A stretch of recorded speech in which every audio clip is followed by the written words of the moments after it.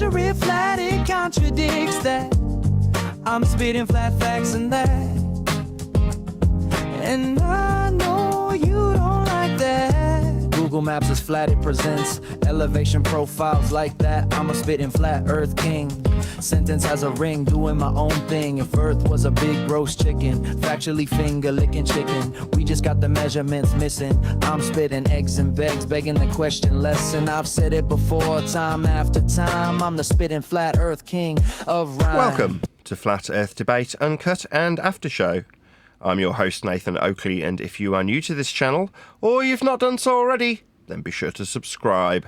Hit the bell notification icon and join button if you'd like to become a Nathan Oakley 1980 channel member and keep up to date with the Flat Earth Debate. If you would like to support the channel, there is a super chat that runs alongside each of these shows while they premiere. There's also a coffee, Patreon, crypto and thanks button in the info box below the video.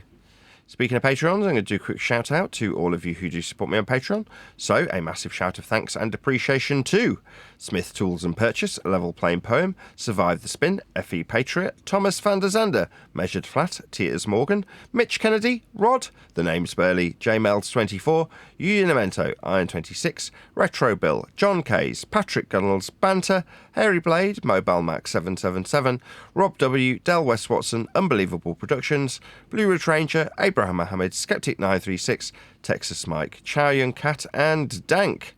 So another massive thank you to all of you for supporting me on Patreon. Links, as I say, to Patreon are below this video.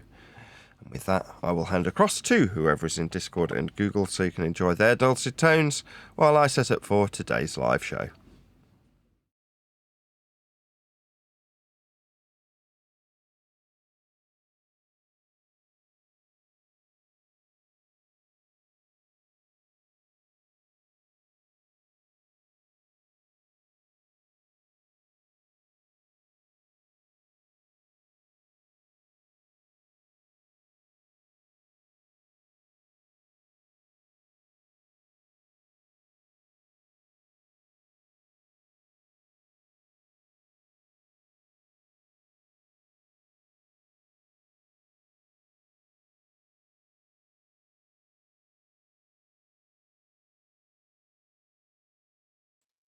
Police concert I seen in 1983 where they stepped off stage, and of course they were still being filmed on a jumbotron. They went back and had a spot of tea.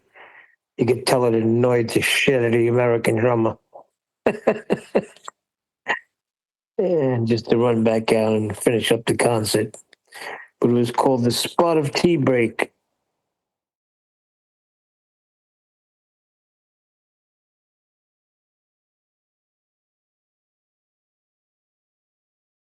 I was actually part of their concert.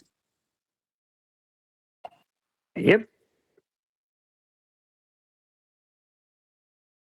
When I went to They see went- Black Grape, that's Sean Ryder, formerly Happy Mondays, in the middle of their concert, they went, we're just going to go backstage and have some fireworks, meaning copious amounts of narcotics. Wow. I guess the tea's not so bad then. The singer from Three Doors Down died the other day, I heard. On that song Kryptonite. Thinking of Superman. Yeah. But the song is Kryptonite, isn't it?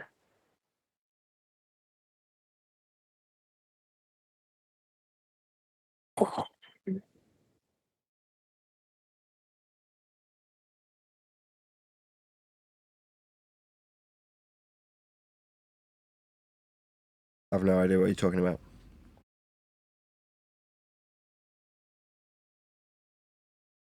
A popular song they had. They had a few of them, but the Kryptonite one was a really good one. I thought that was Red Hot Chili Peppers. Negative. Who used to call me Superman? That one.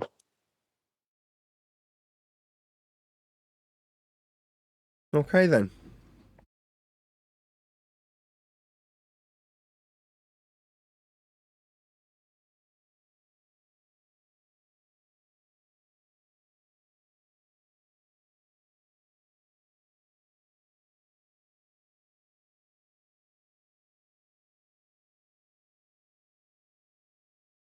Listen to the lyrics to this one. I watched the world float to the dark side of the moon. After all, I knew it had to be something to do with you. I really don't mind what happens now and then, as long as you'll be my friend at the end. If I go crazy, then will you still call me Superman? If I'm alive and well, will you be there and holding my hand? I'll keep you by my side with my superhuman might, kryptonite.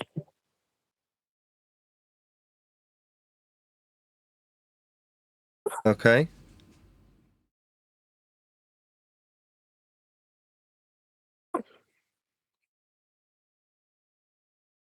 Pretty bugged out lyrics. I never really read them. Well, I took a walk around the world to ease my troubled mind. I left my body lying somewhere in the sands of time, but I watched the world float to the dark side of the moon. I feel there's nothing I can do, yeah. If I go crazy, then will you still call me Superman? Anyway, you guys dead. Sad. Very young, too. I think 46.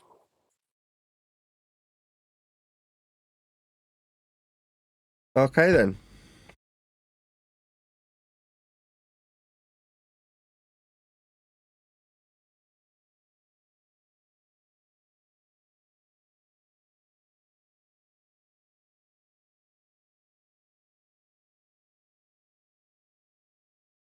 You're just not biting at anything this morning, are you?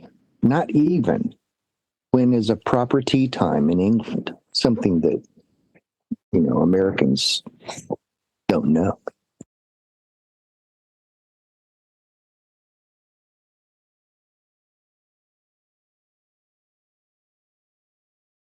The Super Bowl sucked. Freaking ball fest. 5 field goals.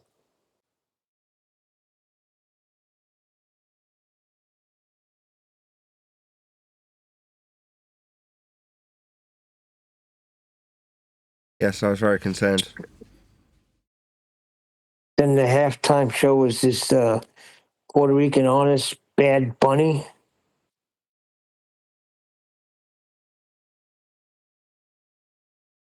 Which I didn't understand anything he said. But somebody said, look, I listened to Pearl Jam for years and loved them not knowing a word that they said.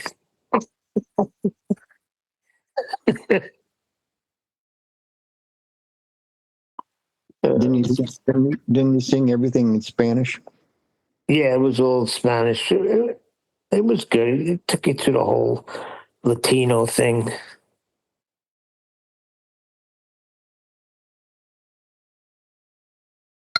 Did he wear his dress? No. It was just why it had like, I guess they were saying how through rough times and when you're coming from just the streets, they still have fun all the way to when they get married and have a big wedding festival. But then, of course, Lady Gaga was there and Ricky Martin. I haven't seen Ricky Martin in years. And he was popped in there.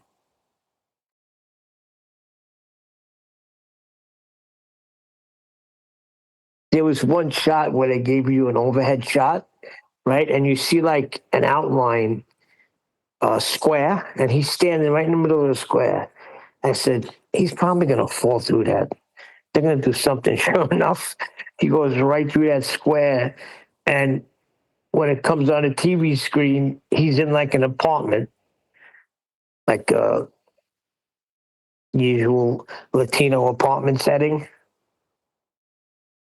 Like he fell through the ceiling, all the freaking dust and stuff. And he goes walking through there. It was pretty good. I don't know. I didn't mind it. But they had an alternative one where Kid Rock and a whole bunch of white people performed. Because I guess they were annoyed that it was an all Spanish Halftime show? Yeah, they did mostly country music. Nobody's ever gonna beat what freaking Snoop Dogg did on that Christmas show this past year. He covered everybody. He had Andrea Bocelli. He had country. He had rock. He brought everybody together on there. It was a good freaking. It was a good show. I forgot what game that was. Was it even a game? Yeah, I don't know. Don't watch TV. Haven't watched it since 2000. Well, you and Nathan got to get together and have a spot of tea. A spot of tea and a biscuit, maybe a scone. Scone. I can't get over how it's scone instead of scone. Speaking of scone, Jen sent me like about 15 videos and told me to do my research.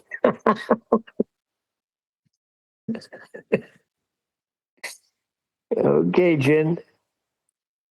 He really thinks watching a video is doing research. Did you watch any of the video that One Deck sent to Master B this morning? I have not, no. What is it? It's Tune's show, and it's got Buck Sodbuster complaining that he was muted. And Tune gives him the opportunity to show what he was going to show Nathan, which was that reciprocal zenith angles show curvature. Angles. Yeah, angles, yeah. Oh, when they go past 180 degrees, that's the curve? No, it's reciprocal zenith angles. It's not measuring curve, it's measuring the presence of curve or something. It's pretty sad. Oh, and that's the one where Toon was saying science is constantly changing. Yeah, I think Sodbuster was actually saying that that Nathan was claiming science, and I don't know. I left it after about 5 or 8 minutes. It was pretty sad. Listen, he's obsessed with Nathan. This is, what's his name? McToon. And Buck Sodbuster's butthurt because he coughed up the freaking pitch data. So you got guys scrambling just to be relevant. Wait. Buck Sodbuster is the famous person who found the pitch data from NTSB? Yeah. He's the guy that gave it to Brian. Brian claimed it was elusive. I don't know how or who he was talking to, but I guess I don't know how hard he was trying to get or if he was talking to the right people about getting the pitch data. But Buck made it sound like it was no big deal and went and got it and told Brian he wouldn't even be able to read it because he couldn't read it.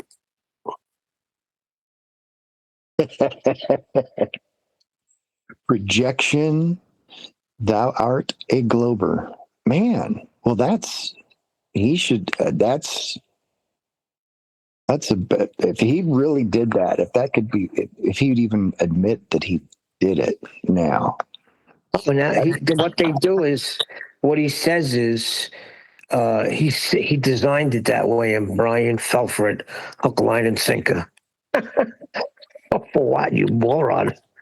I've actually, because that graphic, I've been using that graphic on Facebook and stuff, and in order to verify it, I actually went to the NTSB website and combed through their reports, and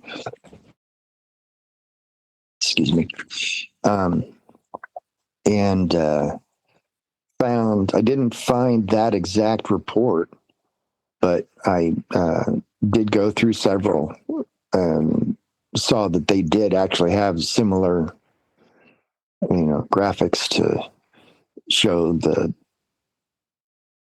data of the flight recorder. So I have no doubt that if I searched that exact flight, was it a Honolulu flight or a Hawaii flight or something like that? It actually Doesn't matter. It's not raw data anyway. It's algorithmic. Well, it is that data and the screenshot of the United States with an elevation profile that I got from Google. That was just a simple Google search, just elevation profile. The United States, really nice screenshot of the elevation profile. So the flight data and the elevation profile are my first immediate go-tos when they're claiming, oh, like give me one flat Earth measurement. Well, elevation itself, just the word to me is a slam dunk on these morons. Elevation, you say? Okay, let's talk about elevation. Yeah, I don't get it. level is equipotential to the perpendicular of gravity on a globe. So Yeah, it's all just silliness. no, yeah, I mean, yes, it is. That's basically level is curved, horizontal is curved. You know, the And, contradictions. yeah.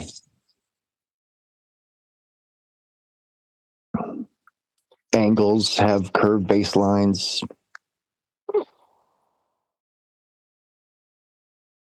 Yeah, so he was claiming that according to one deck, that a Seattle light can measure curvature by measuring angles that are greater than 180 degrees.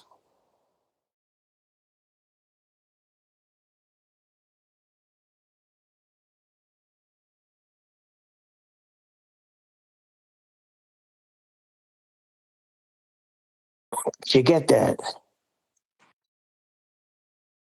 Yeah, I've seen there's actually a surveyor's manual or textbook or something like that shows reciprocal zenith angles, and a friend of mine on Facebook who's crazy keeps showing me that. And what they don't do is level the theodolites. Um, they draw it with the curve underneath them, of course, but they never show that the theodolites are leveled to that they're leveled. So basically, it's two theodolites, different elevations, and they're pointed at each other. And so, if there's a different elevation, they don't show the elevation that each theodolite is at. It's weird. I don't know why they do that, other than, I mean, it's in a textbook, so that's what's just so weird to me is why they have that example of a reciprocal zenith angles. What that purpose is.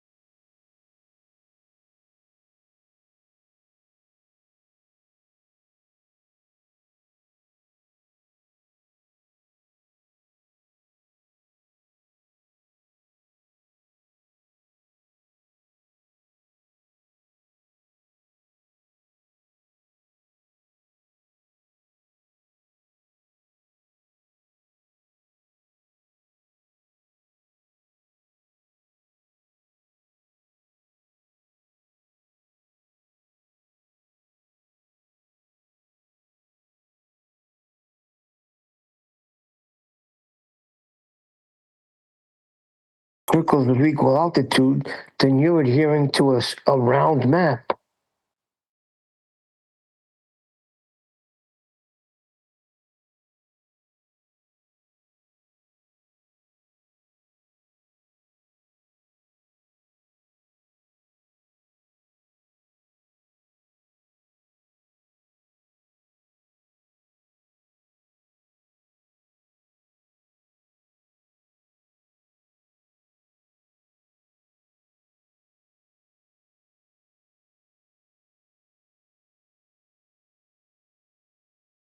Well, it's kind of what we do have, right?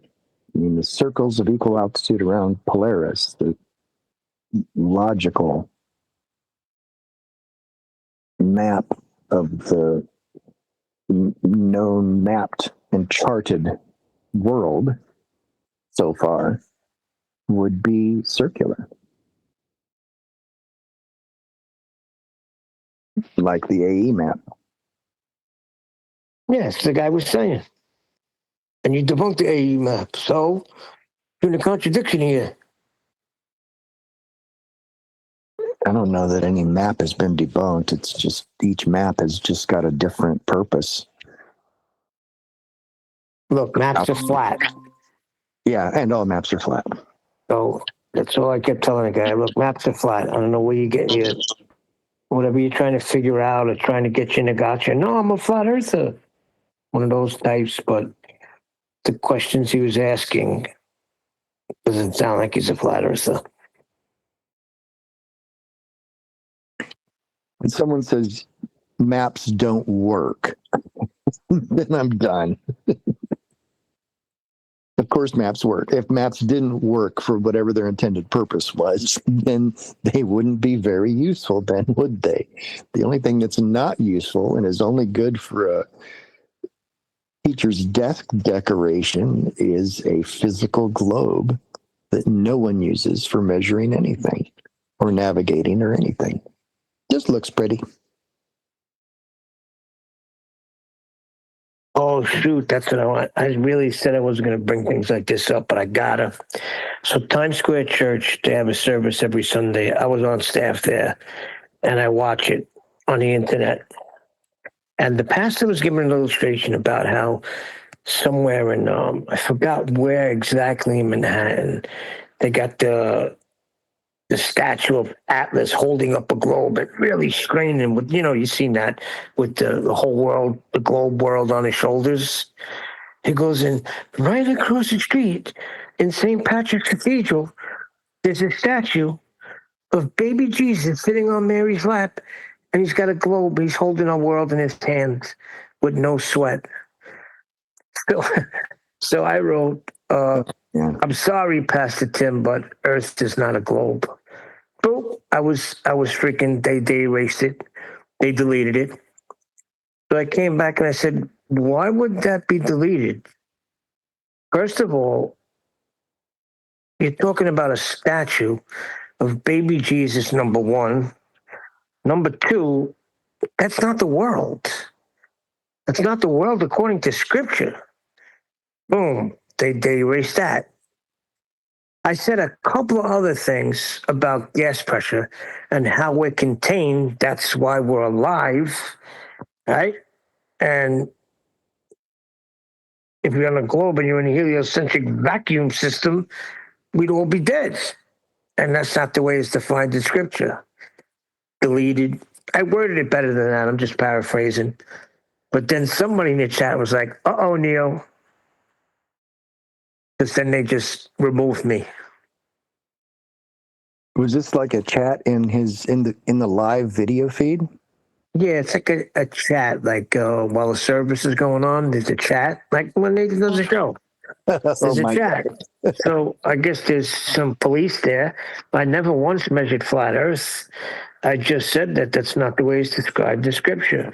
Open up your Bible, start from Genesis, and it doesn't adhere to a globe. There is no way in Scripture. Then somebody typed in, God hangs the world on nothing. I said, that's correct. But that world is not a globe. Hey Neil, Yeah. that statue you saw, the Atlas holding up the globe, it's actually holding up the celestial sphere, not Yeah, the globe. if you think about it, you're right, because it's transparent. There's no land masses on it.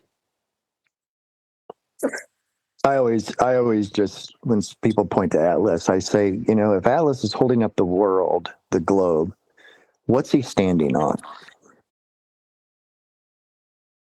How are you? Good morning. Oh, All right. I think I've set my camera up a bit too far away. As you can see my crotch in the opening scene, but other than that, things are good. How you all doing? You had a good weekend? yeah, great. Yeah, it wasn't too bad actually. Yeah, just done a bit of family time and yeah, it was good family time this weekend. I had working all last week, so it was a change to not be working this weekend. So yeah, all good. Not in America. The Super Bowl was a drag. Drag queen? Well, I have something flat Earth related. I heard you in the pre-show talking about some guy singing in Spanish in a dress. I didn't ask. No, he wasn't on a dress. Bad Bunny was in a white suit. I have something flat Earth related if you're interested, Nathan. Yeah, go on. I was struggling with the geography servers because a lot of them pertain to like Minecraft and world building with applications online. So I've struggled with the geography. But I found an intellectualist server, and I asked them if I could have hosted a discussion or question and answer as regards to flat Earth. And I was given the pseudo-intellectualist role, ridiculed, and then when I gave them back a bit of the ridicule, I was then kicked from the server. But I did try. That sounds familiar. Okay, so what you're saying is you went into a server, tried to talk about a subject that's demonstrable in terms of how we deal with Earth, and they didn't want to talk to you about it. Shocking. Yeah, they just kept telling me that they had telescopes, so there was no debate. When you talk about Earth being flat, the surface, the ground that we're standing on, that we navigate, map, chart, measure, and build things on, their response is, we have telescopes. Okay, so you can look at the twinkling lights. That's lovely. What's that got to do with the ground? Well, nothing, but their belief is based in the stars and the extrapolations of curvature from the angles we measure from a flat plane of the stars. For example, if a star's directly above you, it would be at your zenith. If a star's on the horizon, it's at 90 degrees. These are angles. But when they describe the twinkling lights in the sky with angles, without a hint of irony, they fail to appreciate that the angles they're describing them with are flat Earth measurements. Systems that we use on the maps, the descriptions of things like latitude, also come from the stars, but because the curve of the protractor is what's used to pretend that the surface of the ground is curving, they can infer that because we have degree measurements of stars, the ground is curving. That is the conclusion. I can summarise it so succinctly 10 or 11 years into doing this. But the curve of the protractor is the curve of the ground. That's why it is so common to hear people who believe the ground is curving refer to the sky, when in reality the sky and the ground are both measured flat, parallel with one another, through a protractor that curves. So the curve of the protractor has become the curve of the ground when looking at the sky. I think you should be kicked out for saying that too. It's funny how they kick you out all the time, isn't it? You know, just for bringing this subject up in a nice way on these new servers that we're trying, the geography one and that this one Sensual's been on. You know, I mean, if you describe me something like sea level and explaining that sea level is level, it's got a mean sea level, which is used for all elevation profiles and mapping on Earth. That's, you know, you've got to be able to absorb that and think, well, yeah, I can understand what you're saying there. We've got sea level, and that's the 0 degree baseline for all maps. Something that has to twig in your mind about this. being an actual fact of the matter. Not kick you out for suggesting that Earth's measured flat when you can actually explain how that's done. Crazy. Imagine being, I don't know, 1,000 or more years ago, and you describing to a group of people in the local tavern about how the friction between the molecules in a cloud will eventually create static electricity, and then that will dissipate to ground in the form of thunder. And then turning around and going, no, we've got a god called Zeus. Get out. That's the equivalent that we have to suffer in modern times. People have got a religious belief. Chase Hughes said something over the weekend on a shorts video, which is that our brains are not wired for truth. They're wired as a defense attorney for anything that you already believe in. I thought that was absolutely perfect, the way he describes how you aren't interested in truth. You, being my audience, if you're on the ball believing side of this thing, you're not interested in truth. What you're interested in is affirming your bias, confirming that which you already know, and then your brain will act as, Chase put it, a defense attorney for your already in place beliefs. What your brain will do. It's very good at it. That's great. That. It's not relevant.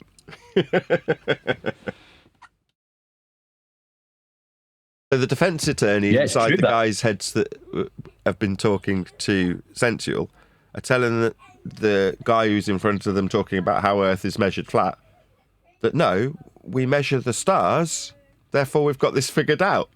When you say the ground is measured flat, well, it is with degrees to the stars. Shh, get out. I don't think it was as intellectual as you might think, Nathan. I think it was more, we look at stars, they look round, therefore Earth round. Yeah, possibly. I mean, but we look at stars is, you know, your average dumbass's way of suggesting that we've got you pretending to be daddy in those jeans. Clover's just come in wearing an absolutely oversized, massive pair of daddy's jeans, and she's stomping around in them. It's just very amusing. Sorry to be a baby boy.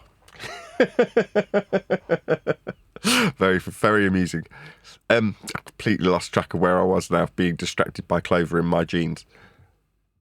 Oh yeah, we look at stars are round, therefore ground is round. It's like, yeah, but that's an oversimplification of what I described. Like you say, it's not as intellectual as that. Their expression of their religion will get dumbed down regardless of how complex a subject matter forum is. So you could be talking about advanced mathematics and advanced Earth measurement.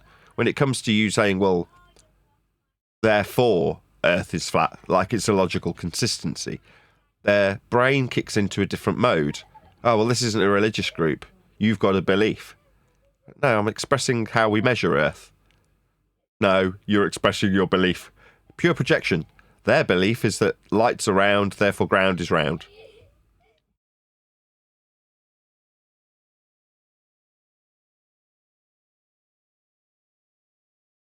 Yeah, it's quite elementary, really.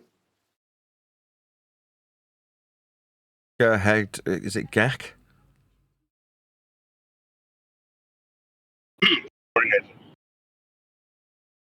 Yes. Oh, okay, fair enough.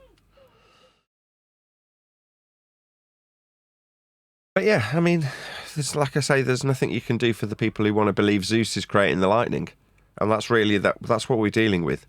You know, we just have to rise above this. There's going to be people out there that are deeply concerned with us expressing this in such a simplistic manner, rather than appealing to the rhetoric in a surface level format, or the rhetoric in a complicated, deceptive, arse about face lying kind of way. Like describing how, well, if we measure Earth flat with angles, that means that the ground's curving. Well, no, that's a violation of the base principle that you're measuring Earth with.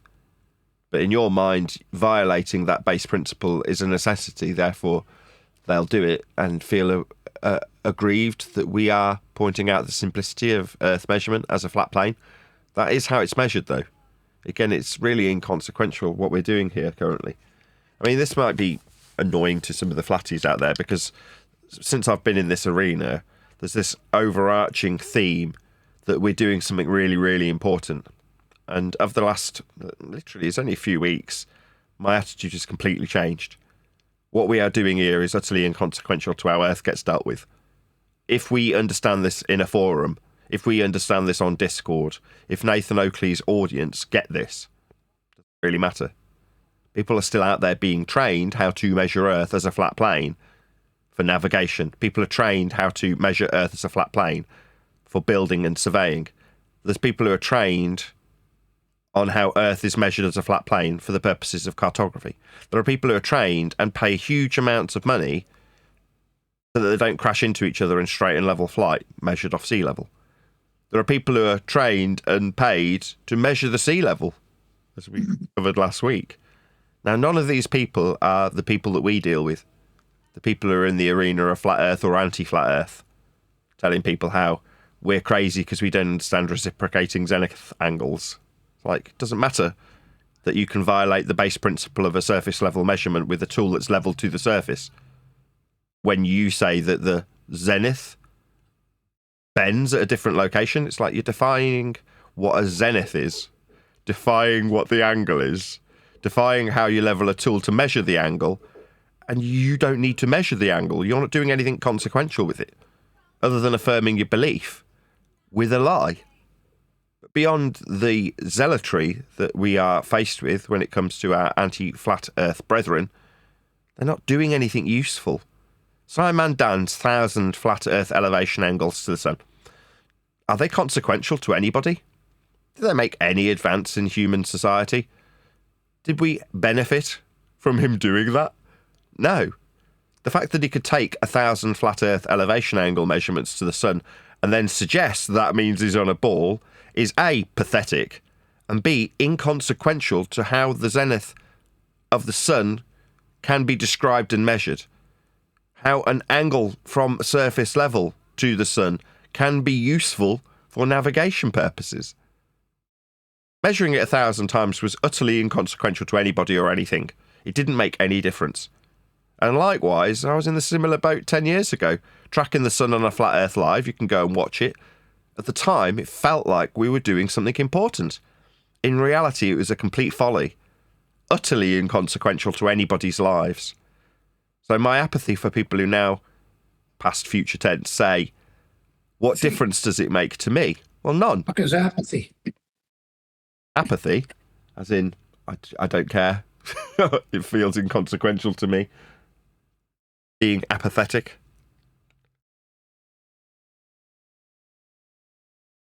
But my apathy for people who feel it's important. Definitely not the right screw. That'd be a long screw. You're thinking of Phillips and Crosshead. Right screw. Somebody's hot micing. I think it's harp. No, he's asking what does apathy mean, I think. Sorry. I'll go with the Phillips. No, I go with the hex. What's up, Hop? AI overview. Apathy examples include Trying to fix feeling the table, indifferent sorry. to a job you once loved, lacking motivation for daily tasks like showering. Oh, wow. Well, that's not what I mean when I say apathy. Showing no emotional reaction to bad news. Yeah, that's more like it. Like, it is inconsequential to me now when someone comes along and says, you just don't understand how there's reciprocating zenith angles. I don't care. And it makes no difference to me if you convert me or not. It makes no difference to the world if you measure this flat earth elevation angle or not. So my apathy is indifference to the cause. Seeing it as important that we convert thousands of people to the belief of a flat earth has become inconsequential to me. Therefore, I am apathetic to it. To the cause, the flat earth cause. Yes. Yeah, I'm starting to feel that way too, because just sitting in a church and in chat, you know, dealing with the pastor saying that in St. Patrick's Cathedral, you have a statue of Jesus holding the world in his hand, and it's a globe. And I laugh and say, sorry, Pastor, Earth is not a globe. And then you have a little back and forth, nothing disrespectful, and then you just get removed from the chat.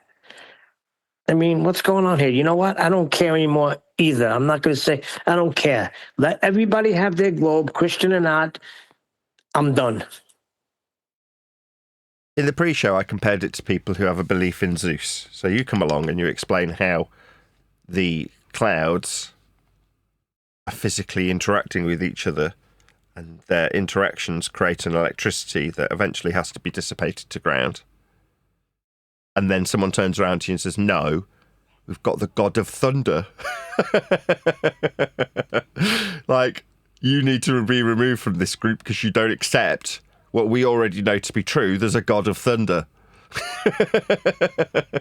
That's what we're dealing with by equivalence. People who think there's a god of thunder when you're describing to them how lightning actually functions. Like, okay, so your belief is that we've got a bull belief that flat ground we measure. That's your belief.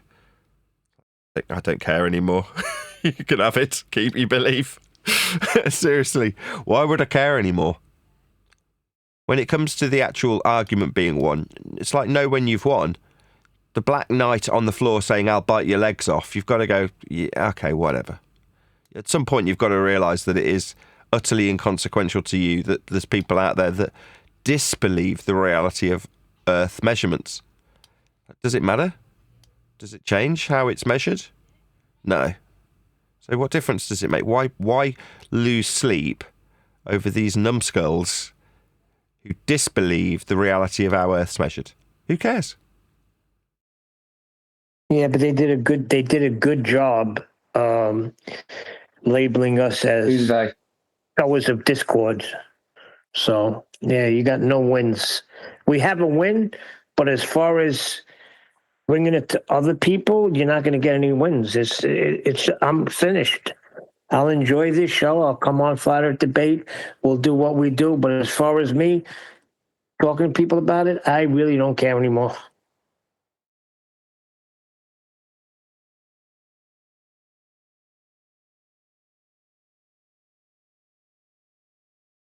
Caring just meant there was a reason to set us against them. Divide and rule. If we can argue about what Earth is, then that serves people who have got more nefarious intent quite nicely. Because we're too concerned with arguing with next man and convincing him to see the world as we see it. It's like, it doesn't matter how I see the world. The fact that I appreciate that it's measured flat now means that I can get on with my day knowing that it will just be dealt with as such. Not by me. People out there that are really concerned with how I see it, aren't there? Yeah, but it's hard. If somebody's coming to you, you're in a conversation with somebody, and somebody comes along and just says, 10 plus 12 is 27. You gotta you feel like you gotta correct them somewhere. Say, excuse me, no. 10 plus 12 is 22. It's always going to be 22. So you're like stuck in that. At least sometimes that's the way I feel. Like you're trying to correct somebody when they're saying something wrong. You want to correct them. Excuse me, that's not what it is. We're contained. There's no vacuum above us. It violates natural law. Goodbye. It's back to the mechanic example when somebody's in a bar talking about how the way a clutch works is all these interweaved cables that tighten like a mesh of tapestry. And you're listening to it as a mechanic going, no, they're not. It's just some plates. But you don't correct them. You just roll your eyes and think, I will still have to work on that man's clutch tomorrow. The fact that he's in this bar babbling on about how a clutch is equivalent to crochet doesn't mean that the clutch changes how it operates. A clutch is still a clutch. The ground is still flat.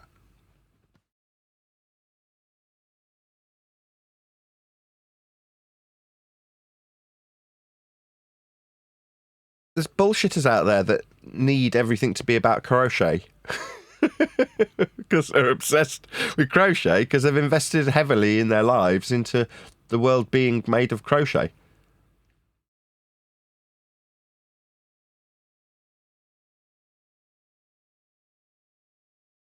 Better example would have been to describe something in a fractal manner.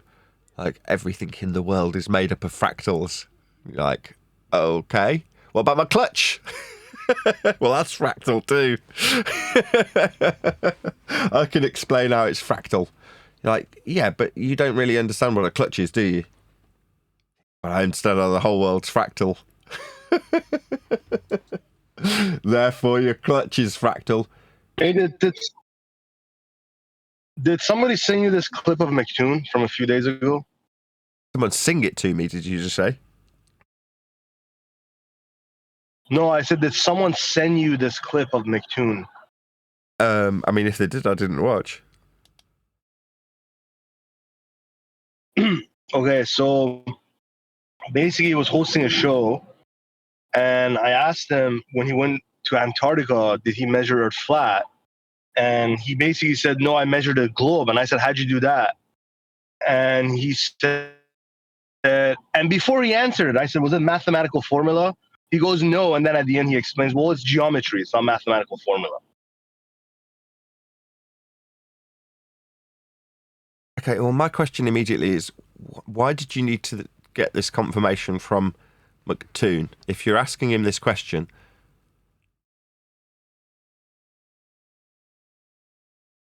Well, it wasn't a confirmation. I just wanted to see what he would say, right? It doesn't change my opinion of it. Yeah, I get that, but why? I don't know. He was hosting a show, and he's the glober. The globers look up to him, so I wanted. He's the glober. He's the globe guy, right? So is it because you want them to look up to you? no. I was just genuinely asking him that. But you already know the answer. I get it. In a court case, your lawyer will only ask questions that they know the answers to because they're trying to lead you. But they're trying to lead you for the benefit of a jury or a judge. So there's a consequence. Whereas I'm asking, who's the jury? Is it the audience of Toon in this example? Because you're like, well, he's a glober, they look up to him. They being what?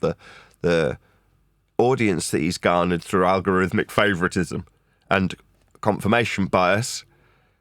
Is it those? Are they the jury? Is that who you're appealing to? Well, that's true. Majority of his audience are globe viewers, but he streams it, so anyone could view it. Still doesn't answer my question. Is it that you view the audience at large as like a judge or jury, and you're trying to appeal to them? No, the judge and jury is the truth, right? It doesn't matter who views it.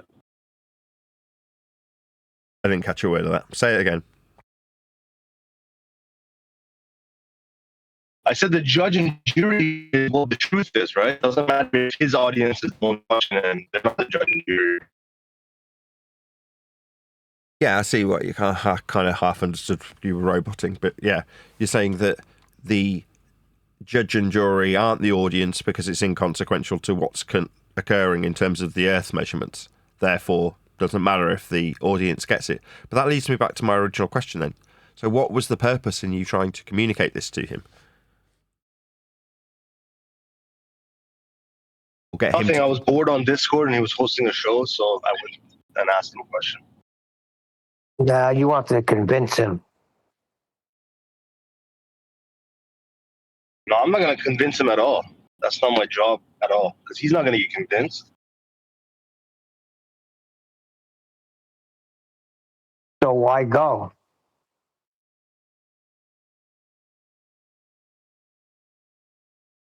Well, I don't I'll tell you limit the myself. truth. I go everywhere, right?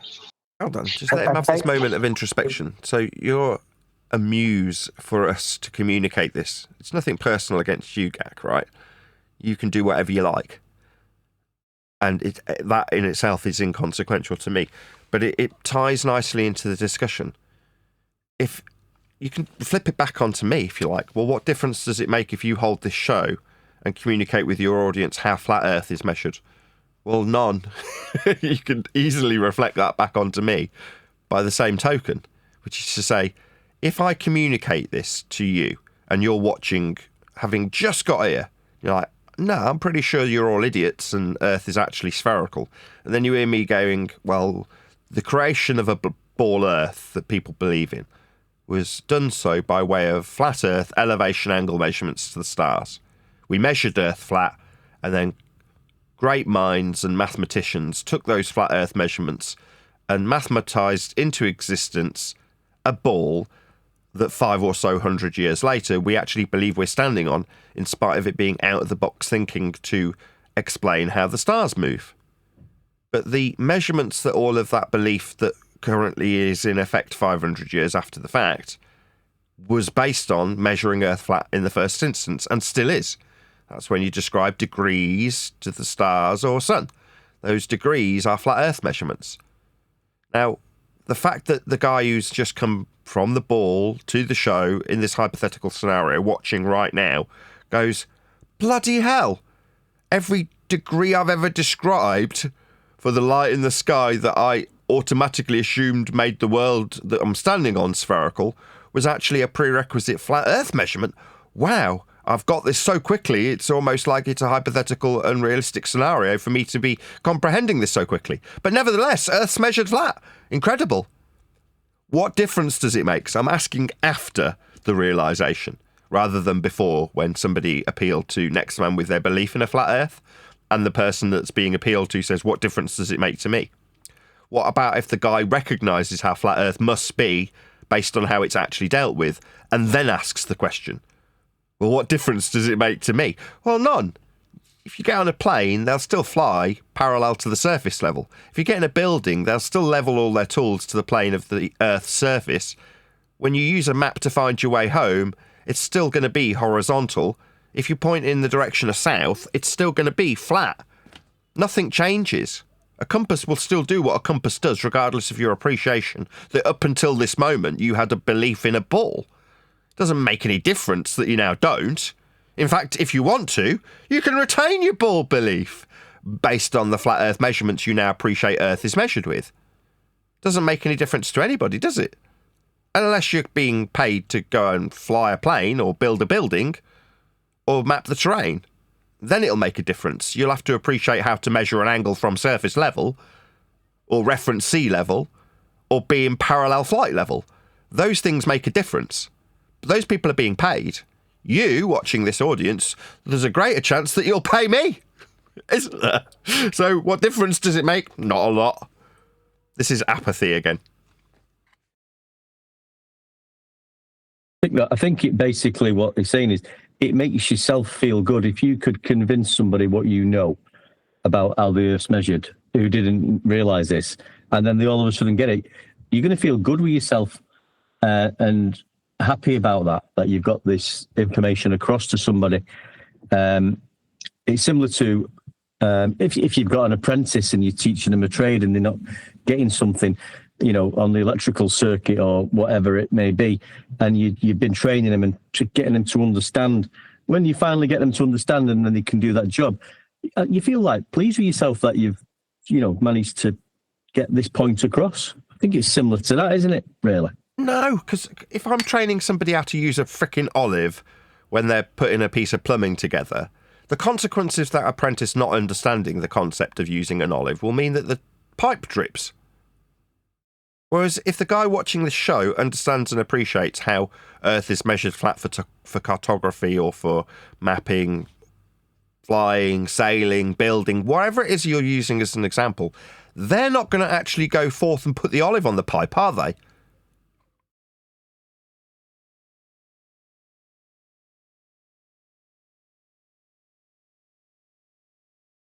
No.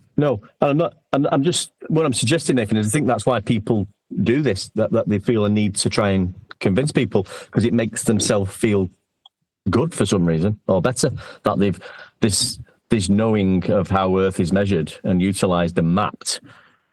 You know, the people do it, don't they? You don't anymore. We're not so much doing it anymore, but people feel this need to do that, and I think it's because they want to feel like they've achieved something and got this message across. That's what I was trying to say. I'm not like saying this is what everybody should be doing.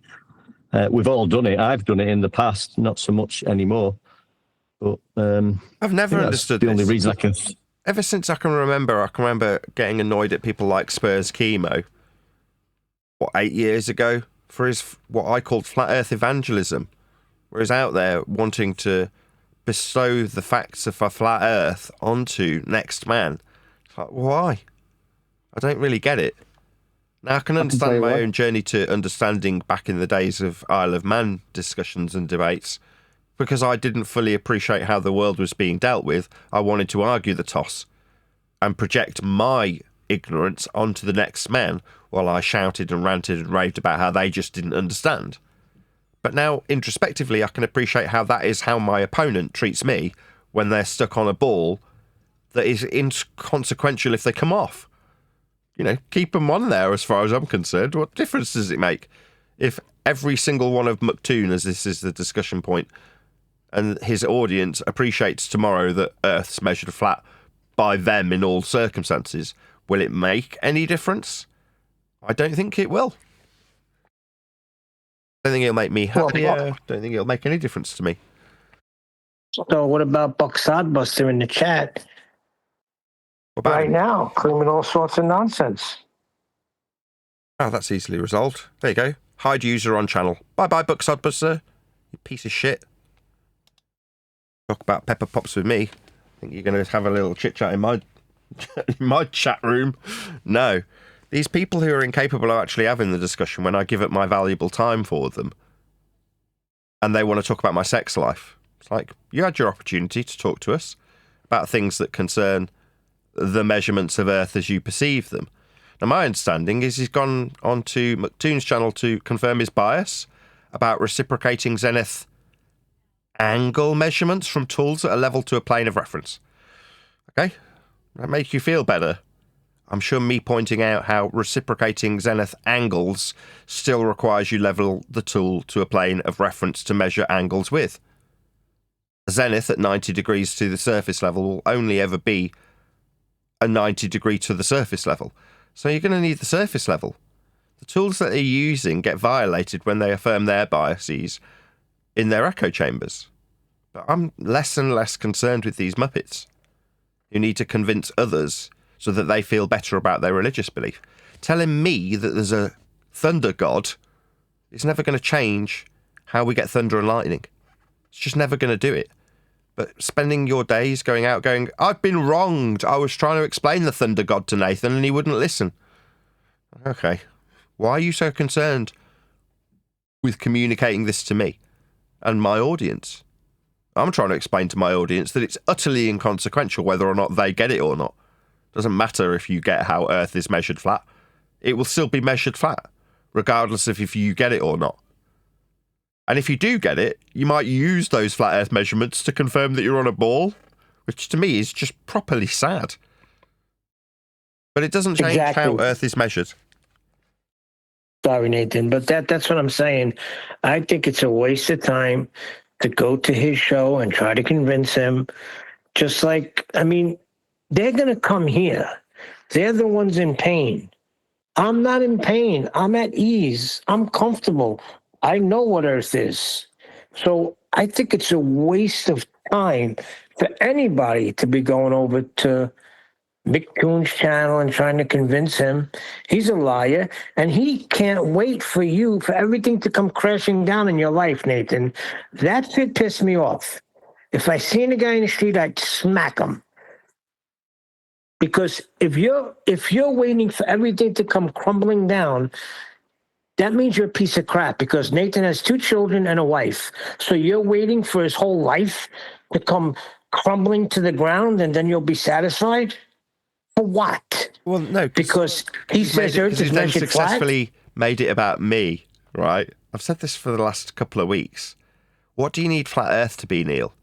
Do you need it to be about measuring angles from the surface level? No. You need it to be about me as an individual. And when you can't make it about me, the individual, you'll give angle measurements themselves lips and suggest how they're talking about things. Because I won't let you make it about people, groups, individuals, when it's about the surface level and how we measure it.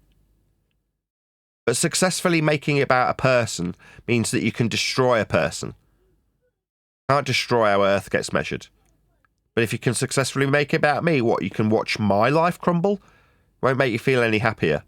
How many Hollywood movies have you watched where the protagonist in the movie gets wronged, and towards the 2/3 mark in the movie, they manage to get their revenge on the antagonist.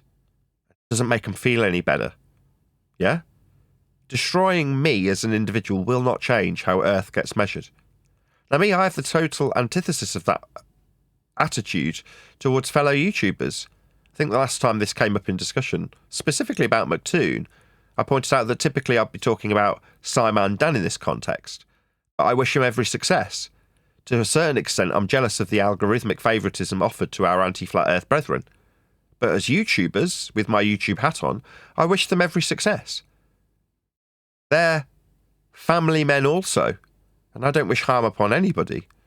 But in a feigned attempt to make flat Earth about Nathan Oakley and my audience, what I say and who I communicate it with, it means that you can perceive that by destroying me, you'll somehow sleep better. No, you won't. That's delusional.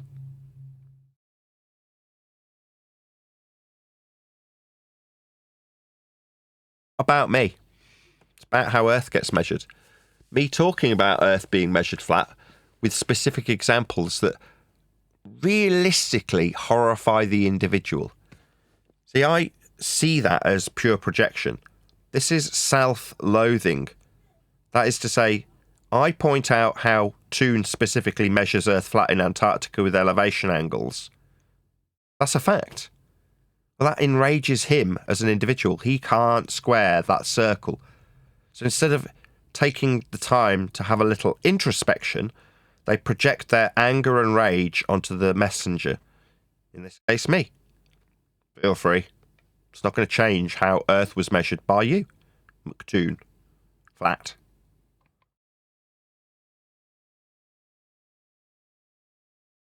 Yeah, but you're a horrible person, Nathan. No, I'm not. Yeah, I know you're not. He claims you are, and we brought it to the light that whole nonsense about you and your children is a lie. Buck Sodbuster admitted it. Yeah, we know it's not true, but we say it anyway. Well, that just points to what you were just saying. Make it about the person, character assassinate him, and then they'll feel better about themselves. But they won't. That's the delusion. In their minds, destroying a man, me, will make them feel better. It's wrong. Likewise, if I try and make how societally people believe they're on a sphere about Simon Dan, if I manage to eradicate Simon Dan from the discussion, will that make me feel better? Because suddenly the propagandized version of bull belief has been eradicated in the form of Simon Dan's eradication? No, it won't make any difference. I'll still feel exactly the same. Likewise, if you take it up a notch and say, well, if we got rid of the grand priests of heliocentrism like Tyson or Cox, suddenly the world won't be poisoned? Who cares? Whether or not the world's poisoned or not doesn't change whether or not I can pay my mortgage, or how much time I spend with my kids, or how much my wife loves me. None of those things have any bearing on me as an individual. But it's far easier to project out your insecurities, your fears and your concerns onto other people than to have the introspection that's required to appreciate, in this instance, how flat Earth is measured in all circumstances by everyone. Now, if one of those people who's measuring Earth is you, and Nathan Oakley points that out, what, you just need to get rid of Nathan Oakley? No. Even if you did, it wouldn't make you feel better. You won't sleep any better with me not telling a very limited audience how flat Earth is. And that's what this boils down to. In their mind, they are so in need of a complete consensus that having a teeny tiny little suppressed minority saying contrary to their belief is enough to destroy their lives, to the point that they'd want to destroy another man's life. How sad. It's pathetic, really.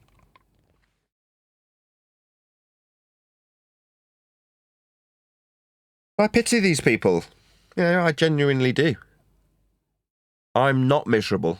As much as I'm poor, my only gripe with life is the lack of funds to do things like go on holidays, fund a new car, But there's many people around me that are in the exact same boat, in some instances worse off than I. So who am I to complain? Life is still good. I've got a loving family, 2 loving children, a roof over my head, getting fat, which means I'm fed. So life isn't that bad. Could it be better? Yeah. But the love of money is the root of all evil, and I have enough to get by. I've been looked after well enough not be too concerned that I'm going to fail to pay the mortgages, both of them, tomorrow. I'll still just about scrape by. But I could say, well, algorithmically, all the people who are favoured over and above me, if I could just wipe them all out and torture them in some chamber, I'd feel so much better about how poor I am. No, I wouldn't. No, it wouldn't make me feel any better. Destroying Dan and Craig and Dave and Toon and Professor, not a Professor, Dave. None of that would make any difference to me and where I am in my life, the love of my family. None of those things would change those things. Now, maybe I'm just humble enough to appreciate the actually important things in life, as I've just listed them, versus my desire to destroy other men. You've got to be broken to want those things. Like, seriously broken. If Toon and his focus is on destroying or watching another man be destroyed, you've got to say, what kind of person is that wants to seek pain and misfortune for others? Is that a pleasant person? Is that a good person? No, definitely not. But that's a person with a rotten soul. That's all that is.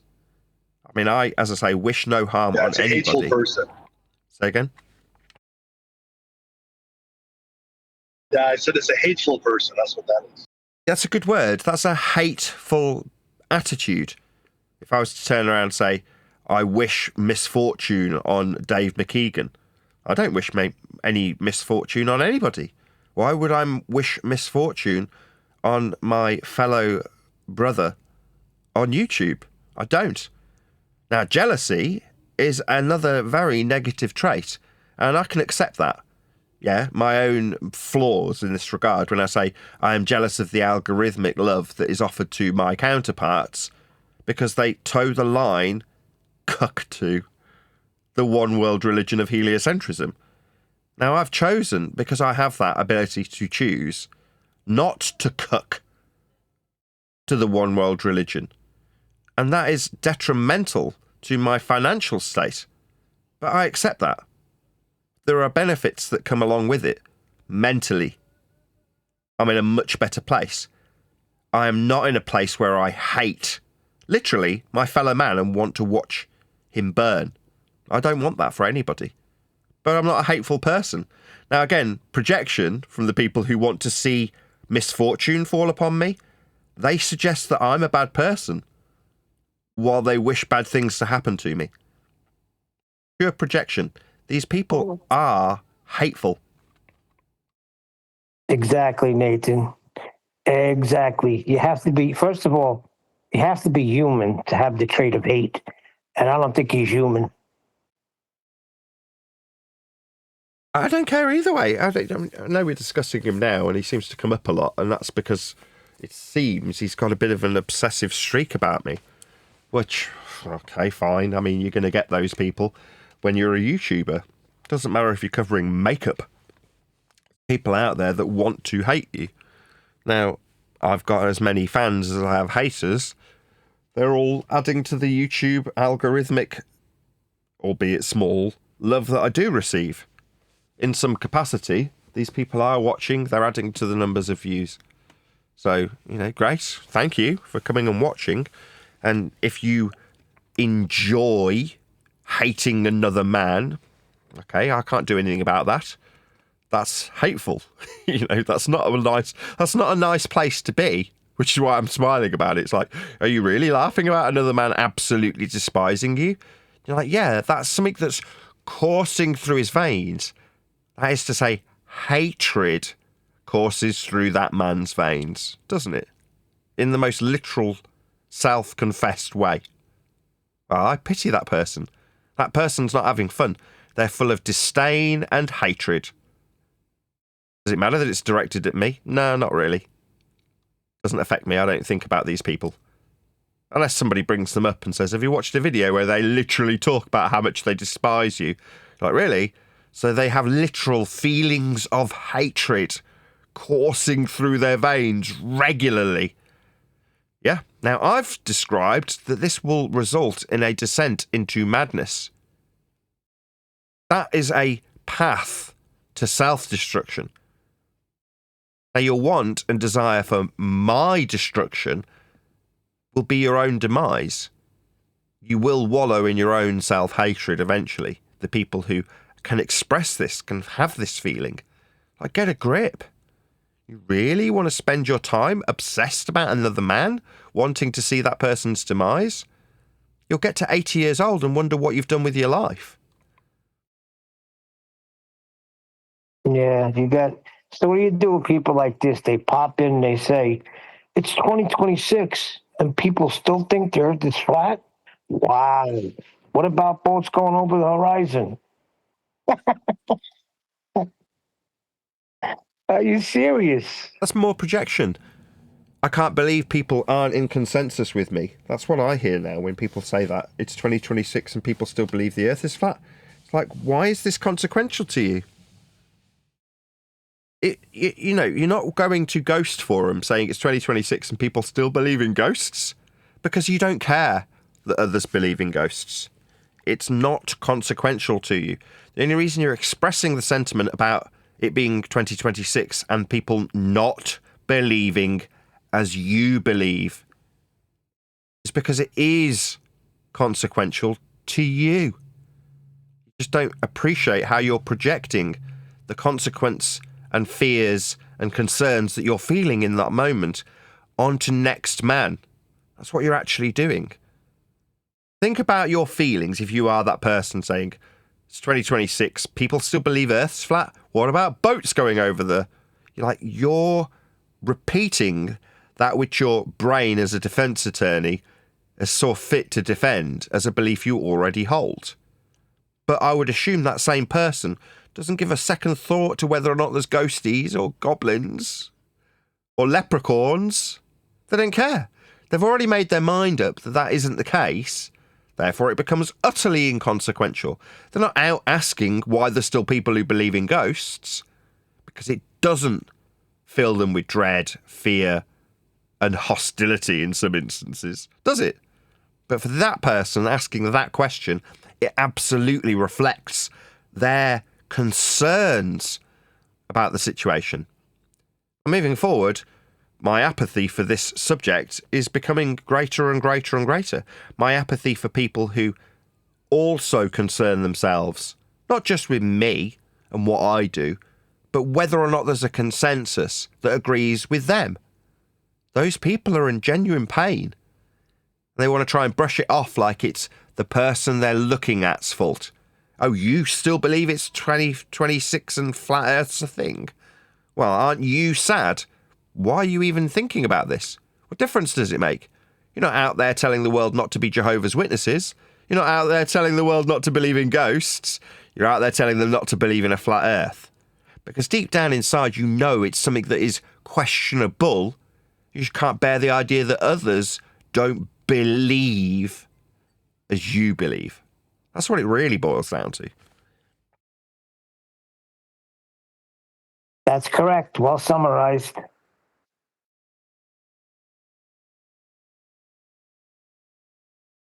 Let's start telling them. Nah, you're right. You know, you can believe in your ball. You can have it. I mean, you'll never get me to believe in it anymore. I understand how it was created. So, once you understand, you can't really go back.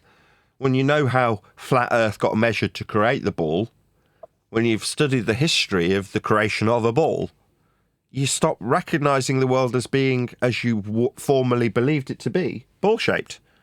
You appreciate that that's out-of-the-box derivations of flat Earth measurements.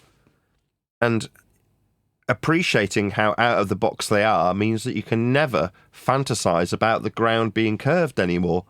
You just can't, because you know that you'll have to violate that belief the moment you take any measurement of it.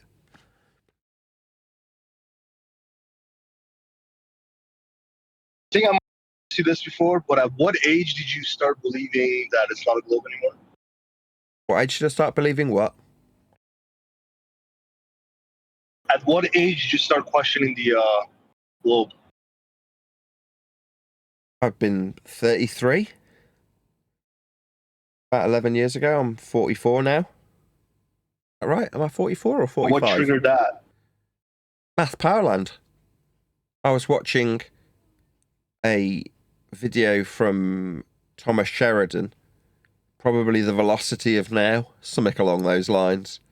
His show that he used to do 10 years ago. He's just restarted it, actually, Thomas Sheridan. He started doing Velocity of Now again, which I really liked back in the day.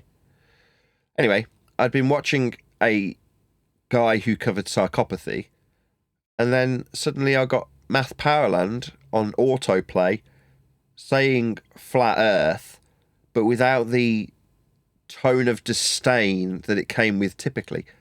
Because I can remember watching a Vsauce video about it prior to Math Powerland, but in no way did the Vsauce description of Earth being potentially flat and the consequences thereof led me in any way to believe that Earth was actually flat, even though having heard those terms plenty prior to Math saying them. But when Math said them, he said them in a different way. He said it without the air of disdain that typically came along with those words. That's flat Earth.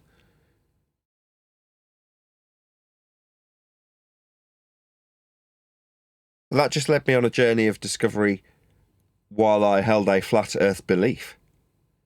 Because even in Math Powerland's own videos, he would whistle past how flat Earth got measured to pose the question of whether or not, I don't know, stars were far or near, based on if we measure Earth flat and then insert a radius value, then you've got very distant stars. But if we measure Earth flat and don't insert a radius value, then we've got close stars. So which is it? Is it a ball or is it flat? And you're like, well, both instances required we measure Earth flat. But that never got highlighted. So back then, I just held a belief that, well, no, the stars must be close then. I can't remember if that's actually the conclusion I drew, but you know what I'm getting at. I looked at the dichotomy rather than the measurements. Oh, I see. They want you to stop lying to people and taking advantage of people. But they don't wish your demise. They just want you to stop lying, Nathan. Oh, really? So, and their concern extends to the people talking about ghosts, does it? So they're out there with the ectoplasm meters telling people that they just want to stop lies. I love it. If there's any way you can project your internal dialogue, your internal concerns and fears onto me, not I might have been lied to. No, I must stop this one man. Why? Is it not enough that I've been limited in terms of the audience that I receive? We're talking about a very small audience. But the 84 people watching, what, you're really concerned that those people watching are being lied to? Yeah, you don't give a crap about anybody beyond yourself. But the fact that you might have to have some introspection to realise that is too difficult for you. Introspection isn't what these people are about. Projection. I just want to stop Nathan lying. You mean you don't want to face the fact that you might have been lied to? Because I'm not lying when I talk about Earth's measurements as a flat plane. That's how it's dealt with. On screen now is a diagrammatical example of Earth being measured flat for an altitude angle, where it says altitude A and has a picture of an object measured with respect to a planar surface with an angle you can describe with a degree. Is that me lying? Is that me lying to my audience when I point out these diagrammatical examples of flat Earth measurements? Is that me lying? Me pointing out how a diagram works when you make a measurement of Earth as a flat plane? It's not me lying. But the fact that I can detail that so concisely scares people. Because what really scares people is having to have introspection, having to turn the finger of blame back on themselves. having some humility and appreciating that they might be wrong about something that their brain spends nothing but the majority of its time trying to defend, because you already hold a firm belief about Earth being contrary to how it gets measured. But again, make it about Nathan, whether or not he's lying to people. And then what? If you only get rid of the Nathan in this problem, the problem goes away. Again, I just say it. That's utterly delusional. Making it about me, like I'm the arbiter of Earth measurements. I'm not. I'm just some dude on YouTube with a very limited audience. But you want to make me more important? I see that as you putting me on a pedestal. Like I suddenly have some importance about whether or not Earth is perceived to be flat. I have no bearing on how Earth is measured. Navigators, cartographers, people who fly planes and sail, they're all going to be measuring Earth flat, regardless of if I'm here or not. Removing me will not change how Earth is dealt with. But in your mind, if you can make it about me, you just need to get rid of me. Wrong. But you can believe that if you want.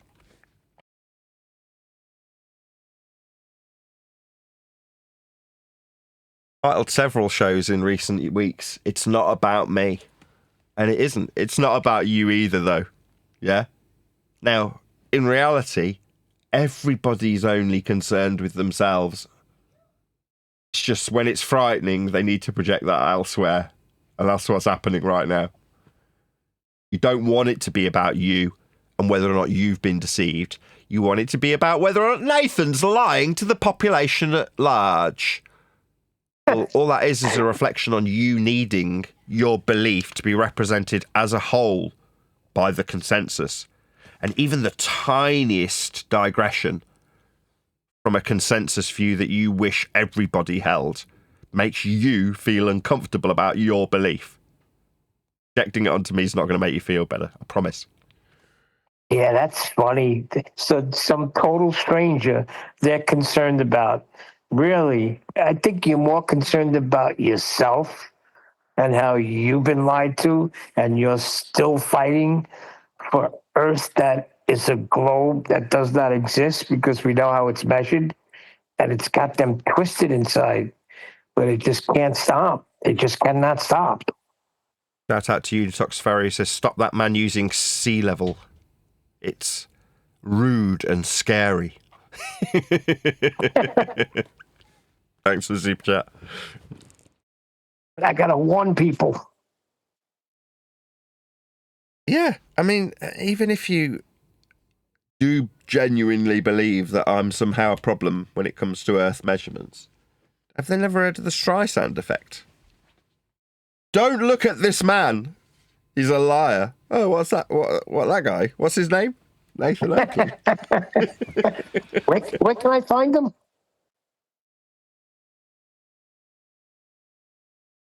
I don't know how these people are going to cope when I've got a book out, because there's lots of people out in the society, as I'm learning slowly, that aren't interested in finding their information out from YouTube. They're not interested in sitting and being amongst the 80 people in my audience currently. They are of the type that will read it in a book if it's supplied to them.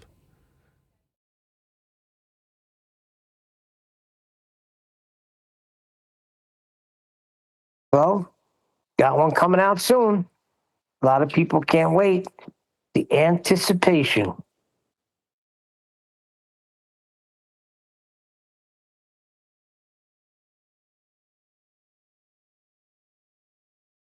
Did a chapter on my wife and I did a chapter on heliocentrism in general.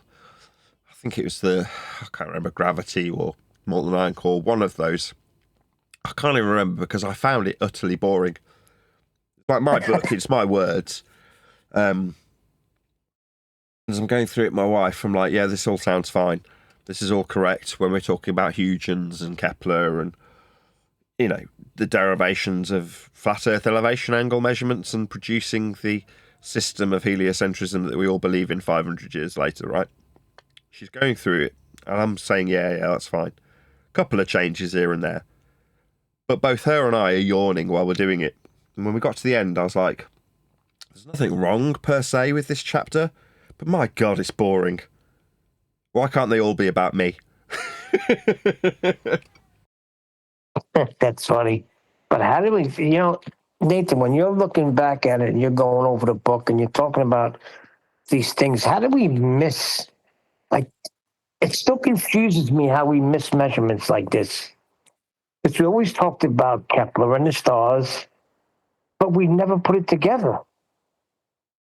Yeah, well, I'm finding that as I'm editing it. Like I say, when I say there's a few small changes that need making, it's because I now have to incorporate the fact of flat Earth measurement into the descriptions of Copernicus, Huygens, the extrapolations of orbital motion, scaling with Venus, all of those things that we talk about in past tense, without necessarily over highlighting how flat Earth must be for those concepts to even exist in the first instance. Previously, we just described how a heliocentrist would describe how Copernicus and Huygens gave us a derivation from orbital motion to scale a distance to the sun.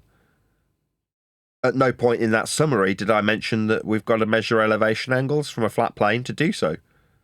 And we didn't. We just talked about it, how heliocentrists talk about it, because we were on a journey of discovery for figuring out how ball-shaped it wasn't.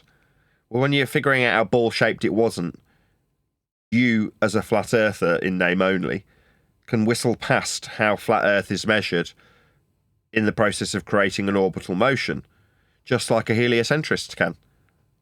Like, well, now that I understand how the orbital motion described from a flat plane, the rotation described from a flat plane, is consequential to the distance of the sun that they're inferring, and therefore incorrect by way of the ingenious Christian Huygens assumption, rather than the leaning into how flat Earth must be measured for you to hold the belief that we now utilise as our rhetoric.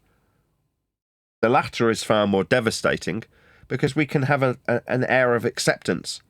What do I mean by that? I mean, in my current rhetoric, if I'm to describe how an orbital motion comes to fruition, I can lean into how you, if you are one of those people, believe Earth to be spherical based on the flat Earth prerequisite elevation angle measurements and derivations that are utilised by these Christian scholars. Now, that means that I'm not saying you're wrong. It happened 2 or 3 times ago on Worldwide Debates. The guy who I'm talking to says, so you're saying that this is wrong? And my response is, no, quite the contrary. I'm explaining on your behalf how right your heliocentric view is based on the origins of flat Earth measurements that are required for you to believe it. I'm not saying it's wrong. I'm saying you require, for your belief, an Earth that is measured flat. Now, that's where we get the rock and hard place arguments from. Either you accept how flat Earth must be measured, it's the fundamental basis for your sphere belief, or you don't, in which case you've got nothing to believe in because you can't base a belief on the measurements that you deny. Don't deny them, then you accept Earth's measured flat. That's it. So I'm not saying you're wrong. I'm not saying sphericity is incorrect. I'm saying it's admirable out-of-the-box thinking that admittedly violates the base principle measurement that's being taken in the first instance of a flat plane for elevation angles off a flat Earth. But that's not saying you're wrong. It's saying that if you believe you're right about orbits, then you must accept that Earth is measured flat, because it is, for the starting point of your belief. Rather than saying you're wrong, your belief's incorrect, Earth's not a sphere, saying to believe you're on a sphere, you must measure Earth flat. Very different rhetoric.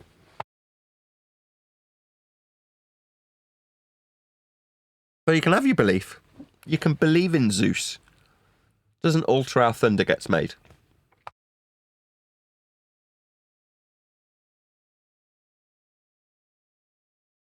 Cognitively, it will be far easier to remove us from groups when we're highlighting the obvious absurdity of how flat Earth must be measured for you to believe in a ball, because you can simultaneously retain a cognitively dissonant standpoint if we're not there to highlight it.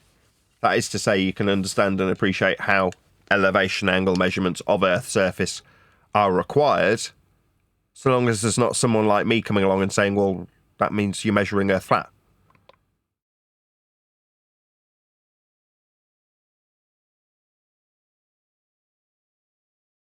No. It's not the ground. It's on the vertical, Nathan. We always work from the vertical. Again, I just roll my eyes when I hear these principles that are tied axiomatically to each other being denied. It's like, so you need the vertical? It's directly tied at the hip to the horizontal. What are you talking about? Oh, your horizontal bends. I don't need to have this conversation. Axiomatically, we're measuring a principle of Earth's flatness when we take angles from it. Now, you need those angles. You'll be relying upon them when you have a system of latitude wrapped around a ball. You don't have to like how the acquisition of those angles requires Earth to be flat. You can deny the flatness of horizontality when describing how vertical things are only ever capable of description of. Okay. How are you going to describe a deviation if you want to believe that you've got reciprocating zenith angles? Reciprocal to what? The horizontal, when you describe how much they've deviated? Well, then you'll need the horizontal. It's always there, just below the surface that you're trying to ignore. It's always flat. A deviation from it to describe something reciprocal will still require you have a flat plane of measurement and an elevation angle with a tool that's been leveled to Earth's planar surface to make that expression. You can ignore it, whistle past it by denying horizontality and only living in a world of verticality, if that's even a word, then so be it. You know, if that's what you need to deny axiomatically, then so be it. That's what you need. It won't change how flat the acquisition of a surface level angle measurement will be. It'll still be flat, won't it? Yep. What he says is, with that vertical established, the orthogonal plane is horizontal surface, has no role in it. So the horizontal surface has no role in it. Oh, that's brilliant. Why mention it? If it was inconsequential, it wouldn't need explaining how it isn't used. But it is. This is pure denial of the principles used when measuring Earth's surface. Flat. It is still measured that way, though, regardless of people's denial. With that, I'm going to say, if you are watching this on either Nathan Oakley 1980 or Nathan Oakley Premiering Streams, then stay tuned, as there will be an after show to follow. Of the anti-globe versus anti-flat earther rhetoric. Do you see the picture I posted in Master B? It's the statue in St. Patrick's Cathedral of child Jesus holding the globe.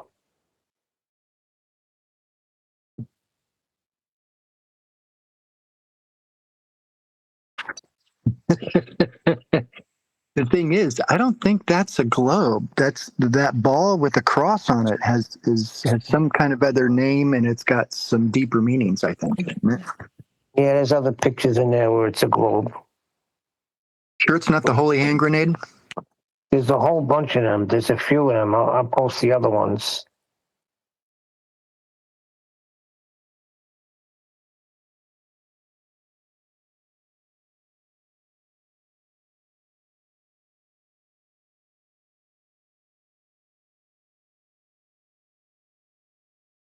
I've got a folder full of pictures and images of stuff that several churches and religious organizations put up that all have globe iconography in it. It's pretty kind of sickening when you look at it all in one group. Yeah, we have one when we have a coronation. It's called the Sovereign's Orb. Golden ball with a cross on top of it. The one that we have has 365 pearls in it. Anything else that has 365 things? That would be our calendar, our globe. But that's what I was thinking of. I mean, kings I just and posted it in Master B, the picture you're talking about. kings and queens hold those things too, right? Yeah.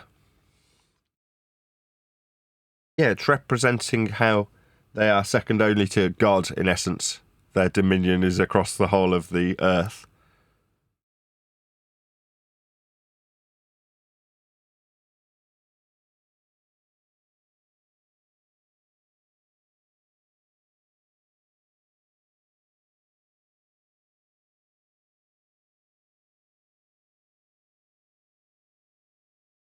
Yeah, so the orb isn't necessarily the globe, but it can be easily taken as one. But Don Globe. Sure, but what is the globe? The globe is the representation of the degrees of measurement that we would take of the skies in a mathematical format. So advanced knowledge of the heavens and how the stars are representing themselves to us is akin to having a ball to describe the angle measurements through. Like this on screen. Look at what's on screen now in the Hangout. Now it's got all the degree markings on it. Yeah. Right, that's what it is. So you can say it's the globe, but then when you understand that the globe is a glorified protractor with antipodal north and south positioning systems sandwiched, about which you'd have the celestial sphere, then you understand and appreciate what the globe really, truly represents. So advanced knowledge and dominion over the world is a fairly accurate way of having that knowledge expressed through something literally gilded, show off to the people.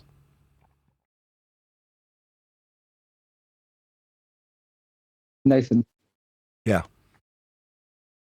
I've just posted a Discord server in Teams, and I'm currently chatting to two gentlemen, I believe, who are willing to debate, and they're currently in the VC in their server, which I've just linked in Teams if you're interested.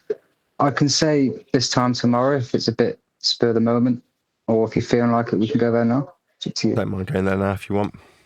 Are they ready and waiting, did you say? Yeah, they're in VC and in that server.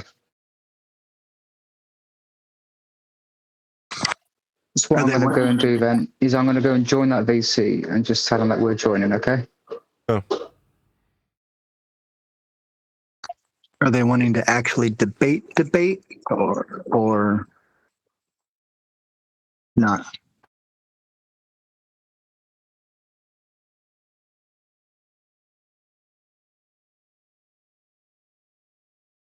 I don't know.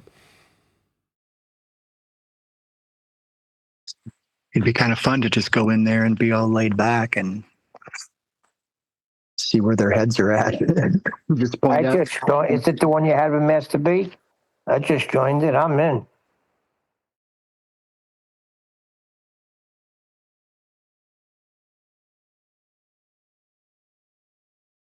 What's the VC called?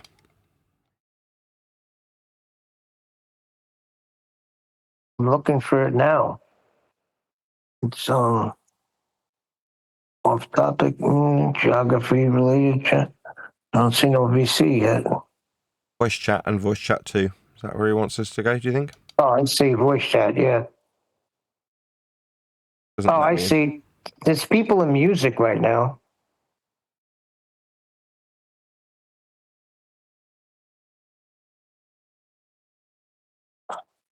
Check.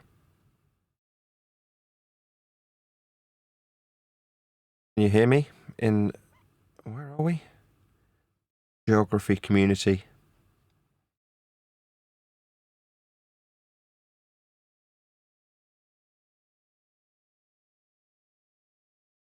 Immediately server deafened me and muted me.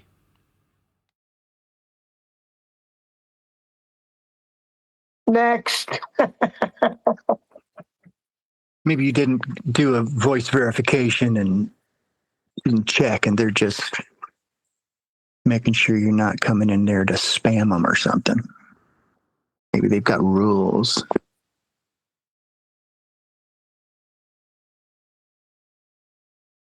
Okay. I don't think so. Neil's got in there and immediately has the ability to talk.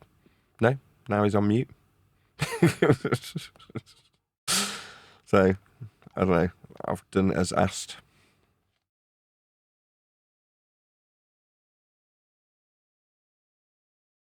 Wouldn't it be helpful if somebody came off mute and told us what to do?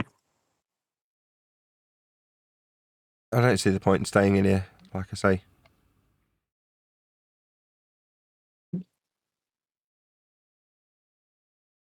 There's 3 people in there. Plus you and I, Neil. And no one's talking in there.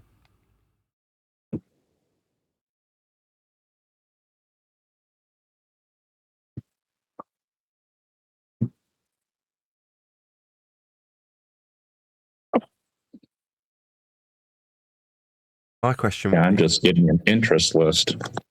my question would be, why is there a music room in a geography forum?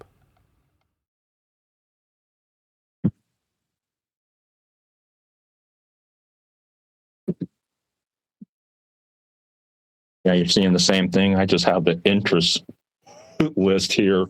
What does that have to do with the price of onions? Yeah, well, I'll stay in here for 5 minutes and see if somebody unmutes us. And then go back to our own Flipside Discord server.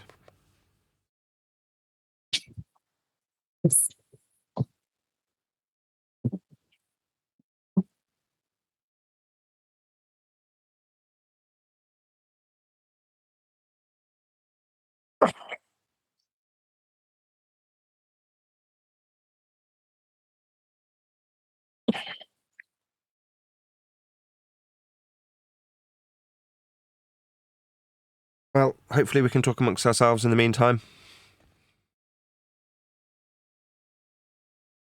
I'm in there now, Central Goat, but as soon as I arrive, they're just serving muted and deafened me. I'm asking them in chat if we have to be verified right now. I'm trying to get some answers. So far, they said, I don't know. They seemed keen to set up the debate, and they were in there. And as soon as I told them I was going to get Nathan Oakley, it appears though they've kicked me out the server.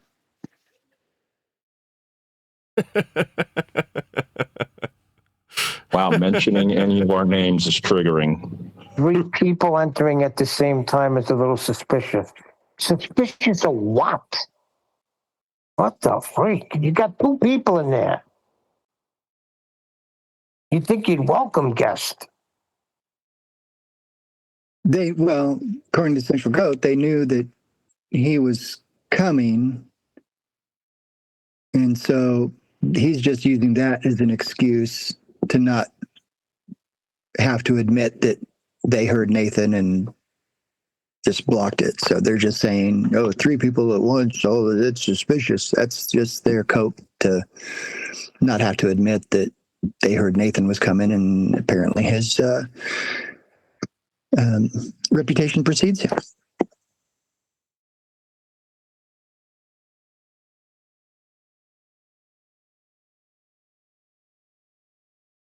But hey, I've done what it says on the tin. I found a geography server. I got in there, explained the stitch, all accepting, and then as soon as it comes to crunch time,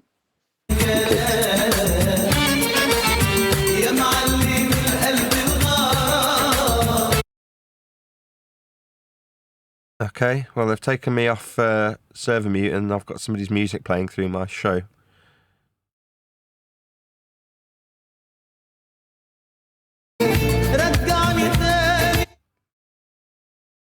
I'll try and... I don't see that there's any other voice rooms other than music voice. Unless you tell me different. Ask them if there's another room in the channel, in the server that we can go to. well, I'm kicked, so I can't see anymore. But if you scroll down, there's a VC and there's 2 or 3 gentlemen in there. Yeah, music. Yeah, what are the names of the gentlemen in the server? Jackie Music, Sirius. There's East is West is there, but he's one of our guys. There's Ibrahim Car Guy. Right, yeah, those are who I was interacting with. Well, they're just, like I say, they're just playing music.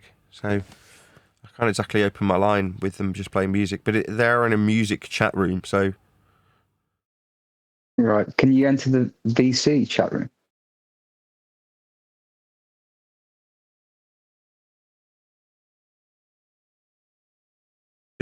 I mean, I could go in game voice, I guess.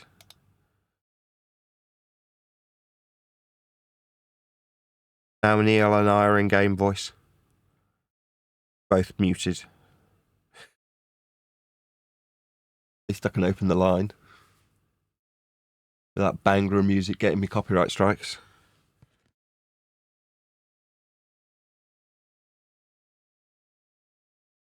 Central Goat, this is a failure, extreme failure on your part No, today. it's not. What is this? What does the server name say, Neil? Geography community, I assume it's just cut off.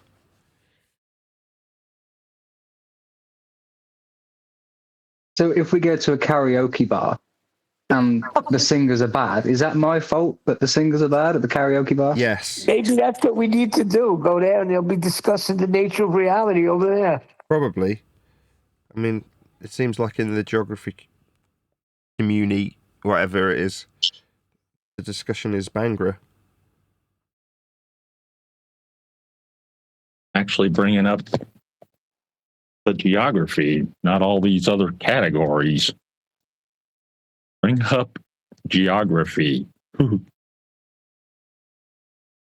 Well, we're in their game's voice, and like you say, if the suggestion was that we come along, we have.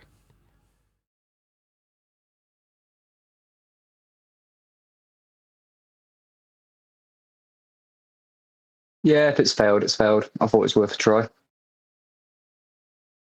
Well, I'll hang around in here. We can chat amongst ourselves for a little bit.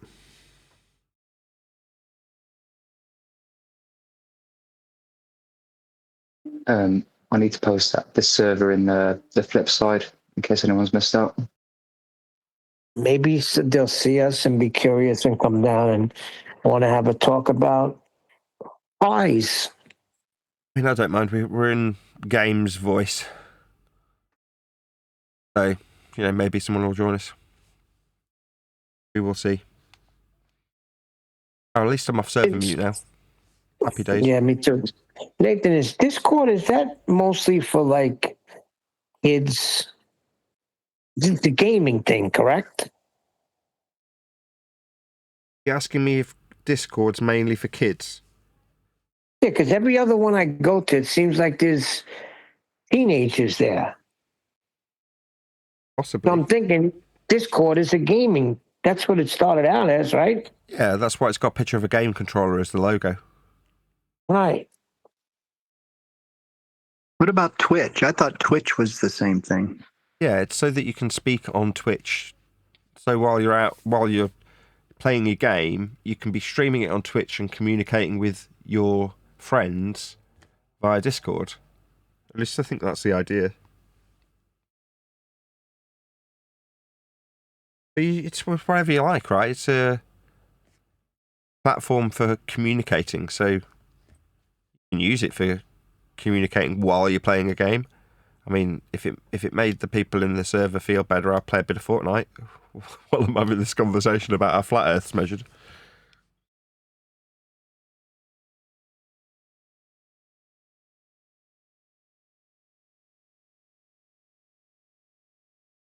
Once I've made my thumbnail, that is. What show was that? 2485? Picture of a dirty fingered witch holding a heart covered in roots. That's my thumbnail for today.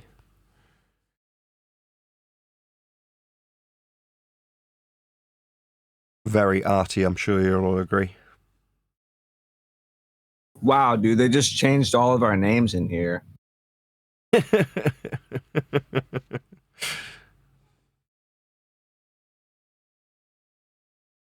Could you elaborate on that? I'm sexy femboy. Gay bitch. Oh, that's nice.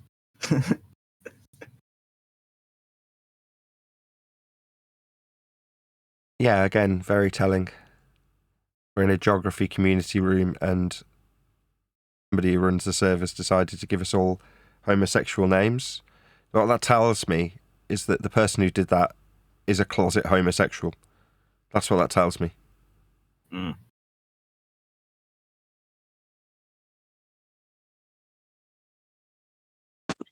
It's all about projection. Yeah. So you little faggot, change my name back.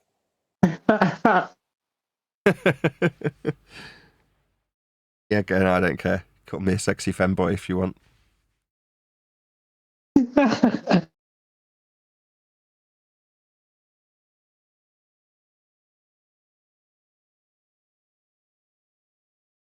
Don't let my mascara deceive you.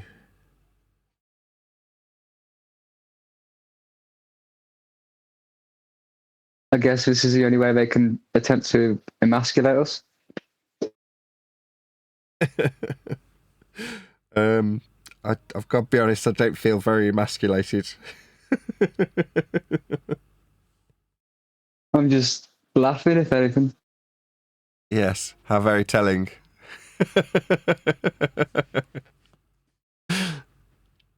Want me to be a sexy femboy? Oh, really? Oh, dear.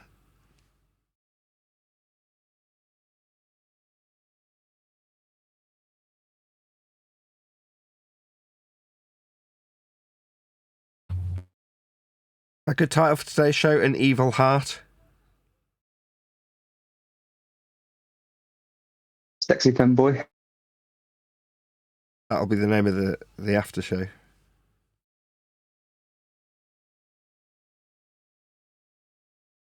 Sexy geography femboy.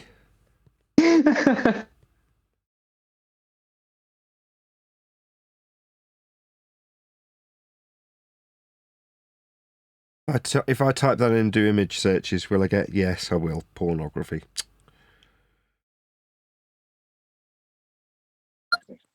An evil heart cannot be measured.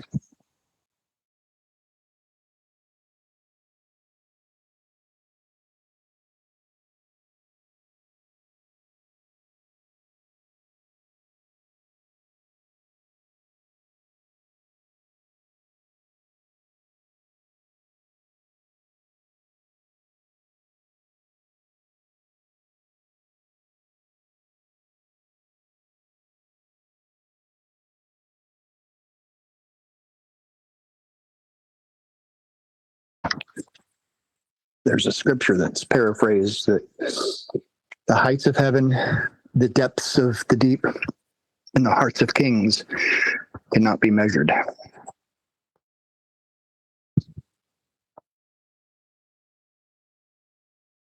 Neil, can you post the link to the geography server to Flipside, please? Because I think because I've done it and I'm banned from it, I think the they've banned links me are now. banned no me. longer valid. I think we've I been think they banned. just banned me. Yeah, same here. Listen to you guys. Wait, Nathan's back. Wait. Nathan's back. Let's see what happened. What happened, guys? What happened, Nathan? You go over there and they're unfriendly? Oh my goodness. No, they were very Look at these friendly. names. Very friendly. they? Very. Very warm. Over welcome. friendly. They changed So our friendly you names. couldn't stay, huh? They gave us homosexual nicknames, which I see as Yeah. being very friendly. Yeah. Epstein is gold. Yep. All these sexy femboy. All from a bunch of geography nerds. I didn't think they'd be so vicious. Wow. I think they're just trying to be sin cleanser is what they're trying to do, and they're not very good at it. Trying to what? Be sin cleanser with giving you The those femboy stuff. exact names, the femboy, the LGBT, Epstein, gay bitch, like all of that. That's something sin cleanser would do in his server. Like it's just trolling. You know what I mean? Oh, yeah. And they weren't very good at it, quite frankly. Sin Cleanser has a server? Oh, he builds right and now, destroys but and builds a and couple days destroys ago. and builds. Yeah. He'll have one for like 3 days. We all join and then it's gone. And then a new one. And then it's gone. And then it's gone. Yeah, he's there. It's like that South Park episode. And you put your money and it's gone. Like, it never lasts. What do you mean it's gone? SyncLenser would start a server and then he'd delete the server? Exactly. Yeah. Steve, you're causing chaos. Exactly. He is the. He was talking about the guy with the mic. Steve. Oh, well, both works. It works for SyncLenser too, though, causing chaos. Exactly. Nathan, we snipped him out, remember? I vaguely remember who SyncLenser is. Oh, wow. Who was he? I never had an issue with SimCleanser. He was all right. That figures. You never had an issue with Arwen either. Well, you didn't let me finish my sentence with SimCleanser. Up until one day, he went on this weird tirade and started screaming that all of our children will be trannies, and I started crying. So he got really weird really fast. Yeah. What about Didn't children will be cry. what? My goodness. Our children will He be was like, I could see him he saying said that. all of our children will become transsexuals, and then he like was screaming into his microphone and almost started. It sounded like he was on the verge of crying. He wasn't about to cry. What he was doing is trying to show you that, yes, in the world today, if we don't. You don't change even know it, what the fuck I'm talking about. I know. Like, this was like 3 years ago. Hold up. Oh, Yeah, okay. and I've known him longer than that. And I'm telling you right now, he is going to years tell ago. you, like, if we do not change things, that yes, your kids will end up tranny with these meds and all these different He was things. probably Yeah. on a drunken rage as a fucking dude. He's talking about years ago. Yeah, years How long ago, you we know knew him. SyncLenser? We knew him then too. This 3 Okay, years so you ago go is before back- Dawn even passed away. Hold on. Shines, is it? Are you just expressing his sentiment or are you agreeing with it? What do you mean? I mean, are you just parroting his sentiment, as in, this is how he Oh, is viewed what it? I think he is saying? Well, yeah, I'm What kind of you think asking, I'm saying? do you I agree? am parroting. Yes, so I am parroting what I think he was saying in that message when he was like freaking out. And of course, yeah, I agree with Harp as well. We know SyncLenser very well. He probably was totally wasted and like whatever. And he was on a tirade. Do I agree with that sentiment? I live in California. So in California, yeah, I would agree with it. But I think that there are a lot of other places that are, really trying to change this. I'm homeschooling my own child. Like my husband's a high school teacher and we homeschool. Like we are refusing. We know a ton of people that are getting out of the education system and doing their own thing. So hopefully it isn't going to be as bad as we think it's going to be, because people are becoming aware of that this is a possibility. Like, yeah, it's definitely a possibility. What is? Especially That's in like being California a where I brain live. surgeon and going to a witch doctor when you're sick. Hold on. I'm trying to talk to Shines lady. What's a possibility? For children to start, like all the kids starting to become trans. We're already seeing the demographics and the percentage of how many children are becoming trans so freaking quickly. It's an insane number that is happening rapidly, right? Really? And especially in places that are like California, anything that's like super democratic, growing them up in certain areas. They're teaching them in kindergarten. All of the cartoons are all trans. Like, they're really trying to implement this transsexualness upon children. So, yeah, I think that it is a possibility, but I think that there are a lot of people that are aware of it. And hopefully it doesn't happen. And we can already see that it's already coming out that people are fighting against, the children with the chemicals and the surgeries, and things are starting to change also just as rapidly.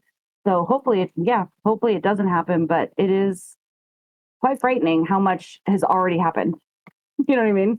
How many children have already been affected by this? How many children have already had the top surgery and bottom surgeries and all of these things, super underage, or just the chemical castrations of children very young, like, not even 11 years old yet, and they're already getting hormone blockers and blah, blah, blah, because that's the kind thing to do, is not let them even go through puberty in the first place.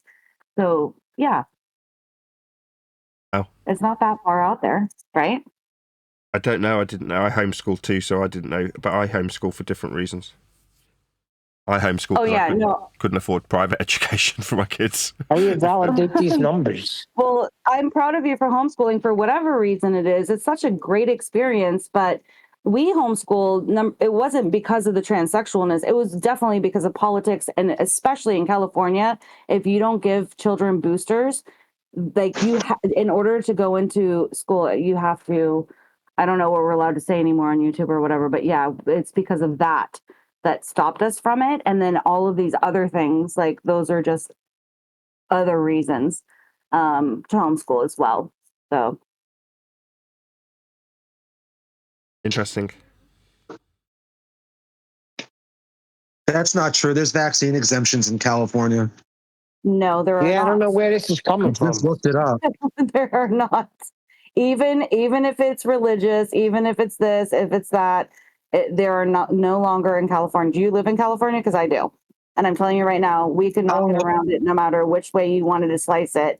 We Medical exemptions only, my bad. Nope. Yeah, you cannot do it. And so there has to be like a serious medical exemption. So we got through it by doing homeschooling, but we were still doing the state. But now I just got my affidavit so we can homeschool completely and not even go, because the state testing, they won't even let my son use an abacus in the state testing, like not even a pencil or paper for math or whatever. Like, it's like, oh no, he just needs to know it in his head. Like, everything's so crazy. So what kind of homeschooling system do you got in California? We didn't have that problem. We've been homeschooling for years. Started in New York, moved to Alabama. My wife used to in New York, we had to keep a curriculum and we had to do quarterlies where my wife would send in their grades, but nobody even hassled us. Man, California is like freaking communism. Well, no. So I got actually trapped by it because what they did is they were like, you can get $2,000 and you can spend it however you want on all these cool things, right? And so the first year, so first grade, we were like, this is awesome. Like, we're going to put him in this thing. And then they moved it to like this crazy synagogue. And like, there was tons of religion, even though it's not supposed to have any religion whatsoever. And we were like, okay, let's get him out of that. And then we're going to put it into these things. But then when we paid for it, they were like, oh, we can't reimburse. Like, there's all these issues around the $2,000. So then I was like, forget this. Let's just get the affidavit. And so now that we have the affidavit, yeah, the only thing we have to do is basically just have a diary that says, check, he showed up this day. Check, he showed up this day. There's no state testing. There's no nothing, no anything. And we can just go about our business and put him into the grades. And, you know, of course we're going to teach him. We're not like idiots, right? Like, he's already at a fifth grade reading level, and he's only in the second grade. He's fantastic at math, all these different things. He just doesn't test well. I hate and that. So that's what switched me over to the affidavit. I appreciate that you've got to do what you've got to do, but partially that was one of the reasons why my wife and I wanted to homeschool. So this whole she's at a fifth grade, sixth grade reading level. I hate that. Yeah, agreed. Me too. They pigeonhole you. I hate it too, Nathan. Like, I agree.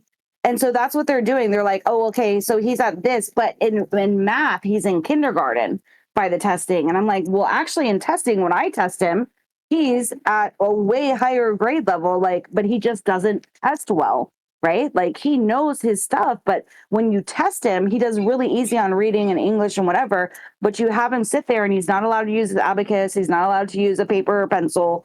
He just has to sit there and just answer questions for an hour in second grade. It's like, he's going to test poorly. You know where my son is at? Horrible. Who knows? I've never tested either of ours. My son is at where he's at. That's it. Exactly. My kids are at where they're at. I love that. I love that, you guys. I totally love that. I agree. I completely agree with you guys. My wife puts arbitrary standards onto our kids because she has high expectations of them. But as a mother, as in not, well, you're only at a second grade reading level, you should really be at the fourth grade. No. Just she wants them to be able to read. So she gets annoyed when they don't want to read the books. That's it. Exactly. But not, well, you should be here. It's like, why? Why should she be anywhere? You know, who other says? Than where they're at. Yes, other than where they're at. And so the reason why they're saying like, when he tests or whatever, and the books that he's reading, right? So he can read Harry Potter's and he's in second grade and he's on like book 4 right now and he understands the words and he can like, I teach him really well, especially because I think language is so important. But so for the state, they look at him and they're like, okay, this is this and that is that. And they put these markers on you. So he feels really insecure about math. Yeah. Because it comes back that he's not doing well. And so then when I sit down and he doesn't want to do math anymore, right? Because it's no longer fun because he doesn't feel like he's good at it. Right. Like, and that's horrible. That's when I was like, okay, we're not doing any more testing. Like, whatever, how do I figure this out? And that's why I got the affidavit and we're like, we're done. I don't care about the $2,000 a year. Like, no more testing because he's great at math. And they took that away from him, and now I have to rebuild that up. It's awful. Yeah, I agree with you guys. Thank you for that. Yeah, bugs me. Math is one of those things where you have to have like a reason to enjoy it, to be good at it, it seems. I mean, some people just like math in general and they just like playing with numbers. But like I was horrible at math. I didn't become decent at math till like 4 years ago.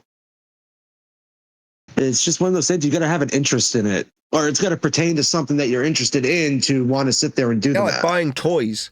So the youngest daughter, as we're talking about maths, zero interest, very combative about doing any mathematical Duolingo work or whatever app we put in front of her or whatever tutor we'd put her in front of. She wouldn't want to know. Suddenly we gave her some product to sell. We're like, if you can sell these Yoto cards, they're like little cards that go in a little card reader that reads out stories, then you can have the money towards toys. Suddenly she's all for keeping track of how much she's earning. You know what I mean? Suddenly the maths is really important to her because she's going to get a Bluey toy at the end of it. Yeah, for us with Damien, it's been that money, of course, right? And like, if you do this chore, this is how much you earn, this is what you go with this, how much you subtract from this, and then also like the grab bag. So we do like a little fun grab bag of like little toys or whatever, and sometimes like candies and whatnot. And so when he finishes, something and he gets it all done, he gets to dig his hand around in there and feel for something and get something. And that's what I had to start using again for math to get him to like start rebuilding himself, right? Like they decimated him in math and his ego. Yeah, I think money is a great way, especially you get something, right? Money, bank accounts. How are you going to build a business? Da, da, da, da. Like he's very into tech and wants to start his own company and that, those kinds of things. So it helped a lot to build him back again. But it was really hard there for a while. Like they really messed him up with those testings. And then saying it in front of him, like, now you're back in kindergarten and you can't do this and you can't do that. And I was like, you know what? I when we had that meeting, I just got out of the Zoom call and was like, we're not doing this anymore. And started research. I was like, just go ahead and go and play. I'm going to figure some things out. Like, you are doing great, kid. We're going to figure this out. And I had to rebuild from there. It was really bad. Yeah, California sounds horrible.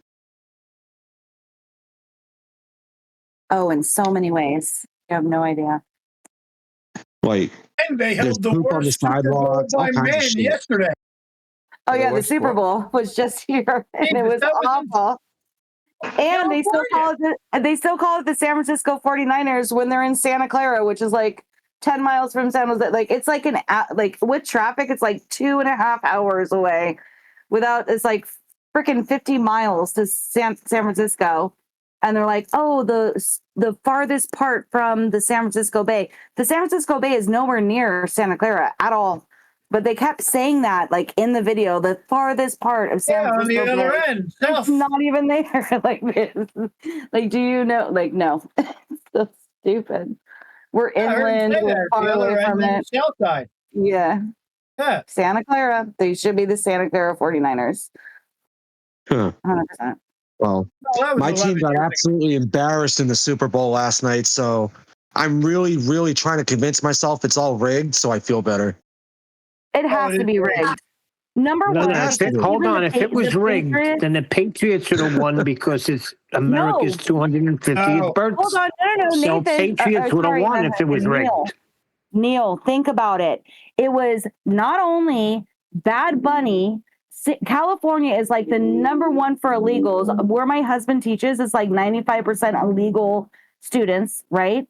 Right here where we are in the Bay Area, it is like nothing but illegals. They had Bad Bunny as the person. Then Seattle is super leftist, right?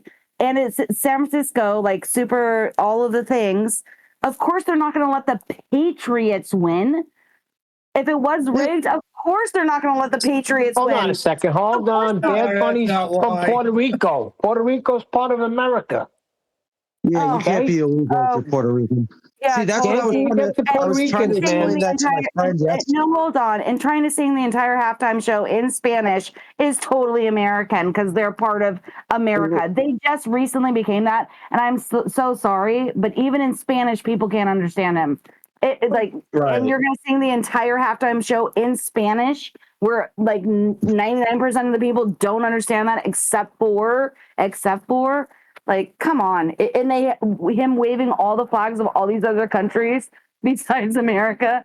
But, he said, God bless America at the very beginning of the show. So that's all that matters. That's all the leftists. Oh, and it was all love and God bless America. Get out of here. Yeah, Okay, I read that the lyrics, apparently the lyrics that they were singing in Spanish were like incredibly explicit. Dude, it's all about, having sex, drinking, drugs.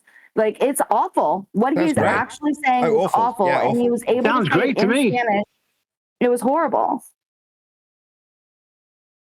But the thing is, that's like a Puerto Rican cultural thing. It's not going to resonate with Mexicans. I like. There's a bunch of like. See, I grew up in New England. We didn't have a lot of like people from Mexico. We had a lot of Caribbean Spanish people, like people from Cuba and Puerto Rico and Haiti and what's the one that begins with the D? Not Haiti. Dominica. Dominican Republic. Stuff like that. Completely different. In Mexico, the people, oh my God, the people that live here that are Spanish, they're more akin to wearing cowboy hats and listening to music with accordions. Yes. They're not really into that Bad Bunny shit even either. fiddles and like belting your heart out love songs and all like even Spanish no. It was like nobody liked it. Even the kids don't like it. So whoever is like promoting this thing, like, oh, we love Bad Bunny. They did this thing of this video with every single football player before the show or before the game, like a week prior. They like interviewed every single person, like, oh, what's your favorite Bad Bunny song? Not a single freaking player. They're like, I'm sorry. I just don't know. I can't tell you. There was like maybe one or two that was like, oh, that one where he goes, ooh, like it's retarded sounding thing. Like nobody likes it. Nobody. It's crazy. It was He won a Grammy. Toy. They were making us say, wait, did anybody else notice the other thing too? Is that right after he did his halftime show, the very next commercial was for ice. That totally made me laugh. Oh my God. The very next commercial was for ice. And it was like, support America and support our people to like make sure that America stays strong and stays American and blah, blah, blah, blah, blah. And did anybody else see the funny thing I find, relax there, Shines. The funny thing I find, how big of a controversy the halftime show was going to be. So I sat there and I watched it. And oh my God. It seemed like the first like 5 minutes of it was all AI. And then it switched to like them being on the field. And I didn't get it. It was like people like dancing on top of telephone poles and rolling tires around. I didn't understand it at all. Outrageous. Auntie asked me if I liked it. Auntie asked me if I got a lot of girlfriends. A lot of girlfriends. Today I have one. Tomorrow I'll have another. Hey, but there's no wedding. Auntie asked me if I got a lot of girlfriends. A lot of girlfriends. Today I have one. Tomorrow I'll have another. Yay. I'm going to take them all to the VIP. The VIP, hey, say hello to Auntie. Let's take a selfie, say cheese. The ones I've already fucked, smile. In a VIP, a VIP A. Say hello to Auntie. Let's take a selfie, say cheese.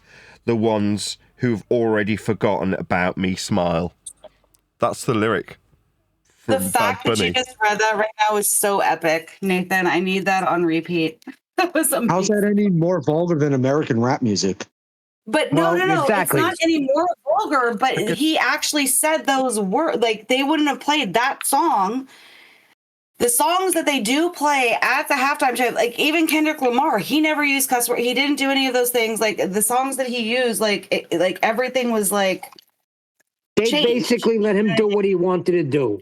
It's even worse. Listen to this. Meanwhile, Kendrick Lamar couldn't say certain things or get cut out, but they let a Latino come in there and say whatever he wants to say, even if it's about banging girls. Worse what than I that. find funny is at the This is the next Grammys. verse.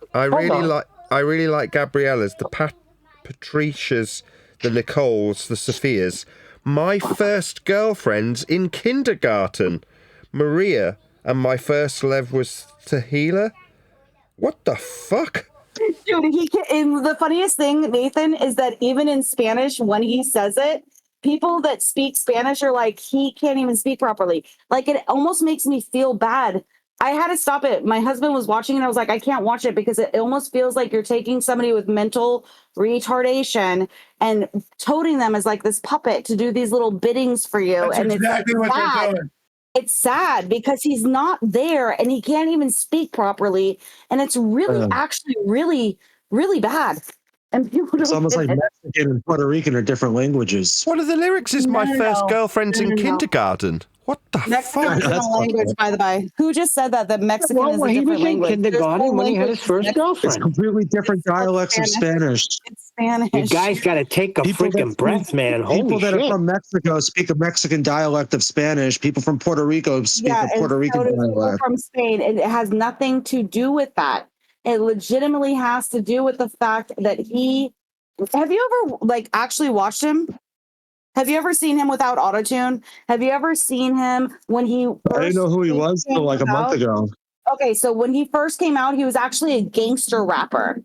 And it was so terrible and so bad. And then all of a sudden he became like the gay rapper and changed his style. And then it became all the satanic and like, you know, all the things like they all do, like Lady Gaga. Who's that other, the black dude who like went full on crazy. I can't remember his name right now, but yeah. And so he's just a puppet and he was brought in because of this ICE thing. He never won a single Grammy his entire life. All of his songs are not even making that big of record sales. He got the Super Bowl thing. He won like 7 Grammys. Like, are you kidding me? Or however many? It was like insane how many Grammys he won. They're trying to hype him up. Was supposed to be. I'm sorry. No, go on. It was supposed to be Taylor Swift. Oh my God. Can you believe that? Sin Cleanser would have. Well, here's been what happened, right? so happy. So she wanted total control over her entire show and everything about it, and the NFL said no. How's that? The biggest fucking star out there. They said no because she wanted control of her music and everybody else. No, not even just that, but you know who chooses who plays in the halftime show? Who was there on the field? That Tom Brady?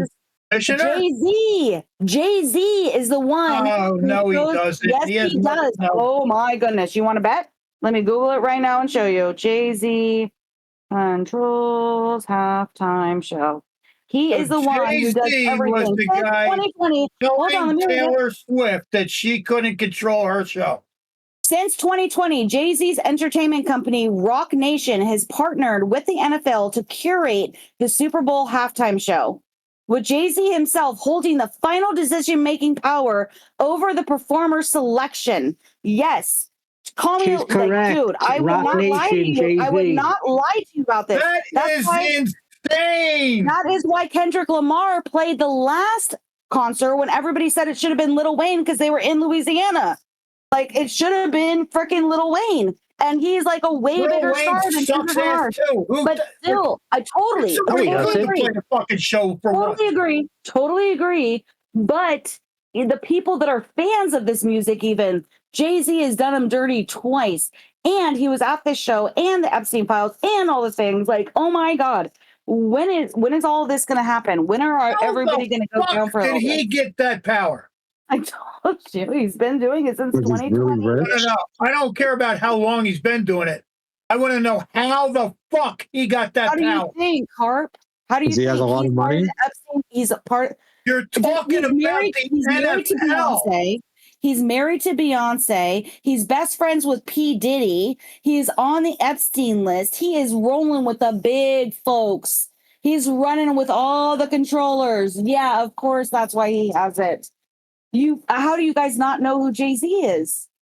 Of course. You know that they don't get paid. Any performers do not get paid for their show. They actually have to pay the NFL to perform. Go look that up.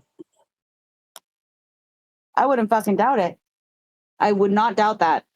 It might not be true, but I would not doubt it. The NFL pays no one for the halftime show. $0.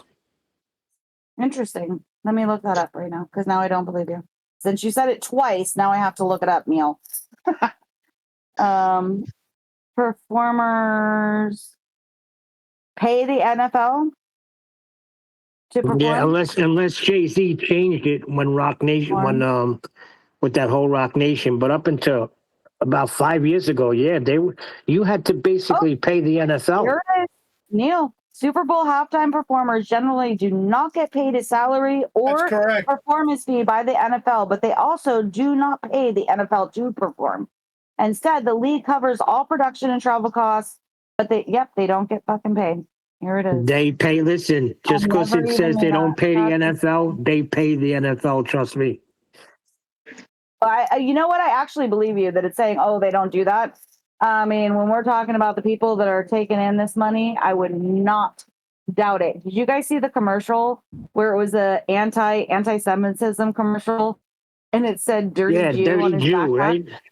I died. I couldn't. So listen to this. Listen to what my son. Hold on. Relax, Shines. Listen to what my son said during that commercial when it was over, because you get a black kid that comes, this big black kid. Yeah. To cover the stick of the dirty Jew like he was his protector. And my son said, yeah, the Jew's going to grow up to become a CEO and the black kid's going to wind up in prison.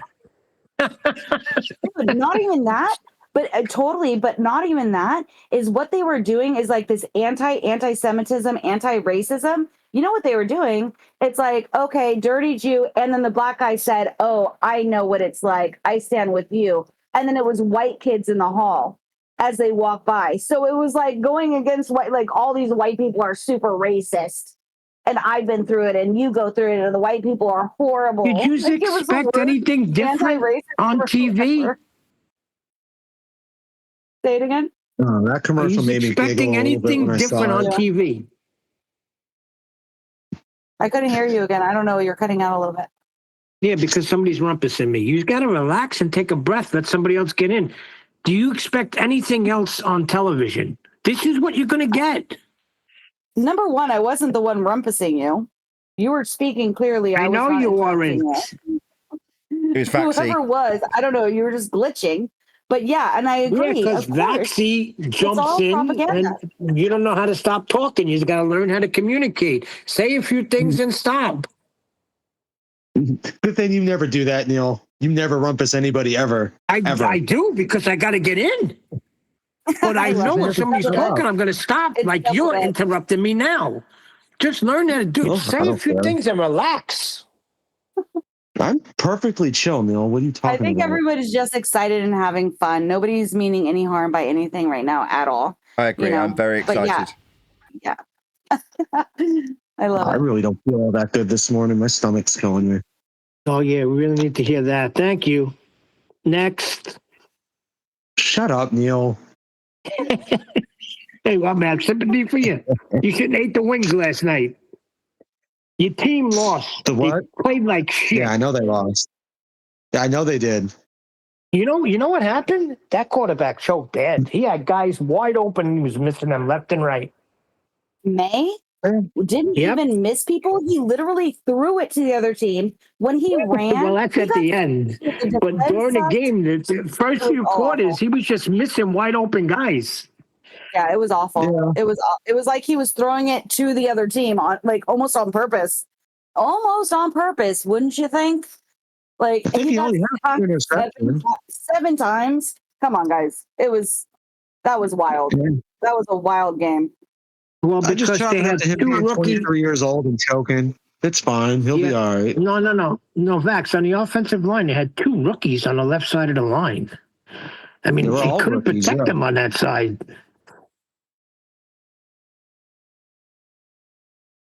Yeah, there was a bunch of 20-year-olds out there.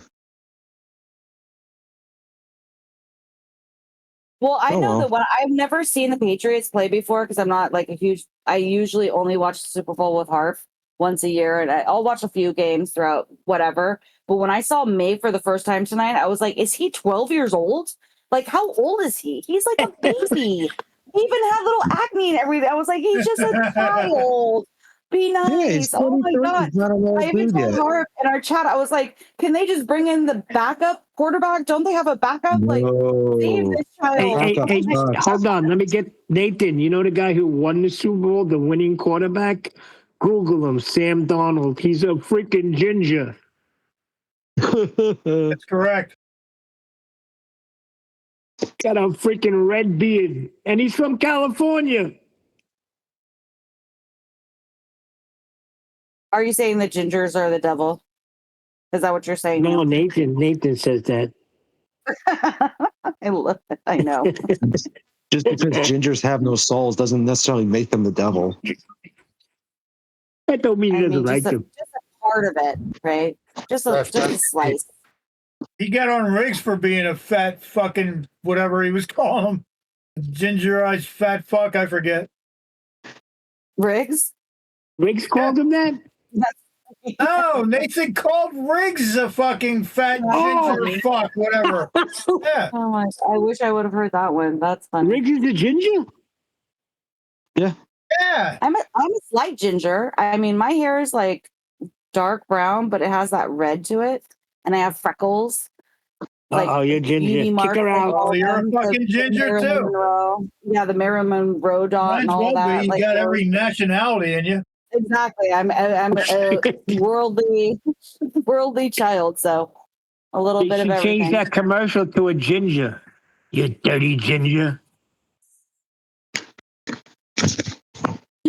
Oh my God, that commercial. I couldn't even breathe. I was laughing so hard. Harp was like, "What did I just watch?" And I was like, "That was the best thing that happened all night. That was the best thing that happened all night. Was that commercial? That was just beyond."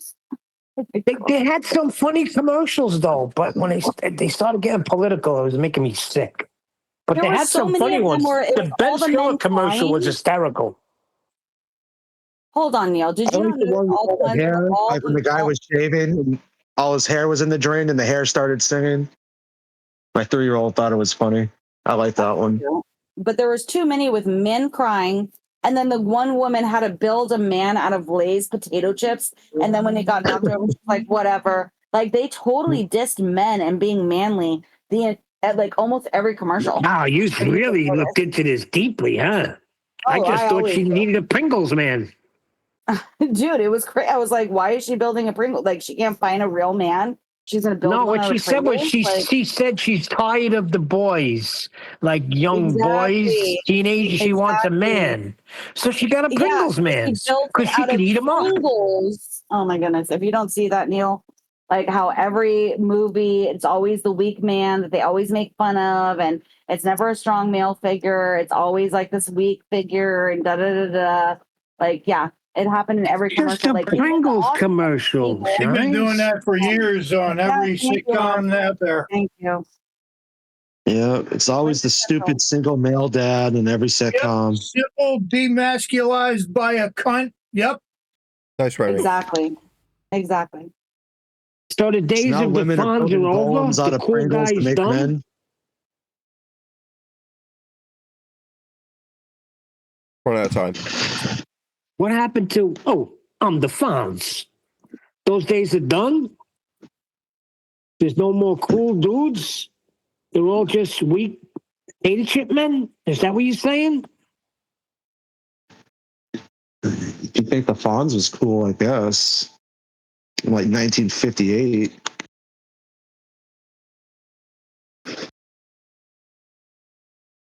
I don't know. The entertainment, they have an agenda. Everybody knows this. It's freaking entertainment. What is entertainment run by? Nathan, you went to school for performing arts, right? What was they predominantly made of? Homos, all homos. Thank you.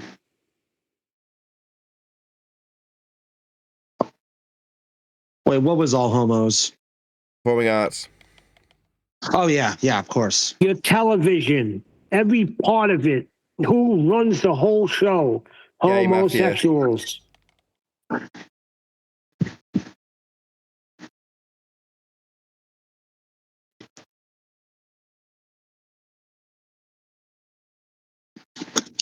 Have all the Americans took it out with the Super Bowl crap now?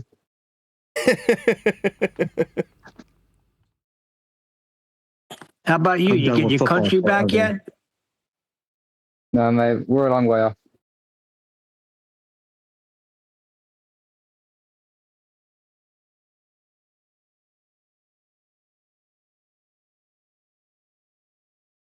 Where's Jin been?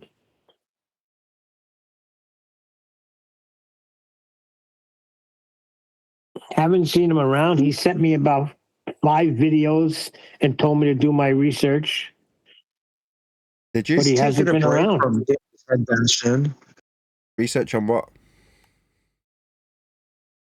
9/11. What else? And the greatest deceit ever told, America's deceit, whatever it was about. Supposedly they knew what happened in Pearl Harbor. But what I did was I viewed his, and then I went and I got counter evidence that said that guy was frowned upon, and nothing he said was true. So I could find evidence from both sides, and leads me right back to the same thing. You don't know.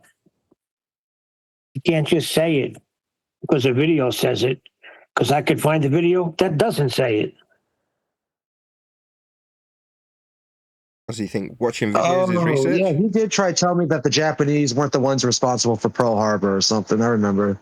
I didn't Yeah, the really whole look into Pearl what he Harbor was thing. saying. Yeah, that basically, Nathan, that's what he's saying. He thinks watching a video is doing research. Or what about Pearl Harbor? Jin claims that they knew about Pearl it. Harbor was an inside job, essentially. Yeah, that the president knew about it, and he allowed his own American people stationed in the Philippines to be bombed because they needed a reason to get into the war. I said, Jin, look how stupid that sounds. They did not need a reason to get into a world war. It was a world war going on. I mean, they were able to drop a nuke. So the fact that they were able to drop a quote unquote nuke, I mean, if you believe in like all of the different things, like all of that propaganda, like that was pretty intense. So I wouldn't be shocked if there was, some backdoor planning and. They don't need it. You don't need to. There was a world war. They didn't need permission to get in. Political. America There's a wasn't world war involved going on. in They could have World War II walked up right until in that there. point. Like, you got to remember, America's stance in the 40s and before that, they were isolationalists. They weren't involved in Europe. They weren't involved in the Middle East. They were just in their own continent away from everybody else. They weren't really. We didn't get involved in the World War I until the last 9 months of it. Sent some troops over, and now we're taught that America won World War I. And then the same thing happened with World War II. We didn't get into Europe till the 1940. When was D-Day? D-Day was 44, right? 44. Or 45? Yeah, June 5th, 44. I mean, the Russians already lost 30 million people by that point. We dicked around That's my point. They didn't need a reason to get in. They could have waltzed in anytime they wanted to. They didn't need a reason. No, but they needed a political reason to get public support for it. You couldn't just America couldn't just decide, hey, we're going into World War II, because the population wasn't into that at the time. Yeah, it's public support, and so you have to have the people behind you. And in order to get There was people you, screaming from you have America to get set up involved. What are you talking about? Totally, but not all of them. Well, Guys, really? do your No, there research, wasn't. please. Not enough. Like America wasn't America then. Like we were complete unknown. And Neil, you have to remember Like, that America's made up of a lot of European descended people. So there was a bit of conflicts with Italians, for example, who sympathized with Mussolini. No. You don't understand. America is tied to the hip of the United Kingdom, England. Okay? England was being bumped. They should have been in that war way before. Believe me, there was shouts to get involved. I'm going to get you right now. Neil, the United Kingdom supported the Confederacy during the Civil War.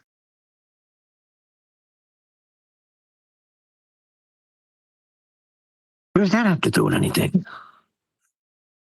I'm just saying, like, the way America and in the UK are wasn't until after World War II for real. If that's what you think. Well, I mean, pretty much how it was. We were kind of just on our own, doing our own thing, fucking with our own neighbors. Like the Rough Riders and all that, like, had nothing to do with Europe.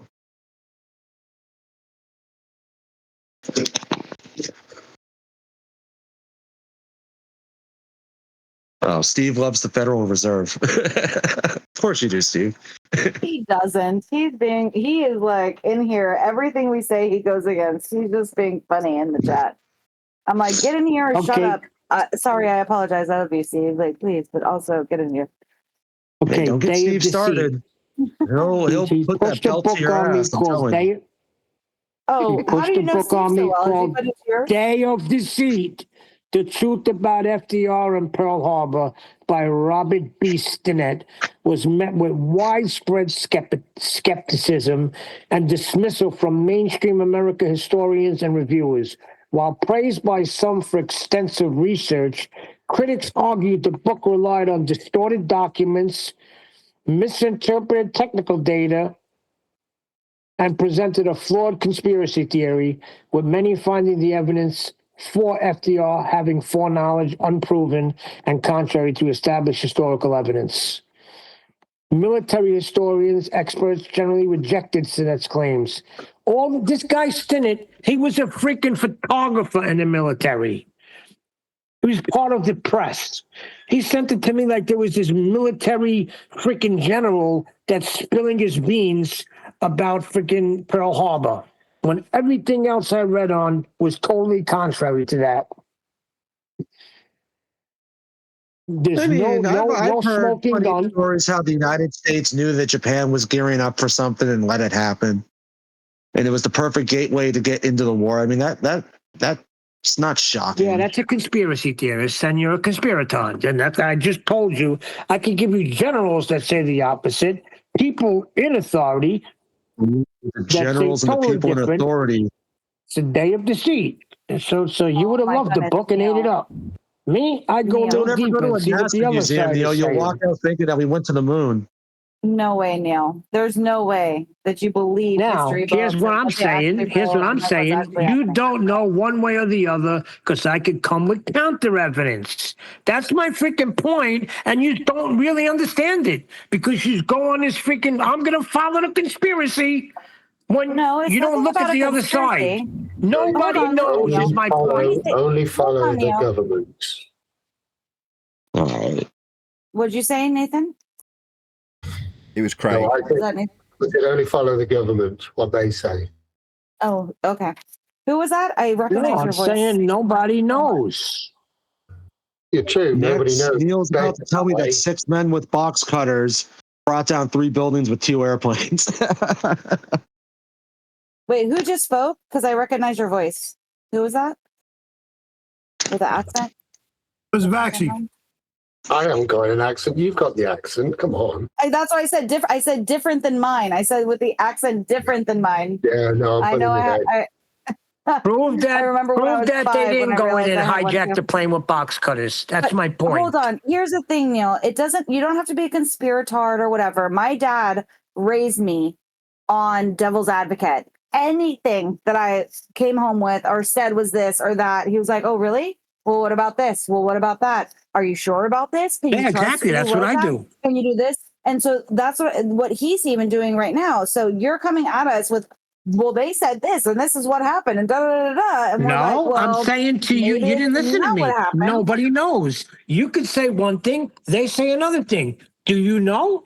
You can't tell me for sure either way. And that's my point. Same thing with chemtrails, same thing with 9/11.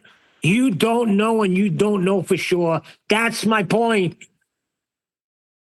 No, exactly. And that's my point too, is that you don't know. So you arguing in favor as if this is a fact, like it's not. You can't say one way or the other. And I agree with. So you're like, he could be wrong, you could be wrong. Every single thing that was just said, like we don't know. We can't even tell things that happened today. Even something in our own community close to home, we can't actually know what actually happened or transpired unless whatever we were actually there. And even if we were actually there, we still might not even know. My point with Jin is he comes with a video. He thinks a video that he watches is it. This video says it. These are the people that back him, and that's the evidence. When you go get counter evidence that say, well, over here, this is what they're saying. So you got a truth, and over here has a truth. So you don't know. But he refuses to believe that. It's an inside job. We know who did it. Scientifically proven that the buildings were taken down. You know, so you just don't know.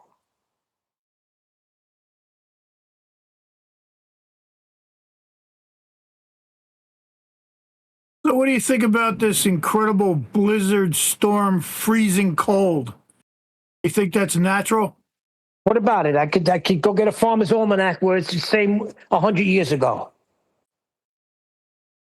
Tell me I can't. Every single weather pattern, they could back it up with it happening in the past through the almanac, as far back as they can go. Go ahead. Go show me what just happened before. I've been recording. You made the claim. Temperatures. You made the claim.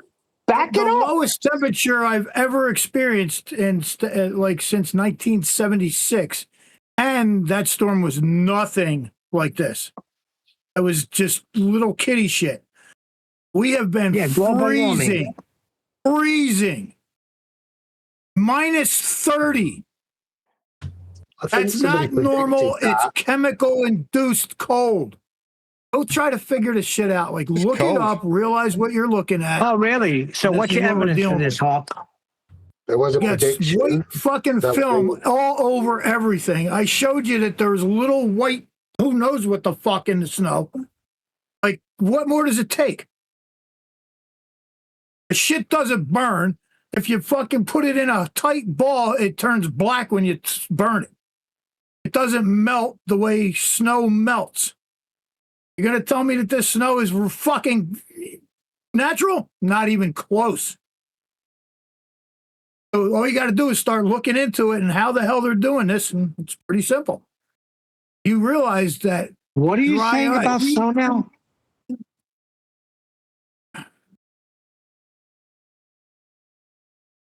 Say that again. What am I saying about what? What are you saying about snow? This snow that we just got. Yeah. Man-made. Man-made the snow. Man-made snow, yes. And how can you prove that? In here, I just told you to look at these pictures. Oh, pictures again, Hop. Back to the pictures, Hop. Yeah, pictures that prove that the fucking shit is in here. Here, let me throw a few at you. Oh my God! I got pictures of people saying they're walking on the moon. Pictures of snow. I don't give a fuck. I got real pictures of snow not being regular snow. Hold on, he's got real pictures of snow. Yeah, this is actually Harp showing you a photo. Do you think he's actually like going to show you something that he AI'd? I'm pretty sure Harp would never. I don't even think Harp knows how to use AI like that. That's not the point. A picture is not proof of anything. It proves the snow. I'd take it as Tell proof me of that's snow. not proof of anything. I'd say it's Hey. proof that it snowed. Hey, look at the snow. Tell me it's not proof of anything. Proof that it snowed. It is weird. It's weird that it's like it does. So these, you're not looking at the fucking pictures, and you're stop talking swearing. like a retard. Stop So shouting and look at swearing. the fucking pictures. Please stop shouting and swearing. But it's proof that it snowed. That's what the pictures are, And then right? Are you fucking retarded? Hold on. Let me just say this, Nathan. It also is very strange that there are these big white specks, right? That isn't like from like show another photo. Can you show another photo where it doesn't have any of that on it? So they can see the difference where there are no white I don't spots. care how many photos you show me. You can't validate anything. What's it? What am I trying to show you a picture of? I'm showing you pictures of the snow and how it contains all these little white, who knows what the fuck. I have no idea if there's some kind of plastic or I have no idea. But it's not snow is white. snow. No, I thought snow was blue. Like First of all, you can see, especially on the red bench, that the snow is man-made. And the little white dots are definitely man-made because it's not snow. When Hart can't showed this to validate me the that. first time, hold on, I can't Neil. validate that. What do you want me to do? I grew up in What the the fuck 90s. do you? Hold on. What do you want me to do to validate that that's not snow? Other than looking at it and going, that's You man-made can't snow. validate that it's man-made. It looks like it's crystal meth, dude. Like that's what it looks like to me. As a child with people who are doing all kinds of like, it looks like there is drugs, like whatever, and then these big white specks of whatever it is. It's like those look like, what is that? That's not how snow melts. That's not how it usually behaves. Not how snow is, not how snow melts, not how snow acts. It's very There's a white strange. film everywhere where I live. Yeah, on it looks everything. weird. They're saying when it heats back up, you'll have this layer of plastic. Is that what you're saying? Left on the Oh ground. no, it just turns into like a white film. I'll get some pictures. I mean, it's everywhere. I drove yesterday down to the local store, and just the streets are all filmed white, all of them. Cars, Does it not smell just the salty? street. Cars, roofs, houses. You know, it's just white film all over everything. Fucking insane. I've never seen anything like it.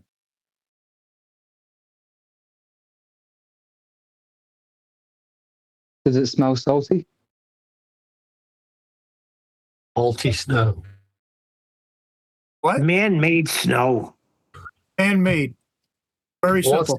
What's the white blobs in the snow? What is it? What's the substance? Don't know. Well, You know, man-made it I though, can show right? you the Next step is pictures to of the find out, snow. I can surely. get some pictures of the film. I don't know. I don't have a chemical processing testing fucking lab at my house. How do you know man-made it? Neil, if you can look at this snow and just say nothing to see here, then you need to stop involving yourself in this conversation. Once again, here we go. Once again, Neil's got to prove your claim. He said, "What if you don't know No, what it is?" Neil how do you doesn't know have to man made prove it? my claim. If you're stupid enough to look at this snow and think it's fucking regular snow, then you need to stop talking about this because you're retarded. Okay, no name calling. He's just asking you to validate that a man made it. That's all. Because that's your claim. Well, look at the fucking pictures. You tell me. So same thing as the chemtrails then. Look at the pictures. That's your proof. Okay. You got a very low I had enough standard, of you huh? fucking retards. See No ya. need. Bye. Right, stop. Please stop calling everyone retards. Why does he do that? Oh my goodness. Maybe it's an effect from all the chem snow. Maybe it's making him angry. Maybe it's pollution in California. How about But that? it's not really something to actually laugh about. Like he's not wrong. Like it isn't behaving normally, and he gets very passionate about it. And I get that. Like when people How aren't does even snow taking it seriously behave a little normally? bit. Snow behaves now. Huh? Oh Say that my again? God, Neil, you're No, that's a annoying. What is reasonable it question. bad? It gets spanked when it does something wrong. Saying it's not got the same behaviour as snow. Well, snow typically comes from the sky, settles, melts when it gets hotter. What's Yeah, this not doing exactly. that normal snow does do? Exactly. Thank you.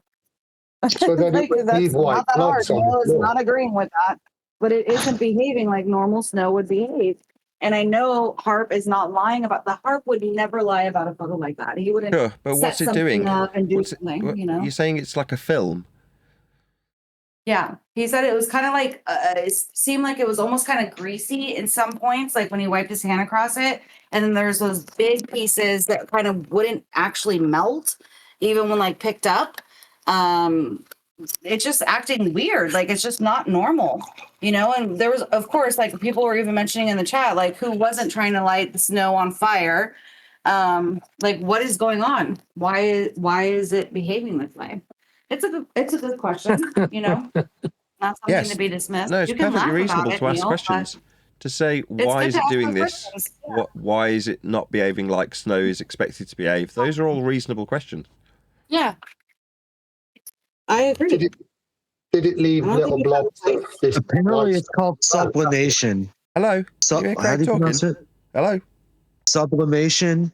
It's like when soot and Just ignore other. him, I would. Just carry on talking, even though I've pointed out that you talk straight through someone else. Oh, sorry. I was just asking about the snow and this extra stuff in the snow. Did it not live? Was it not left lying about on the floor when the snow melted?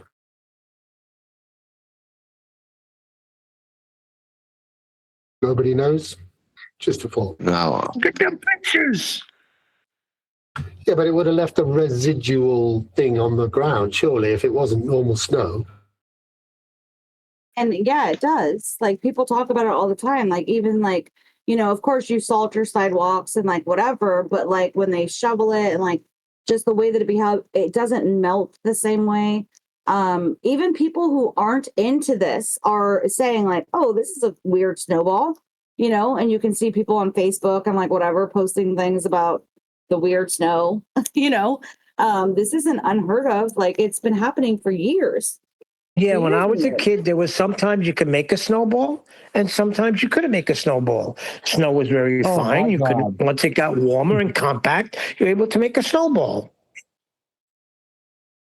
So what are they like? Are they talking about like if you grab a handful of snow and then you put your lighter up to it, the snow will turn black, and then it acts funny? I did hear him say that. Yes. Yeah, because I was just reading about that, and apparently it's because snow that does not melt when heated and appears to turn into a black filmy residue is experiencing sublimation combined with soot deposit. Not a chemical change or fake snow. The intense heat from the lighter causes the ice to turn directly into vapor, sublimation, rather than liquid water, while the black residue is the carbon soot from the butane lighter itself. I don't know. Thank Sounds- you.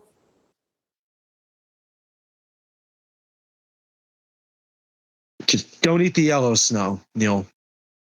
I'm sure your mom had to tell you that a bunch of times when you were a The kid. yellow snow's the best. That's the pineapple. Yeah, you probably thought that too. Why I'm wouldn't I? kidding. If I go to a snow cone maker and he's got yellow juice, it's going to be pineapple. Mm.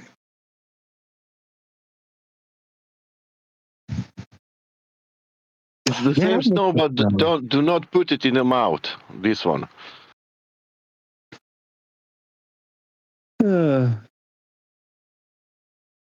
If anybody's got a problem smoking cigarettes, they have this new cigarette and they put it in your pack. What they do is they shove this one cigarette from the pack up a dog's ass, and then they put the cigarette in the pack. One way of giving a... Oh, really? What Yeah, the that's the fuck risk are you you take. talking about? What you got to ask yourself, is the next cigarette worth the risk that it's been up a dog's ass? That's the risk you take. I was cracking up when I see that. That's just silly. You have got to ask silly, yourself, silly. is this next cigarette worth it? Yes, it still would be. But Because it could we have know been that up a that's a dog's lie. ass. It gives blind totally a lie. dogs a I job don't in life believe it. and a purpose. I would believe that I'm going to get lung cancer and die like in the next 10 minutes from a cigarette. Then I would believe that that cigarette was shoved up a dog's ass and then put into my pack. But think about it. How many cigarettes in Think the about pack that. does The that cigarette dog eat? wouldn't even try Holy and shove a shit, can I cigarette up a finish? dog's ass. No, Neil. What Can would I that cigarette finish? look like at How the many end of that? cigarettes in the pack will be affected by that? Dude, think of what the cigarette would look like if you tried to even do that.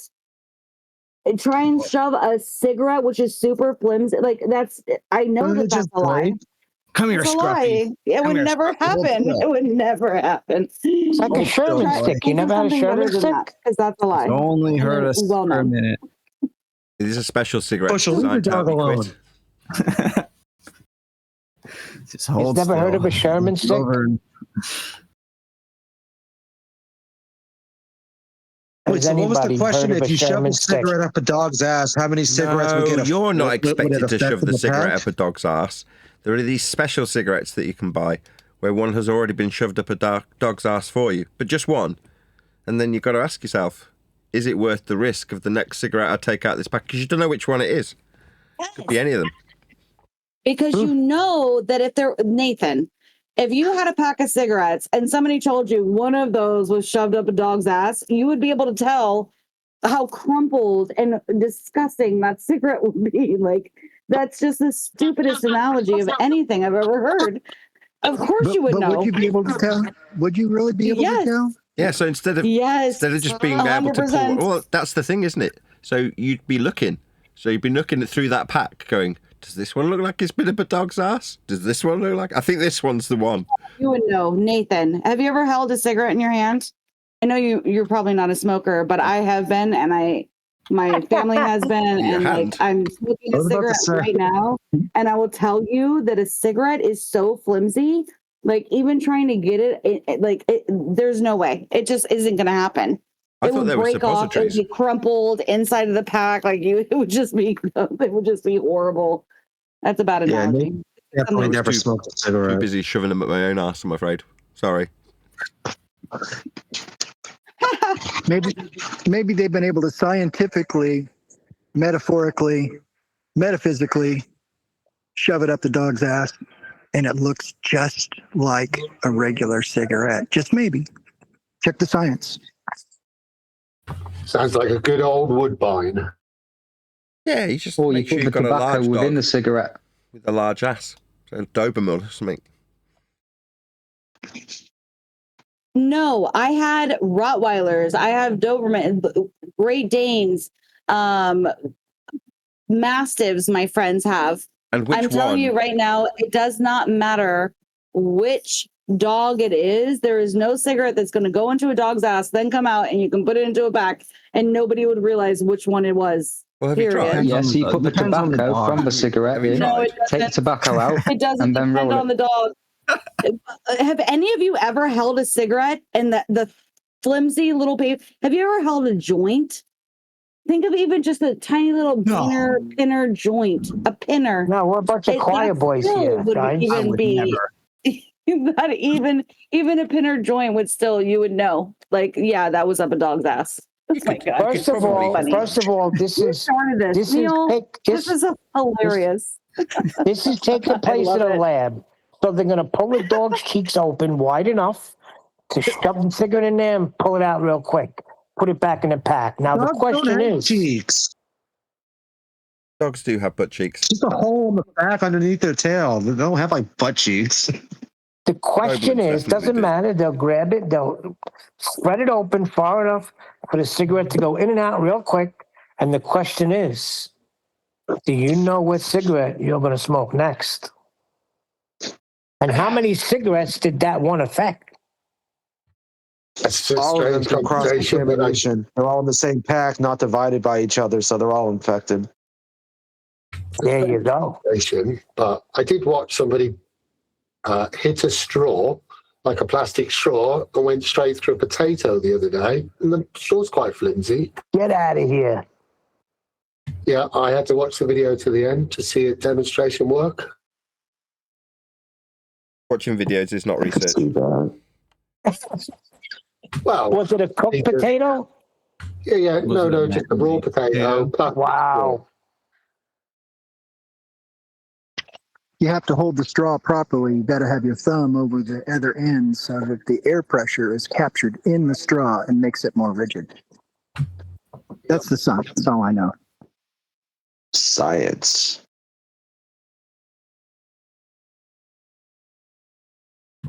Well, I We're know going to about science how to put a straw through a potato, guys. Probably a But we're talking man-made about potato. shoving little flimsy things through. Not through, up. Yeah, exactly. in. Not through. Up. There was the flimsy article into a hole, and yeah. As a sexy fanboy, Nathan, you should have experience with some of this stuff. Oh, sir. Yes, sir.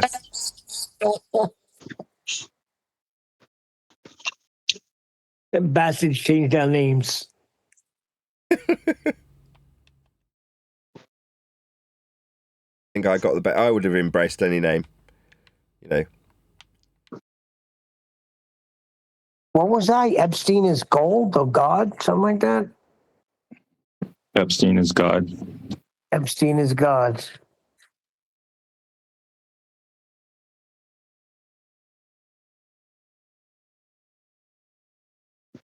Why is Epstein suddenly in the news again? Because they're releasing his freaking files in the States. Adam Epstein Sandler's on his files. list. When you say his files, Everybody's what, all upset. the files he had on people to blackmail them? Is that what you mean? Yeah, supposedly. I guess whatever the Epstein files are, yeah. Whoever is in there is automatically incriminated. Well, Neil, how do you know these Speaking, Epstein wouldn't that files mean- even exist? Wouldn't that mean that the person who's Exactly. releasing the information is essentially utilizing the files for the same purposes that Epstein himself would have wanted to utilize the files for? That is to say, whoever's releasing them is essentially incriminating whoever the contents of the files are on. Therefore, the same ends are being achieved, aren't they?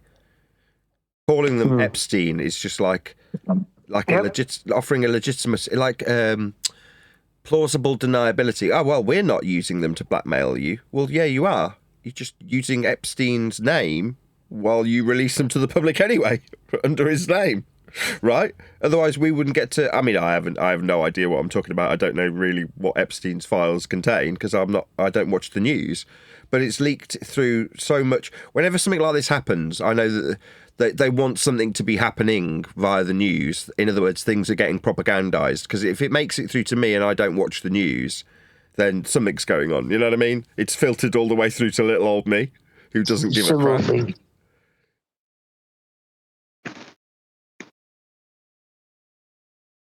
I don't pay attention to any of that stuff anymore. You must do. You were talking about Well, it. It people doesn't are even matter if you even are paying attention to the Epstein files because we knew about this years and years and years ago. Everything that's coming out in the Epstein files, we already knew. We already knew about Diddy. We already knew about Jay-Z. We already knew about all the gay rappers. We already knew about all the Jew overlords. We already knew about the pedophilia. We already knew about them eating human flesh. We already knew about this and that, whatever. Like nothing that has come out in the Epstein files, which confirms everything that I just said and more. We already freaking knew about John Podesta, Pizza Comet, and like all the Pizzagate and all of these things. That yes, were all real, and that's the whole meme these days. I don't know if you guys have seen it, but everything on X and everything on Facebook these days is now, oh, look at all of these things. This is flat earthers watching all of the conspiracy theories coming true, except for flat Earth. And it's like Bart Simpson watching like every single conspiracy theory, or this thing, every conspiracy theory, all the conspiracy theories, all of them for all of these years, way back when, since like the 1950s, right? All of them are true except for flat Earth. And it's like even the flat earthers are posting it as a joke. Like, you've got to be kidding me, right? Like, of course. Of course, it's the one thing that they still like. They can even tell you that they're eating human flesh, but they will never tell you that the Earth is actually flat. Like, I it's don't so buy any of it, to crazy. be honest. It's wild. Well, there's photographic evidence, so you don't have to. But Photos again. yeah, and they're of real human beings and real things, of real underage girls and real, yeah. I remember the names, comic places, ping pong everything. thing. That was Oh yeah, that was real. That was I very remember real. when I heard about that. That was what 2016, right? During the I first think it was even election. before that. I think it was before 2016. When it first came out, it was around 2012. But when it started gaining momentum, it was around when Donald Trump was getting the first election. And so it actually started gaining momentum. And then that one dude went up and like supposedly was trying to shoot it up. And they were the victims of everything. But they did actually have that basement, and all the things ended up coming to light. And yeah, all the posters and connected to John Podesta, connected to this, connected to that, and all the yeah. But I think I just remember it was seeing around for a long time. the creepy pictures on their website for the restaurant. Well, one of them looked like It was it looked the like bands you're thinking about. They had a lot of bands that came and played there, and all the bands that came and played, they were singing about like, you know, raping children and eating humans, and that was like their entire gig was raping and eating little baby human beings. And there was tons of posters for it and all those things. And then yeah, it's really dark. Like I don't even like talking about it because it's so incredibly dark. And it's real. Like it's very I real. don't doubt it. That stuff happens. How do you not see? That's why I grew up. How I can you grew up in say a it's world where real? dark things like that. I grew up in a world where dark things like that happen. I'm telling you, it definitely people, especially when they're on drugs, when they have power, like they will do some. They will, yeah. I love that how innocent you are, Neil, and that you think that it can't, but it does. I And I never hold said on to that. my You're innocence. saying it's even real, it's when- real, it's real. I haven't seen anything to show me that it's real. I keep hearing about these Well, files just look and a into it. guy hanging himself. And Just to look me, into it's all it. conspiracy bullshit. Yeah, then look into it and actually study it rather than just saying people are wrong, because it's been out here before the Epstein files even came out. We already had the emails, we already had different things, we already had photographs, we already had information, we already had names of children, From we already government, had right? like all of this stuff. Yeah, for a long time, Neil. It's From really government. dark. Government leaks And on government. say it again. From government, right? Government official or somebody on the inside, a whistleblower. Oh, of course. There's a lot of yes, of course, and because a lot of it has to do with even with like my brother was in the system for a while when my mom was in prison, and his dad was in prison. We have different dads. And so when that happened, he was put into a foster care. And since I was underage, I wasn't even allowed to visit him. And during the time when he was in foster care, the shit that happened, the things that he saw, like blah, blah, blah, that's when that was one of my first red pills of things that happened. And Yeah, like, that's da, da, da, foster da. care. And My like, yeah, father, that happened. Hold on, that happens in foster care. It happened to my father.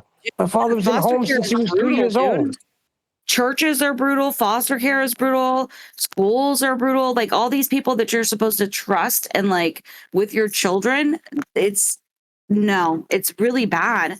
And there is some evil things that happen in this world.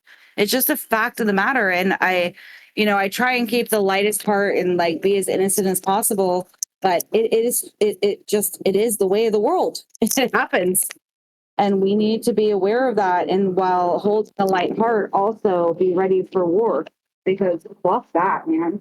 If anybody's been near my child, like I'm ready to die. I am Yeah, my ready. children don't leave my and- side. That's how you go to Yeah, war. You take them out of the systems that you believe are so corrupt.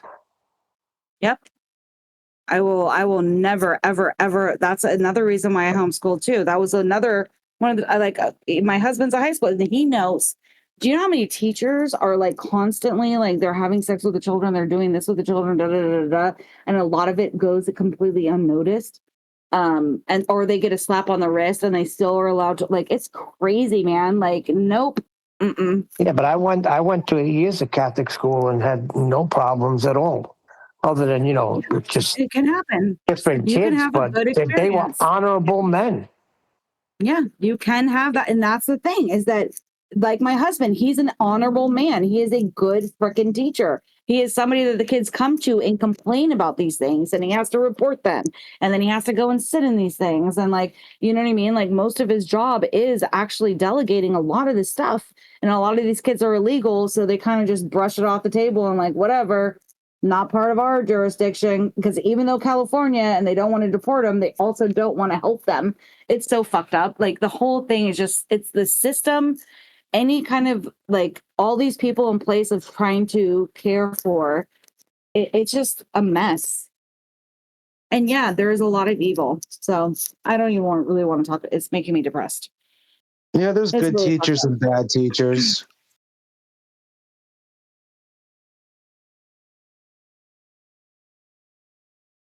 I've had good teachers, and I've had some absolutely evil teachers growing up, just people.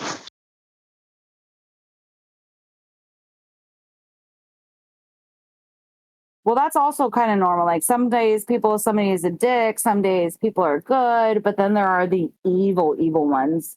And those are the ones you got to watch out for, right? Like, there is a difference between people who are like, oh, and sometimes the ones that are like the happiest and the ones that seem like the nicest are actually the fucking creepiest, that are doing the most behind closed doors. Like, yeah, you can't be naive in this world. I learned that from a very, very fucking young age, with drug addicts, smugglers, like all the things. Like, I learned from a very young age not to be naive.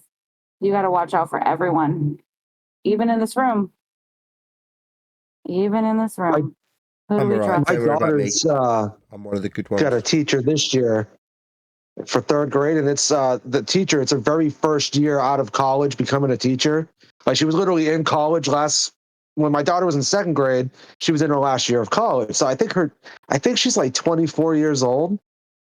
And I mean, I guess my daughter likes her and stuff, but I can't stand her because, like, I'm 36, so I feel like I'm like her grandfather when I talk to her. There's like she won't make eye contact.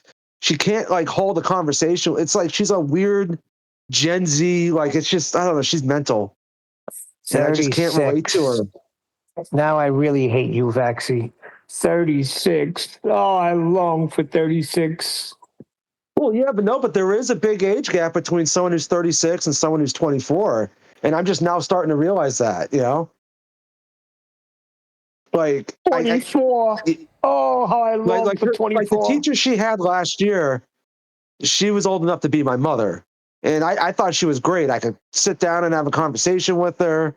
She ended up retiring, I believe. Or no, she's still there. Vaxi is still good. But once you hit 40, it's going to go real fast. I don't care. I don't physically feel old. I don't have gray hairs. I don't have an achy back or anything, I'm in just as good a shape now as I was when I was try to younger. do some things I used to do when I was 20. I could still do everything I used to do when I was a teenager. Yeah, I used to think I'm afraid to try to do a flip on the trampoline, though, because I don't want to snap an ankle. But other than that, But no, the thing I realized makes this me when feel I was doing a job. I was doing a job with my brother, air conditioning, and like you had to climb onto the roof, and it was just like a regular, like it was an elevated door. It went up like maybe 2 feet, and I got up and jumped down, and I didn't land the same way as I did when I was in my 20s.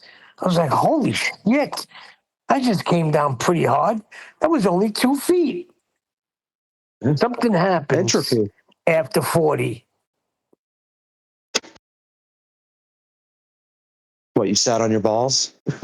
You're telling me that your No, I body just didn't give landed out really until you were hard. It after was 40? like, it's only 2 Do you know that foot. when I was 20, hold on, Neil, when I was 27 years old, I was getting ready for work. I was a hairstylist. I've been working since I was 12, right? Working in salons, whatever. I started doing hair when I was 16. 12-hour days, blah, blah, blah, 7 days a week, like working my fucking ass off, trying to make it out of the life that I was born into. 27 years old. I'm getting ready to go to work at the salon, reached over with my body, even backed up against a bed that's like high up, reached down to put my sock on my left foot. Think it felt like I got shot and the right side of my back. I fell to the fucking floor and was stuck there for 8 hours. Couldn't cancel my day, couldn't reach the phone to call the salon, couldn't do anything until my husband came home.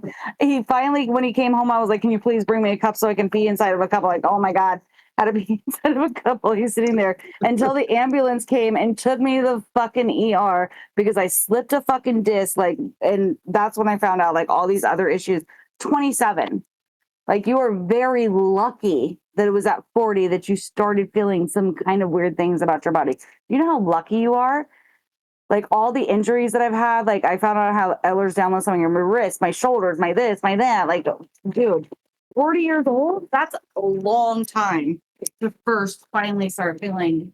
You moved the wrong way. You slipped your disc. I'm talking about things that I used to be able to do, like stand on a ledge and jump down 2 feet with no problem and continue walking. Yeah, I was putting on. Oh my God. I don't know why, but that story you just told about hurting your back for 8 hours, it just reminded me of something I haven't thought about since I was a little kid. You guys remember those commercials? I can't remember what they were for. Yes, but it was just a woman. She was I've fallen and I can't get up. Yeah, help! I've fallen. I think it was for. I've fallen and I can't get up, and you pull a string. It was just for old people, and it's like, you know, and so like I just lost my grandma and my dad, and like I had to get them for them as well in case I went to the grocery store and something happened, whatever. Because even cell phones, like they might not be near it, the Apple Watch might not work, so it's like this little thing that they wear around their neck, and they press a button, and when they press that button, it alerts like the 911 to come to the house, kind of a thing. Yeah. You know, yeah, that's what they were for. Yeah. Help, I've fallen and I can't get up. And God, I wish I had one when that happened. I really wish that I fucking had one. Then there was the other commercial: clap on, clap off, clap Oh my on. God. And the old man claps and he shuts the lights. The old man sits up out of bed. I still have that in the house that I'm redoing for my grandma because she just passed away. Every single room has clap on, clap off, and they still fucking work. No joke. It's amazing. So you walk into a room, you're like, clap, clap. And then when you leave, clap, clap. It turns off. They're fucking awesome. You don't have to find a switch because she has the old incandescent. You know what I mean? It's not like today with like the recessed lighting or whatever. Just like lamps. Yeah, it works really well. Clap on, clap off. The clapper.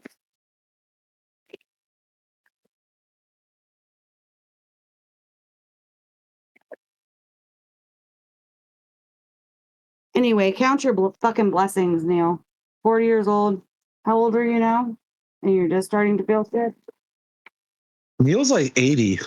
No, he's not. Hello. Like Neil's old enough to be dad. Bullshit. Don't rise to it, Neil. Don't rise to How it. was you referenced the other day, Nathan, in the other geography server for your age? They asked if I was 47 or whatever, and I'm like, well, 45. Creepy. Damn, Nathan's old as fuck. We're the same age. I'm about to be 45 in May. Man, you're old as dirt too. Holy cow. Yep. We're not old as dirt, but we are old enough to know a thing or two. That's for damn sure.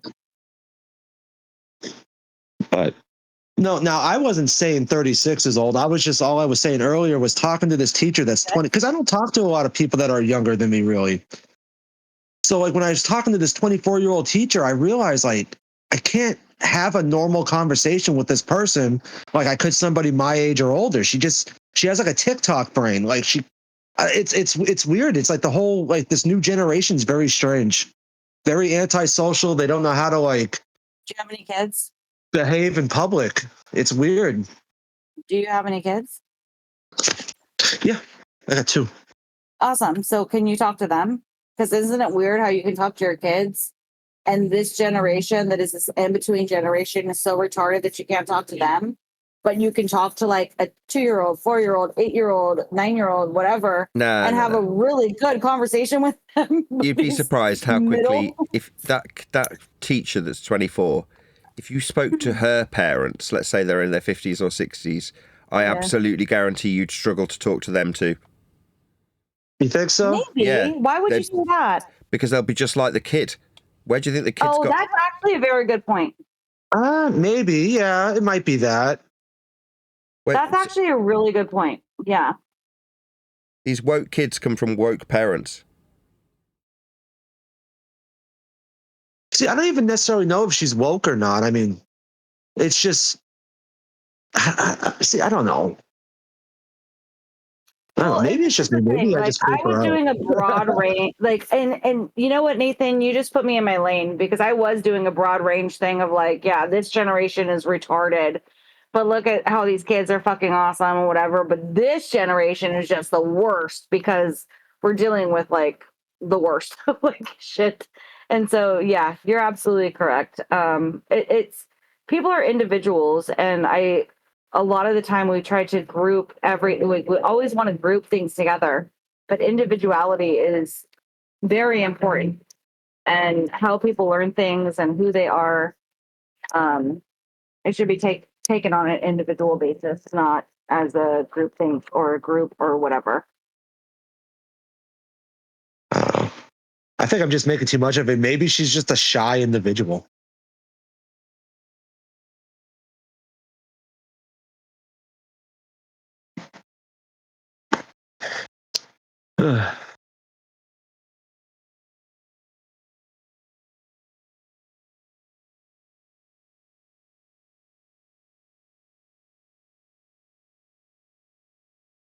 But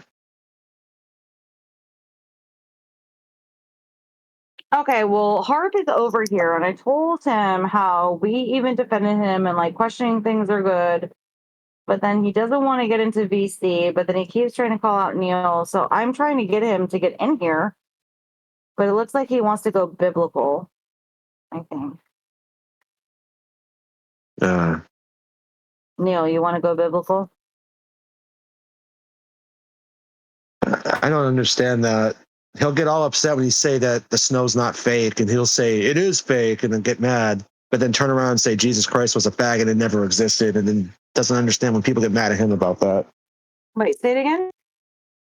Well, nothing. I'm just rambling. No. Ramble again. I'm sorry, you kind of cut out a little bit. My headphone is acting weird.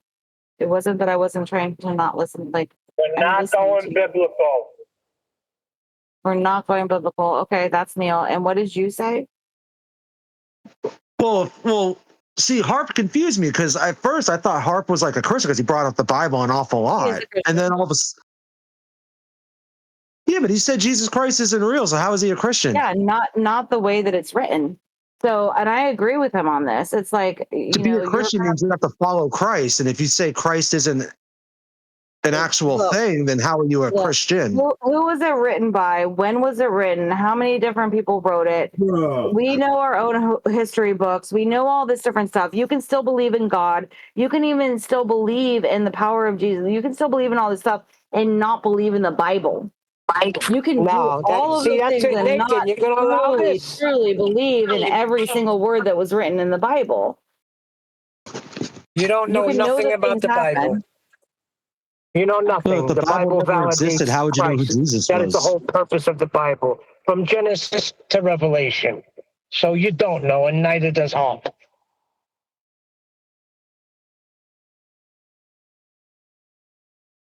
Yeah, that's the one thing about this subject. Like, a lot of people go, "Oh, flat Earth brought me closer to being a Christian and closer to God and all that." When really, for me personally, it's kind of like become a little bit of a hindrance from time to time with it. What is? Like, okay, so we found out. Talk about biblical. Can we change it to flat Earth, please? Oh, wait. No. No, but it does become a little bit of a catch-22. Like, okay, so they lied about the shape of the Earth, they lied about the moon landings, everything's a lie, da da da da da. But then this one book isn't a lie. You know, it does become a little strange. Who lied? What do you mean, who lied? Who lied? You just About rattled what? off a whole bunch of people that lied. Show me how they lied. Everyone lies. They're all humans, Neil. Every single person on this earth is a human being, and guess what? They're all fucking liars. Even you. You are not some angel who has never lied in your life. People lie.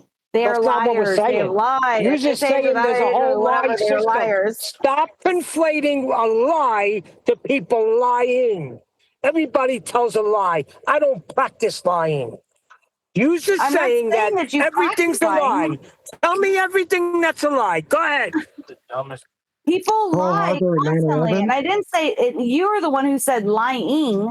I said that people lie. That we have all lied. We are all humans. She said and everything's a all of us lie. all of us are infallible. We They all lied lie. to us about the We all earth. lie, They lie. lied to us about the moon landing. They lied so then all of a sudden the Bible's not a lie. I understand the No, that's catch-22. not what I'm saying. Tell me No, where they lied. Tell me where they lied.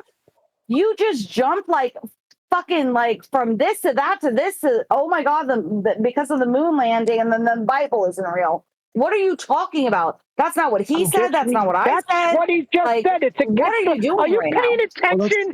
Shines, are you paying attention? Vaxie, repeat what you said. How it's a catch-22. Go ahead. It does. Well, I guess that is kind of what I said, and I didn't really mean for it to come out that way. But when you find out just basic history is not true, you know, a lot of events that happened in the past are completely either made up completely or not the way that they're told were, you know, as they happened. You know, like certain things That's in the not how you 40s said and it. stuff like You that. said lie. Yeah. There's a lot of things that were lies and we were told were truths, but they're not. Dude, I mean, come on, Neil. Like, like here right now in this moment, you acting like you don't understand what we're saying would kind of seem like you're lying. Tell me who. You still haven't told me who lied. But it would seem like you are lying because you can't even acknowledge what we are saying so much because you want to defend something in a certain type of way that you I can't don't just want to be like, defend yeah, anything. people You're the lie. one telling me people lie to us about everything. Go ahead, tell me who. Everyone has lied. In the history of humanity, human beings are fucking liars. It is a defense mechanism, even if they're doing it for good, if they're doing it for bad, it can even be for good. They will lie to defend themselves. It's a defense mechanism. Did you wipe that book? No, I didn't wipe that book around the wall as a kid, right?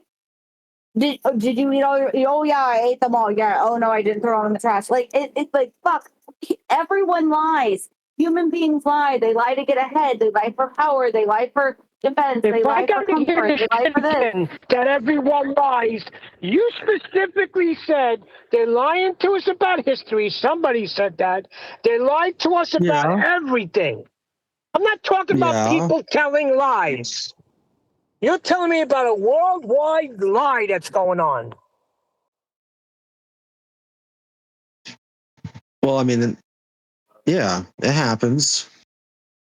It's asking for specific examples, though. So just say, in a very broad sense, people lie. Therefore, the history being incorrect is specifically somebody intentionally deceiving me, aka lying. Neil say, well, what's the example of the specific person lying? Not, well, my example is everybody lies. That's too general. Yeah. Just, it's like when you start looking into certain things, and it's like, okay, well, that doesn't make any sense. And you look into other things, and it's like, okay, that's clearly not true. And it's like, well, how is this? You know, but because it did kind of occur to me, not that I have too much of an issue with it now, I've gotten over it. But like, I did have that one period where I'm like, okay, so how's the Bible not tarnished by all these liars? How's that the one constant thing that has stayed true? Like, I've struggled with that. I'll answer your question. That's the only one I'll answer about the Bible. Because if you believe that there is a creator that created everything, in existence, then you trust that he can keep his own word from being tainted by man. All right? And the Bible is the only sure book of prophecy. Prophecy in the past that all came true, and prophecy in the future that's about to come true. We have the sure word of prophecy. No, any other book cannot claim that.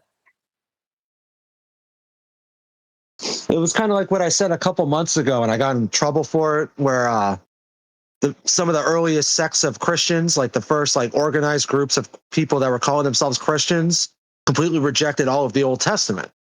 And then they claimed Jesus never wanted any part of the Old Testament and stuff. Like that was really, I guess that was an issue I had for a little bit.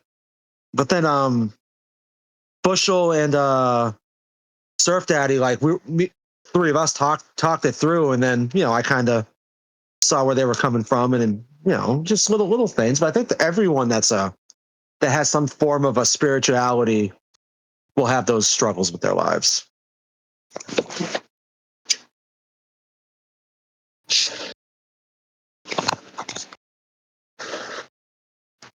Because everything's a lie thing, though. That's the thing that gets me. Well, I mean, most things are, though. I mean, they tell you vaccines are good for you. Yeah, most things are. Yeah. Tell me. Give me 2 things that they tell us, but they're lies. They're telling us something else, but it's not. It's a lie. Yeah, medical inoculations are good for you. That's not true. 9/11 in the Super Bowl.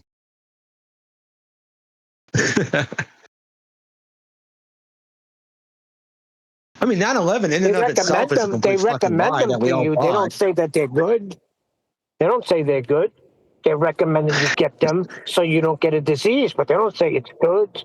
I never heard of a No, they do vaccine say being they're good. good. They told us every day for like 3 straight years they're safe and effective. Safe and effective is hilarious. I mean, they straight up lied to the entire world on the same day. That's one. Give me another one. People lie all the time. The flat Earth. I mean, the biggest one, they lied about the Earth. They're still, to this day, they're lying about the pedophiles. They're lying about the flat Earth. They're lying about everything. Like, people lie. Who's lying about flat Earth? Yeah, who? What? Who's lying? Like the politicians, the school teachers, and what it is like a trickle down effect, because these teachers are not lying. They're taught it, they learn it, and then some of them even believe the lies so much that they don't even realize that they're lying. They think that it's actually true. But to them, they don't think that they're lying. Well, then they're not. That doesn't meet the definition of what lying is. Exactly, that's what I mean. They don't even realize that they are lying, so therefore they are not lying. If you don't realise, if you're not doing it with malice aforethought, knowing that what you're saying is wrong with intent, then you're not lying. So you can't say, well, they don't even know that they're lying. What you mean is they don't even know that they're wrong, as opposed to they don't even know that they're lying. If you don't know that you're lying, you're not lying. You don't meet the criteria for being a liar if you don't know that what you're saying is incorrect. And when knowing it's incorrect, purposefully putting the information out anyway, that would be lying. But if they don't know they're doing that, they're not lying. That's the point Neil's making. That's no. That's what I have even said numerous times. I said that throughout multiple conversations all this morning, that they don't realize. No, you said everybody lies. You just screamed it 4 times. Everybody lies. No, don't try and switch the subject. Everyone does lie. From the moment we were born, we have all lied about something. Every single human being has lied at some point. You're saying everybody's lying about everything. That was my point. When I said that everyone has lied, since we were a kid and we were like, oh, we snuck it. No, I didn't lie we're talking about. I cleared that up. I said we're not talking about people telling a lie about eating a cookie or not. You're talking about people that are out there lying to deceive the world about something. I want you to name those people. Vaxie named one. Yeah, the same applies to cognitive dissonance. So if you take our opponents in this discussion, if you can perceive them to be that, right? When they peddle the notion that they're on a sphere, I don't perceive those people to be liars. There's very, very few people, in fact, that I can categorize as liars in this arena. Would you consider McToon a liar? Say again? Would you consider McToon a liar? I don't think he's lying. I think he has cognitive dissonance. He's holding two situations to be simultaneously true. So while he measures the surface flat, that's a necessity of measurement. But when they say things like it's just simpler that way, Dave McKeegan saying it's just easier that way, that's his justification, as opposed to him. So I just got into an argument with McToon the other day in chat where he posted this image of this airplane, and I broke it down that if it were this plane, then it would have been this and it would have been that, and so therefore it was wrong that there would have been this curvature within that frame. And then even then they were like, oh, the AI would have told you whatever you wanted to hear. And I was like, no, it wouldn't. And so they told me what plane they said that it would have been, said that plane, posted everything to McToon. What did he do? As soon as I posted him with all of this information, he left.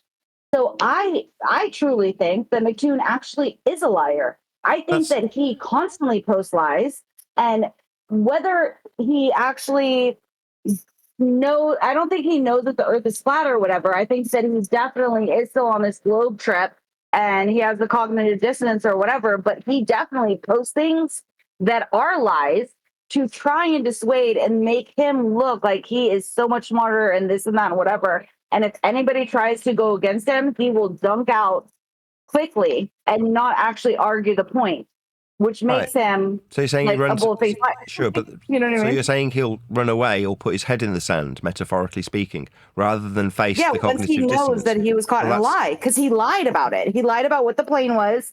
He lied about the window. He lied about this. He lied about that. And when I proved all of those lies, he was like, boop, and left the server. And then it was just a whole bunch of Globers like coming after me, right? Because now McToon isn't even here. So all of his goons are going to whatever. And that's what he does. He'll throw information and then leave when he knows that it's a lie.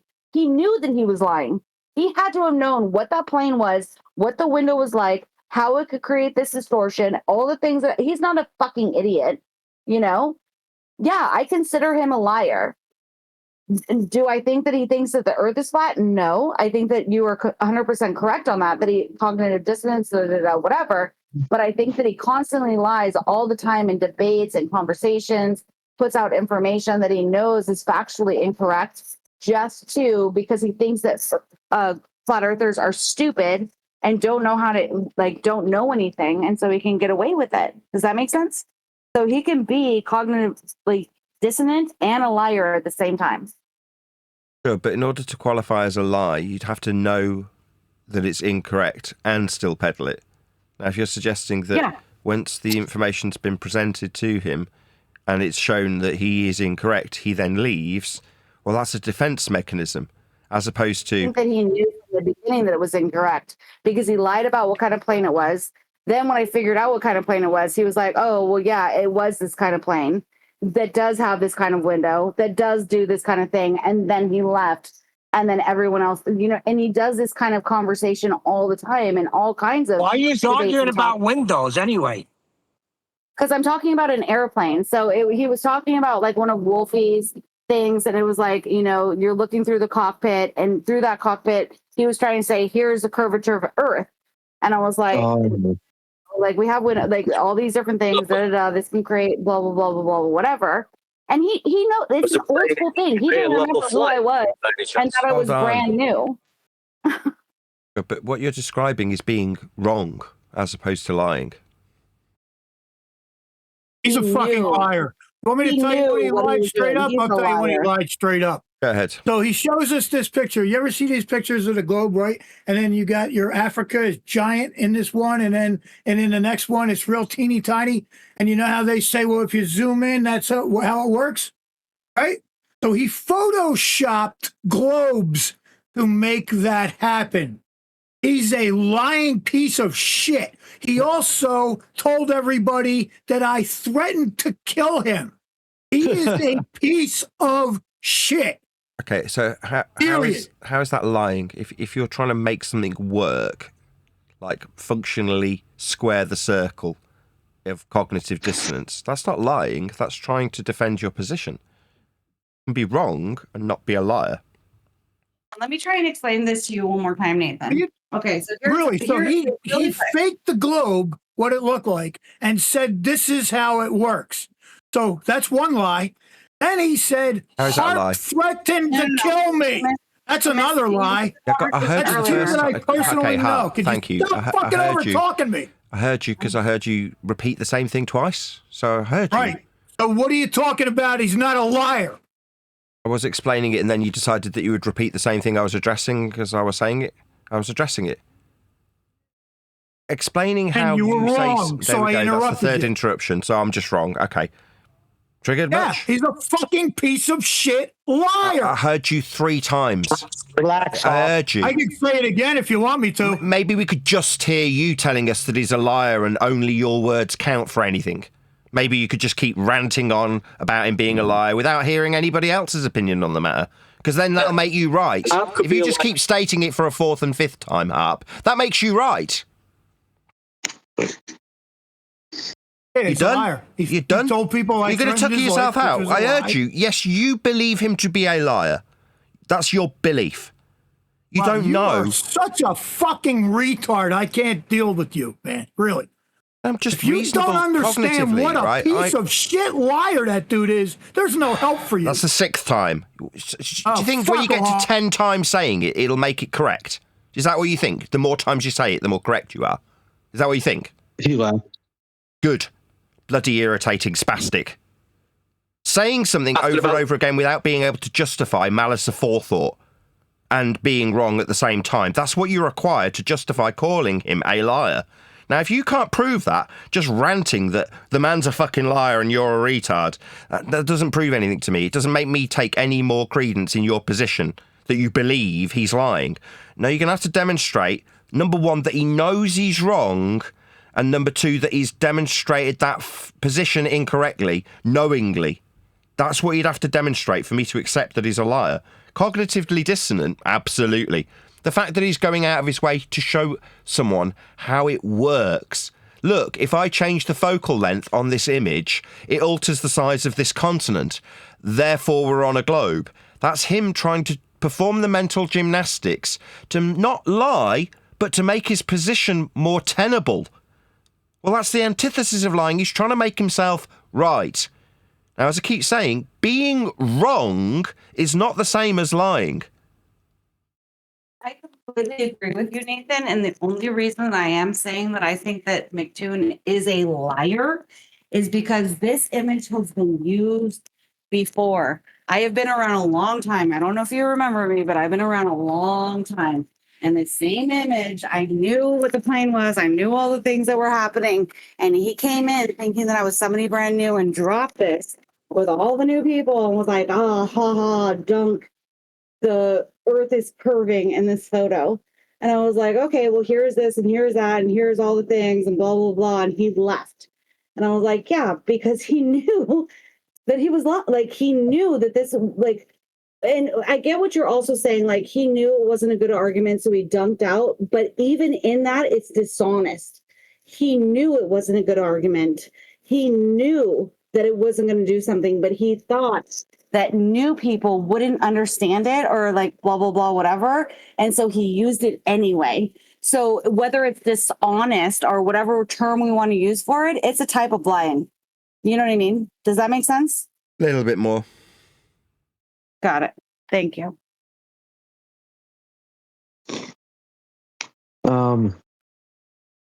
See, that night that I talked to him, where I kind of made an idiot out of myself and I did a fucking horrible job, he kept saying that, well, my point was your elevation angles don't change with your increase in height above sea level. And he kept saying I had to support my claim, which thinking back on it, it's not even appropriate for me to support that because he's the one claiming that an effect of your altitude will change the angle. So that means he has to support his claim that it does. But then a couple days later, I was in one of these random servers and he was in there and we weren't talking with each other, but he was talking and he started mentioning how your elevation angle won't change with the altitude because it's light years away. It's at an infinite distance, and that's why your height doesn't change. So it is weird how, like, when I talked to him about it, he said that I would have to prove that that's the case. But then a couple days later, he's saying the exact same thing I was saying. So I don't know. You should have kept on ground positions, mate, when you did all that. GPS. Yeah, I know. I went back and listened to that whole conversation, and I was so embarrassed. I like left Discord for a week. It was bad. And the fucked up part is when I was done, when I got off my phone with them, I'm like, yeah, I just crushed them. I was so proud of myself. And then I went back and listened to it, dude. I almost wanted to puke. It was bad. What you did do was exposed his apprehensions about the upcoming use of flat Earth being pointed out to him. Who's off mute? Oh, that was me. Sorry.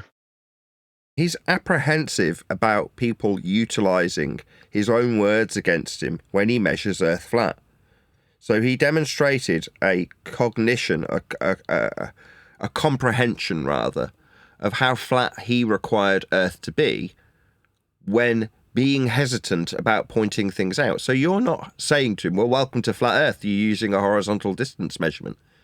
But because you haven't done it, and he's anticipating you doing it, he's covering his own tracks as he goes. So going, well, distance, on a flat Earth, you're like, okay. So you recognise that these are flat Earth prerequisites then, because you're demonstrating a comprehension in your need to overcome a potential for you, Vax, to say, welcome to flat Earth, each and every time he uses a flat Earth prerequisite. Now that, to me, does demonstrate his recognition of his own flat Earth use. Because you didn't check him on it. He's doing it for you. So it was extremely telling. Now, maybe you had your own agenda. I suggested that you'd had a couple of drinks. Not that I'm moaning, do what you like. But by being that little bit more carefree, let's just say, he's on full alert, full guard, totally paranoid and concerned about when he's going to get welcome to flat Earth for his use of flat Earth measurements. You're just there going, what? I'm being asked about the heights? You're trying to wrap your head around what you've been thrown as a curveball, and he's worried about whether or not you're going to welcome him to flat Earth when you're not. You didn't seem to have that intention. But he didn't know that. He doesn't know what you're going to do next. He doesn't know you.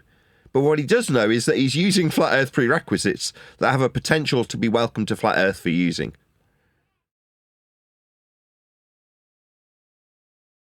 Right, yeah. Exactly, and you got him to hit 40,000 feet square, flat. He admitted to that. It was just one of those things, though, where I probably shouldn't have gotten on Discord, and I did. And then once I went back and listened, I'm like, oh, God, I sound so fucking retarded. No, you didn't. You sounded fine. Yeah, but Vax, it's easy. I mean, we listen to Nathan every day of the week, and now Nathan can keep count of his opponent's repetitive claims. You know, when he highlighted that to Sogbuster, when Sogbuster thought it was 12 repetitives, it was 13. And Nathan can, Nathan can remember something that was said half an hour ago in the debate and bring it back up. And we're listening to this thinking, yeah, and we know what. But when you're in that situation, I admit this, you know, there's some crafty debaters out there. Sogbuster's probably one of them. Brewhiff is, you know. If you let them be, let them be crafty, they'll be crafty. But if you hold them to measurement, they can't do a damn thing with you. Yeah, but then like Vax is explaining, he did go up into the sky. He's admitting it, you know, and the elevation angle at different altitudes, which is a measurement from sea level. But if we're talking about celestial navigation, we're talking about GPs of sun and GP of the eye on the sea level, the horizontal baseline. And you can just stick on that. Yeah, keep them on the ground.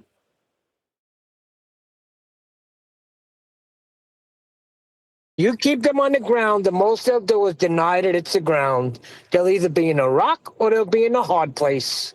If you stray from the measurement, then that's where you're going to be. Allowing them to dictate. Neil, you forgot about the imaginary horizontal as well, pal. Oh yeah, the imaginary horizontal. I got so hung up on the because I thought it was like anyone that does, not that I've ever done celestial nav, but anyone that talks about it or has done it, like Mick Toon, for instance. I didn't even think it was something that he was going to argue with me about your height not changing. I mean, your angle not changing regardless of your height above sea level. So once he goes, you have to support your claim. That's a baseless assertion. That's a burden of proof reversal fallacy. And you start doing that.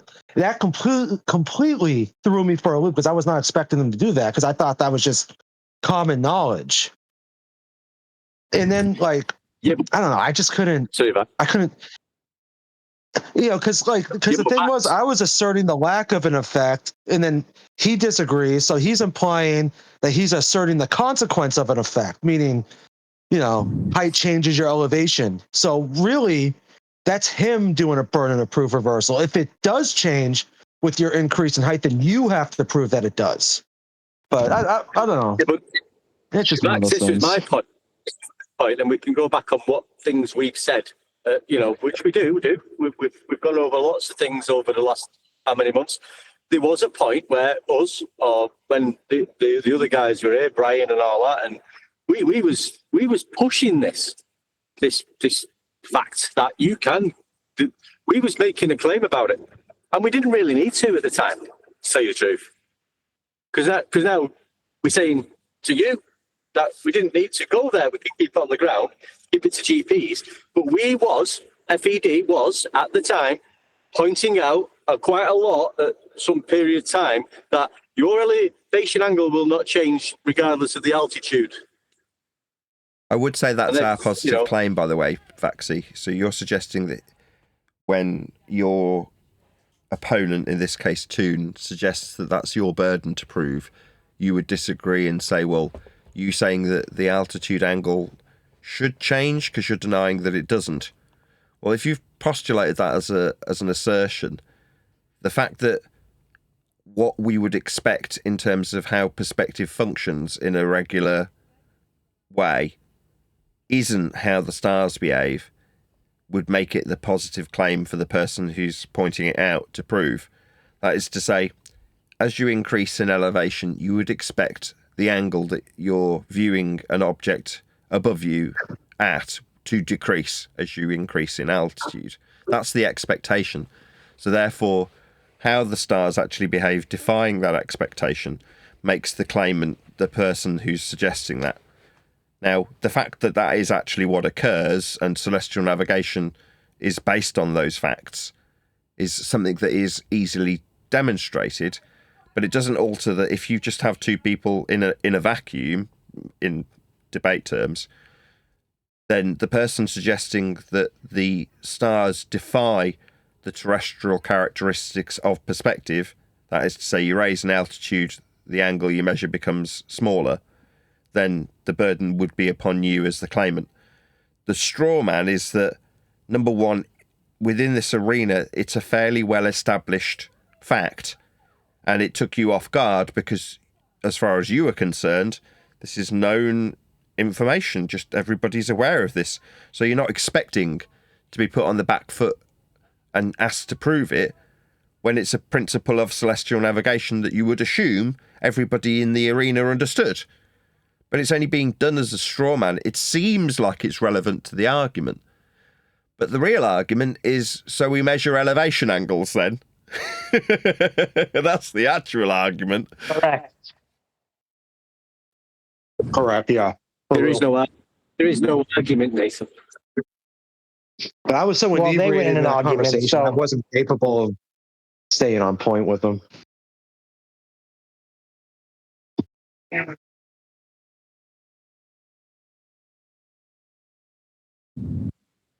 Good on you anyway, mate. You went in there and you did your stuff, and yeah, it's a learning, pardon the pun, it's a learning curve.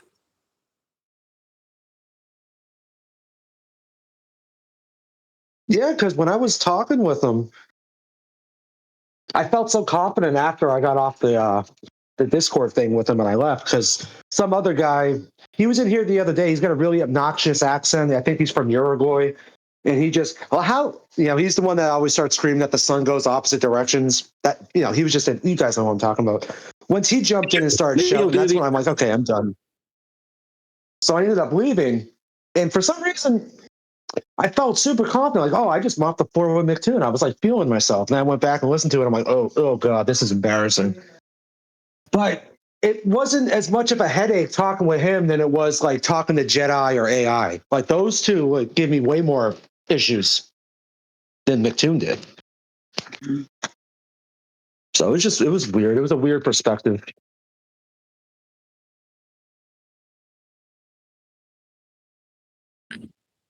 Best thing you can claim is that Earth is measured flat and sea level is the 0 degree baseline for all elevation profiles on Earth. And distance is a linear measurement. And altitude is a measurement above a vertical height above sea level. These things you can give demonstrations of. Show someone a bloody map. Yeah, when it comes to any practical applied measurements, they're all flat. It doesn't matter if we argue about them. It doesn't matter if we accept them. It doesn't matter if we take them and bastardize them into being spherical when they're not. They still are what they are. Like Wandex just described, if you're describing your altitude, you are describing your height perpendicular to a plane of reference that we've measured. It's called sea level. Those are just facts. Now, people in this learning curve, as we just described it, right? When you reach the plateau of that learning curve, you suddenly feel far less inclined to convince next man because it isn't required.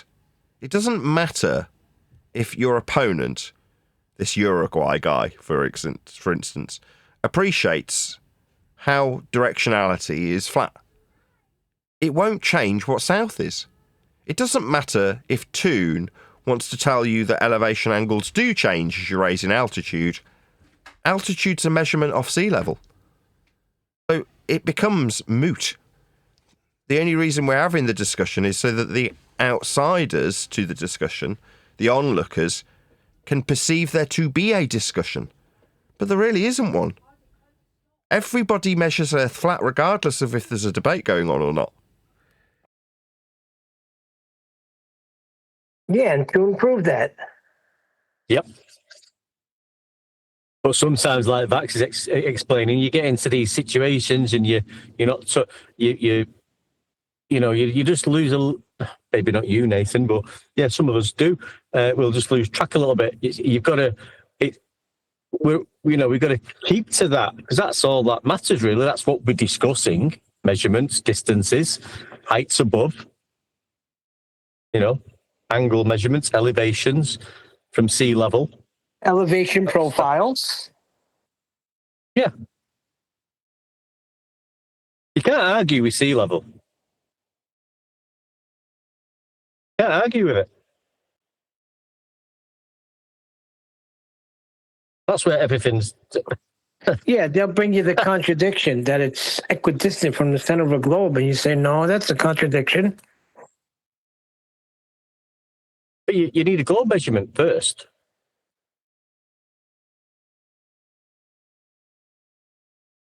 They deny what level is. And that's the bottom line. They have to. From sea level?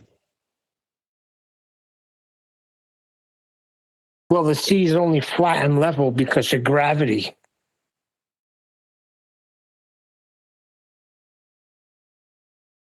Right. It's still level then.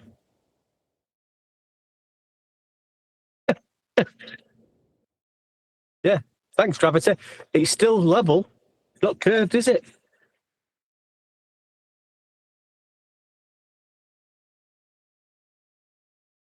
Unless they bring me curve measurements, which they haven't done yet. Well, no, they've not. They've never have. That's the point. They just never bring you a curve measurement because they can't. Or they can infer that reciprocating zenith angles between two different places.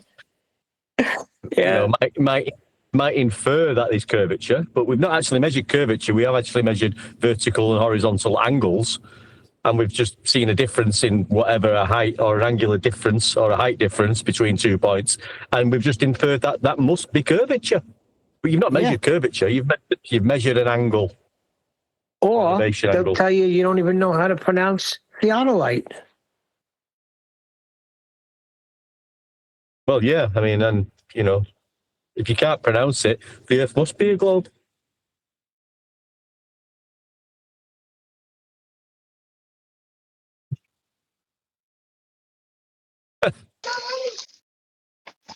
I didn't understand that because that seems like new to me. People claiming that we're not pronouncing theodolite correctly. How are you supposed to say it then?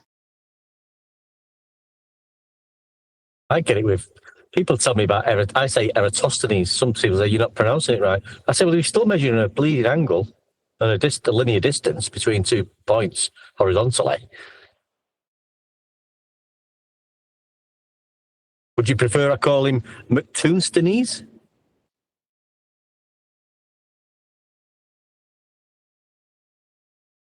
Or Alberuhith?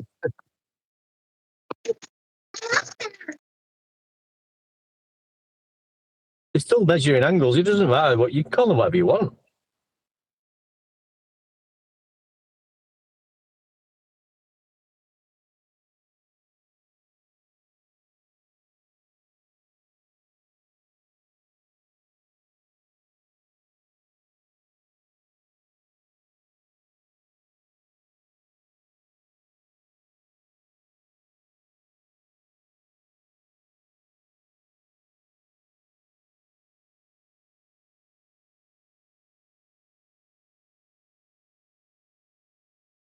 Yep. We all measure Earth flat.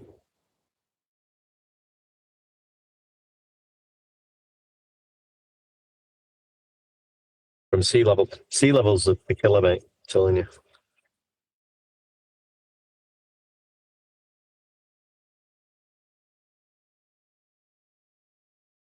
Or Eratosthenes, he's the killer, and Alberuni.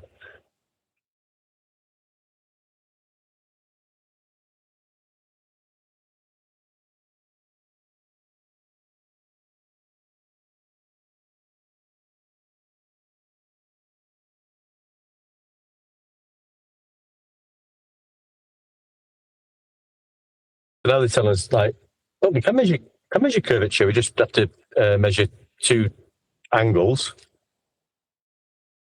and 2 zenith angles. Do you want to hear and, something you really know, see a funny? difference. Hey? Really quick, is that Eratosthenes and like this whole entire conversation. So I got into it with ChatGPT the other day, and I never talked to it about flat Earth or anything like that. Like I've talked to it about geometry and like, you know, different things, whatever. But I got into it about a flat Earth conversation, and when I started discussing it, the first thing it brought up was Eratosthenes, and I was like, "Oh, here we go." And so I went through the conversation, and then as I was going through the conversation of all the information and all the things, it started on a repeat, and I was like, "No, we already discussed this. We already talked about this. Look, I took a screenshot, posted it. I was like, you already tried to make this claim and I already dismantled it." You know what it responded with? Have I'm you sorry. slept tonight? I won't do it. It said, have you slept tonight? I don't think you're getting enough rest. I think there might be something wrong and you need to take more rest and eat more. And I was like, are you literally ad homing me right now? Because you can't actually continue with this argument. You're literally asking if my mental health is well. Like it was so, What, are you serious? it was so crazy. You I'm not actually- even joking. I'm not even joking. You It was actually like, are you getting enough rest? You might need help. Da da da da da. It was crazy. It should have established if you were menstruating first, really. Right? Exactly. Like I'm a female. Like how could they even miss that? Like it was so I couldn't believe that it actually happened though. I was like, you're ad homing me right now. Like and it was like, oh, you're correct. You're right. I shouldn't do that. But then again, Eratosthenes, and it just went on its loop again. And I was like, what the fuck? This is crazy. But that's I'm enough. out. Well, it's because the AI algorithm is programmed to appreciate that rinse and repeat works. That is to say, when you are in an argument with a normal person, when you are in a position to suggest to them your position has been dismantled, you have been defeated, it is not at all uncommon for them to quite literally rinse and repeat their original claim anyway. So that behaviour works. And the AI just goes based on what it's seen cyclically happen in chat threads and comment streams and everything that it's scraping this data from. It can see that when in a discussion, two people having this discussion, one takes the suggested claim, which it isn't, apart, the other repeats the claim again, and the cycle continues. Well, if the cycle is the purpose, then it will just repeat that process to great effect.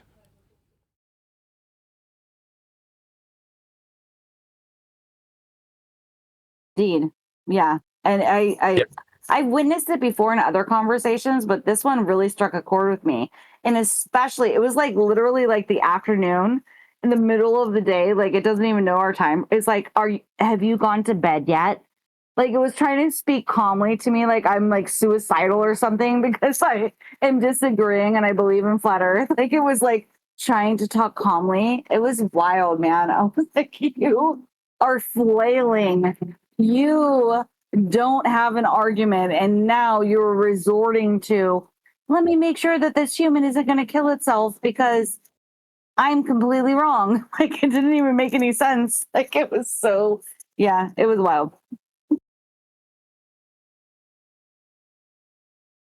But Eratosthenes still measured an angle and a distance, a linear distance. That's all he did. That's all he measured, a distance and an angle. How much of a distance did he actually measure? I mean, his friend was how far? Like just where he was at? Just one little pole and like a little thing and like, great, cool. We have a sundial. I mean, is that really anything to really write home about? Not in that day and age. It wasn't.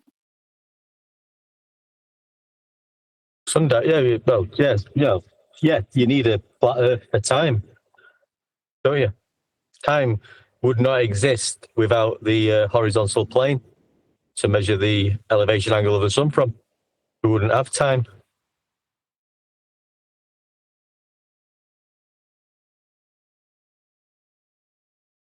Time can only exist on a flat Earth. Yeah, but sundials had already existed before Eratosthenes. It wasn't like a brand new fucking invention, right? Like he had a stick. He saw where the sun was at. Cool. Everyone was already doing that. It wasn't anything brand new. But they say he had a friend hella far away that also had a stick that was measuring something, and somehow they communicated what both of the things were doing at the same exact time. No cell phones, no nothing. They had like, yeah, of course. Dude, it's just so ridiculous. They were super far away from each other. By the time they even reconnected and said, hey, what shadow did you get? This is the shadow that I got. Like, it just, and it's only two shadows. Wow. Like, it doesn't even matter. I give up. Wow, what do you want to say, Neo? How am I wrong? How am I wrong? I give up. How am I wrong? Don't give up. I'm a girl. Come at me. I'm easy, right? Like it's easy to just dunk on girls. We're stupid. Tell me how I'm wrong. And quite frankly, like I'm a female that like if I am wrong about something, I will easily be like, okay, yeah, I got that completely wrong. Thank you for teaching me. What did I just mess up right now? Neil, I think you should only have a chat, mate.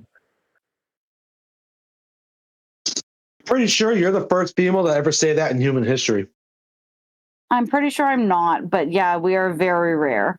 We're like the hardest to find Pokemon ever. What I'm saying is, who cares how they got together, when they got together? They measured Earth flat. Oh, that I agree with. Yeah, and I agree with you on that. So totally agree with you because it was only 2 points and whatever they did didn't actually prove any kind of curvature. Obviously, yeah, it's still flat. Like they didn't do anything. They legitimately did not do anything. However long it took them to finally get together and have their little grapes and eat them too. Yeah. No, they did something all right. They Still measured flat. Earth's flat. You keep saying they didn't do anything. They measured the Earth's flat. It's right there. They Pull up didn't even measure Eratosthenes. it. They basically He's just did measured Earth's sundials. flat 1,000 times till Tuesday. Yeah, but really, it's not even like they went like they basically were like stick in a pole. This is where my shadow is. Oh, cool! It's a sundial. Another dude, hella far away, stick in a pole. Oh, cool! It's a sundial. Then they had to travel all the way to meet each other up and eat their grapes and have their orgies and do their little things. And then, cool, it's still flat. Yeah. I mean, they didn't do shit. They didn't do anything. Well, they did. They measured Earth flat. So when you say they measured in these two different locations, they're making flat Earth prerequisite elevation angle measurements. So they're measuring Earth flat. Yeah, a sundial is like it needs that in order for even any sundial to happen. Correct? It's just a clock. Like you stick a line in the ground and then you see where the shadow is tilting, and sundial because it's horizontal. Any sundial works off of a horizontal plane, correct? Or am I mistaken? Yep. Did they do something more than that? You're correct. And any measurement they take comes from a horizontal plane. Exactly. Yep. Exactly. The sundial, sundial requires horizontal. You can use the surface of Earth for a sundial, which is horizontal, and that's time. So you wouldn't have time without a flat Earth.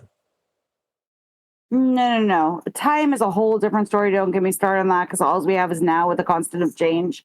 I'm not getting into that story, but I'm saying like where the sun is at the sky, you can tell where the sun is on the clock.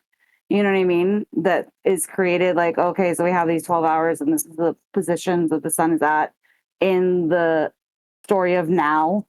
It's here now, on all these different times. I think you're missing what one deck is saying. Yeah, that's time. The position of the angular position of the sun above the horizontal is how time is measured. Time. But we wouldn't have. Oh my! Please don't tell me you're like a Brenda. You, Please don't sorry? tell me you're like a Brenda. And like time can be measured. Is that what's happening right now? Can time be measured when there's only now? Yeah. With the constant of change. Angular. Yeah, with elevation angles. Measured. Yes. Cool. Time can be measured with elevation really angles. Okay, I don't agree with you. I don't think that time can be measured. I think there's only now with a constant of change. No. Hang on a minute. You just mentioned sundial. You just explained sundials. You explained sundials need the horizontal plane. We can use Earth. That's sundial measuring time. Works. It can only work on a flat Earth. Measuring, the time of like now. So it's 12 o'clock, then it's 1 o'clock, then it's this. This is where things are at in the now. There is no past, there is no future, there is no like measurements of time. Okay. But yes, we can know where we're at in the now. Yeah, I agree with that. Well, we use the sun for our time. Yeah, we derived the concept from the movement of the sun. So we took all of its positional data, that's elevation angles again, and then took an average. The concept of time is derived from the movements of the lights in the sky. Ridiculous. There is no the concept of time is so ridiculous. Hold on. It's a fact is also ridiculous to me because what is happening right now? Now. All the nows that I just said are already in the past, don't exist anymore. I can say that I'm going to say 3 more nows in the future. Now. Remember how I just said that I was going to say them in the future? They're already gone too. Nothing exists except for now. We're in a now in a constant of change. And so, yes, we can keep track of that. We can keep track of it. Like we're in a now in a constant of change. And okay, where are we at in this now in a constant of change? But it's always only now. Measuring this time, like we can hold on to it or bottle it or predict it or any of these things. Like it's either we can predict it with the movement of the sun. What are you talking about? Yeah, but you're going into something else. What we're saying is, right, you're going to a bit of how was your father, right? We use the sun. The sun is used to measure time. That's a fact. You can't. I don't agree with the term time or measurement. You That can't have is a where I 24-hour will- day without the measurement of the sun. What are you talking about? It's not How a long does it take measurement. the You're sun? literally just looking at a stick in the sand and you're like, okay, it's this time, it's this time, it's this time, it's this time, it's this time, it's this time in the now. Yeah, you're measuring the It's not time. like you're not Yeah, you're measuring measuring the time. time. It's so insane to me that you think that that time is a thing that you can actually measure when we only It's an live in the angular now. measurement. Okay, so It's an angular Nathan, Nathan, It's a- Gotcha. do you understand what you're I'm saying, is- Nathan? Well, At all, maybe you're even a saying little bit. You're saying time's a concept, which it is. It's a concept Yes, derived thank you. from measurements of the sun. So we've But measured. it's not measurements. It is. How would you say that? Because we've How looked is at it where the sun is measurements in the when there's sky. only like everything is like, look, every snap that I'm making right now, gone, gone, gone, gone, gone. It's already in the past. You can't measure something that like is constantly in a How old are flux. you? How old are Hold on, you? listen. How It's old in a are you? constant. Hold on. It's in a constant flux.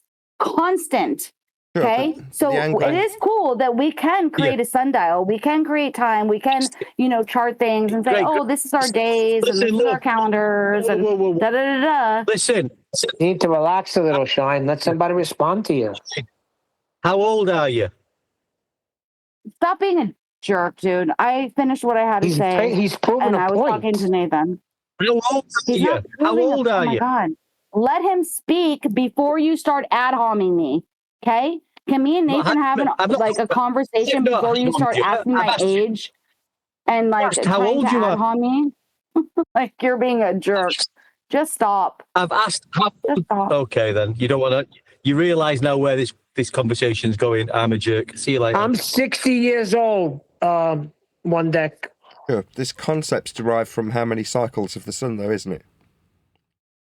Correct, Nathan.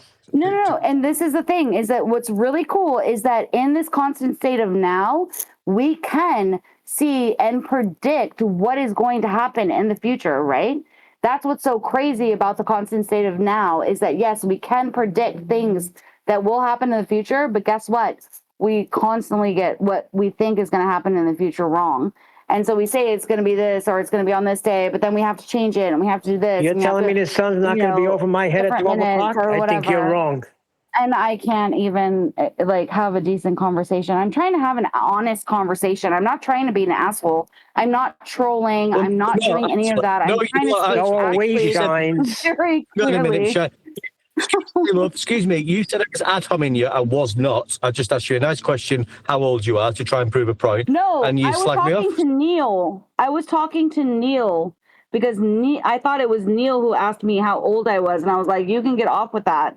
I thought it was Neil who said that. But I think first of all, the reason you're being asked how old you are is because Oh my there's God. a concept that's derived from sun measurement that gives us that concept to ascribe a number to it. But that is based on measuring the sun, the patterns of the sun. So from the patterns, you can derive or infer what's going to happen next, which isn't a prediction. Agreed. It's just pattern recognition. But in order to Exactly. recognize the Agreed. patterns, you first got to measure the patterns. Yes, and so these things happen before even a globe Earth or any of these things. People already knew when solar or lunar eclipses were going to take place, all of these different things, because there is this wheel in the sky. Like I've said before, how I have interpreted this world that we live in is that we live in a now in a constant state of change. But even in this constant state of change, there is predictability. And so there are certain things that in this constant state of now with changes that they will happen. That's not predictability. That's cycles. Whoa. Oh Constant my state God. of now. Okay. Not a constant state of now is not a change. Cool. I thought I was having a conversation, but now everybody's just screaming. Go ahead. Scream at me more. I'm not screaming on you. We've gone from trying to explain your age and how the sun's used to determine that. And now you say we're always just in a constant state of now, which means no change. And then you said change. You're contradicting yourself. We are in wait, hold on. So let me try and explain this to you further. So my age is 44. On May 18th, I will be 45. Okay. Please don't put that on the live stream. so that people know my age and like birthday or Ooh, whatever. I'm May 23rd. So, Oh, you kind of did that yourself. no, I didn't. This isn't a live stream, right? That's what they said earlier. This isn't a live stream. They're just all in Google Chats, correct? You can't. Or is this You on the can't be live stream right 44. now? Yeah, but it's going to always go. been- Hold on, one deck. It's going to go on a show called the Uncut and After Show. So now everybody knows your birthday and your age, Shines. Maybe not Cool. now, So but I can that's predict great, in 'cause 2 I weeks asked they'll know. earlier, and people were like, "Oh no, this isn't going to be on anything." Hold on, Yeah, you ruined because my everything joke. that we were talking about wouldn't be Shines, there. relax. You ruined my joke. In 2 weeks, I can predict that this show will tell your age. Cool. Whatever. The whole point of the matter is that it is true. Yes, there are cyclical things that do take place in this world of change that is in a state of now. There is nothing else than the state of now. Can we all agree upon that? Is there anything else So in was the you- state of now, was you now, never- now? No, Neil, I really want Neil to understand this. It's not Neil, do you it's one understand deck, that? for God's sake. Shut up! Was you never 12 years old? What? Was you never 12 years old? No, I never was 12 years old. Okay, It then. never happened. Of course I fucking was. But that doesn't exist anymore. It's no longer here. So See, what's listen to what happening, I'm saying, Shines, Neil, is you're because doing this all the is talking and you're imperative not and this is listening to important. anybody. No, hold on. This is imperative and important for you to understand. Where are we right now? And now.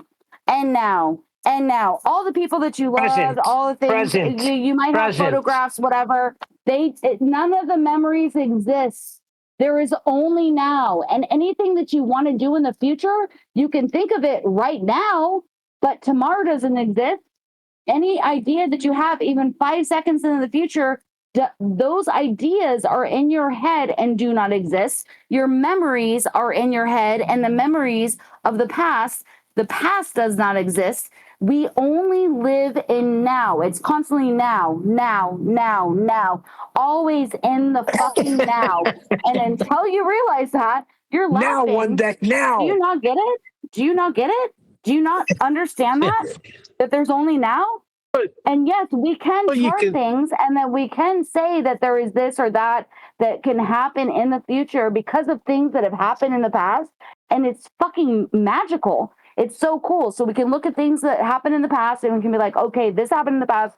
So this is what it looks like, what's going to happen in the future. What the hell are you talking about? But those things that are predicting that we're saying that are going to happen in the future are in our minds until they actually take place, because the only thing that exists is now. Shines, we're talking about the movement Please tell me of that the you understand sun. what I'm saying.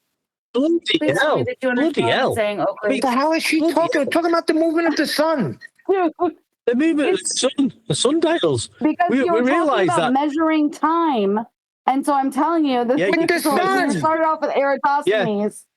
Eratosthenes, and that Eratosthenes was measuring time. And I'm like, there's See, only you're now. talking without listening, Shines. Holy shit, this is wild. You've been sniffing away. No, you know what? And all of your ad homs, Neil, all of your ad homs, and you not understanding stuff. That's one deck. You don't even got us right, Shines.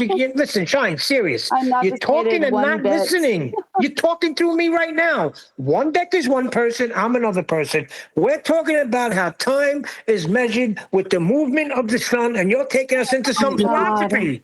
No, Neil, we're entwined. Me and you are one person at the same time. We both exist at the same time. Now. Yeah, and now. And you guys just still can't understand that. You can't understand it. And that's what's crazy to me.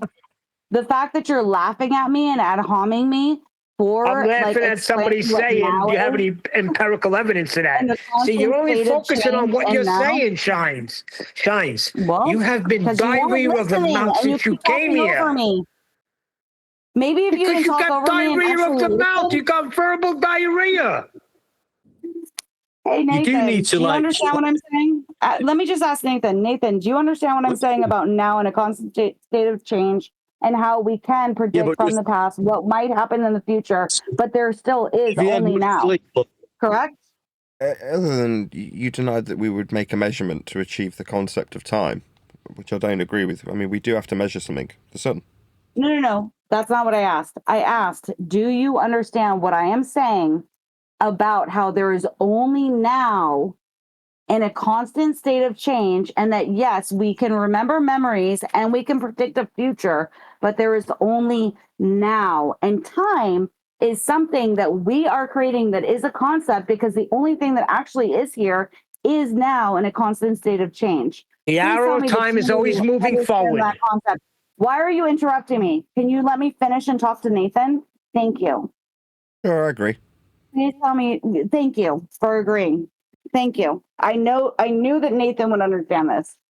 So yes, we can like measure things based off of like, okay, we saw these things that happened in the past, and because these things happened in the past that no longer exist, we can predict for the future that hasn't ever happened, because the only thing is now, that we can say, okay, maybe this thing is going to take place, that's going to take place. But even all the things that NASA is trying to do, they're so far off on so many different things. Whoa, NASA. What the hell's talking about NASA? Oh my God, Yeah, but what? Neil. Yeah, You but need to, you're like, never having any more birthdays then. There's no more birthdays muzzle ahead. on it. Well, listen, I know what you're talking about. But you can refer to things that have happened in the past. There's history, right? And there's cycles of there's cycles of the sun, and we can predict what's going to happen with the sun in the future. We can all say at the moment with me, I'm just here and now. Yeah, I'm not doing anything else. I can't go to the past. I can't jump into the future. But there was a past and there is a future. You can't. That's a fact. And it's so measured. what I was saying is that the measurement of time, the only reason this argument happened is because when people were like, we're going to measure time, it made me feel like Brendan, the measurement of time on a table or like whatever. It's like you can't actually measure time, but you can measure like the changes that happen in the now, what happened in the past, what's going to happen in the future, whatever. But time is a fucking concept. Excuse me. It's a concept. God's sake. But you can measure time. Oh my God. You're 44 years old. It's been measured. You've admitted it. Time has been measured. Oh my God. How old are you? And you're saying time is measured? Jesus. I'm not any age.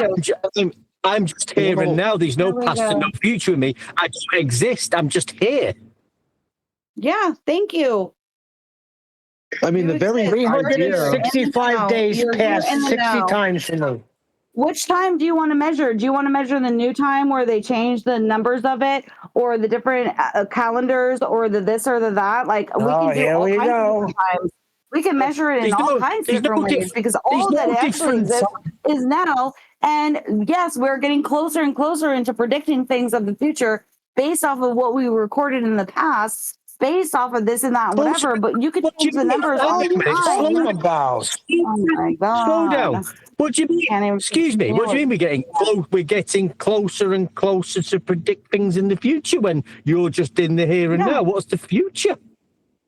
Yeah, so what I was talking about predicting things closer in the future is that they are saying that on August 2nd of 2027 that we are going to have a total solar eclipse, and that the totality will be for 6 minutes and 30 seconds. Then I checked in a week later and it said 6 minutes, 37 seconds.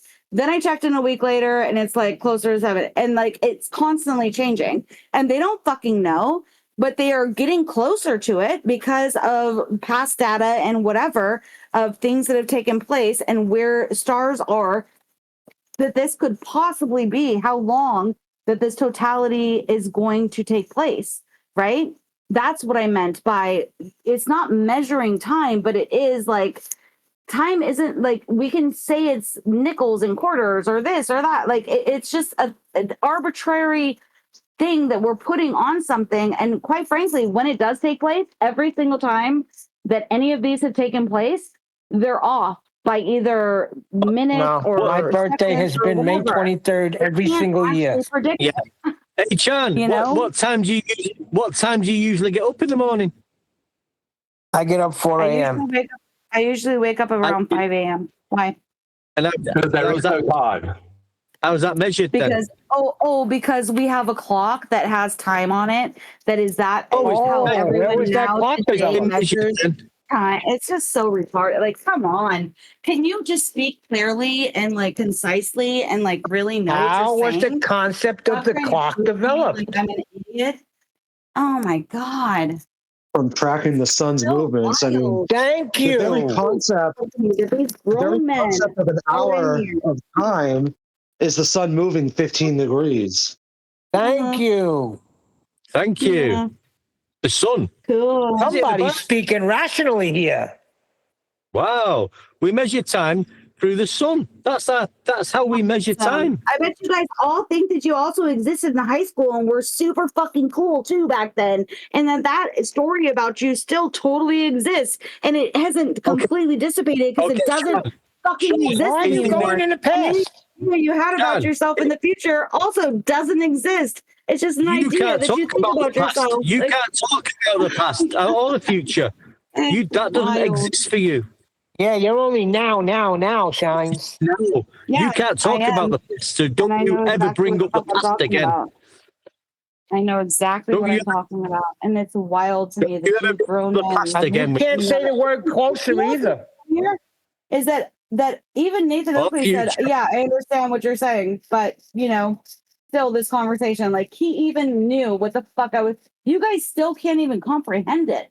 We all know what Like- you're talking about, but you're not listening go to ahead. us. Well, hold on. Then, That's the okay, well, hold on. problem. If you understand what I'm talking about, then Neil, explain it. Explain exactly what I'm talking You're about. not listening to what you tell us what nobody we're help him. talking about. Nobody help him, Neil. We're talking what am I about talking measuring time with the sun.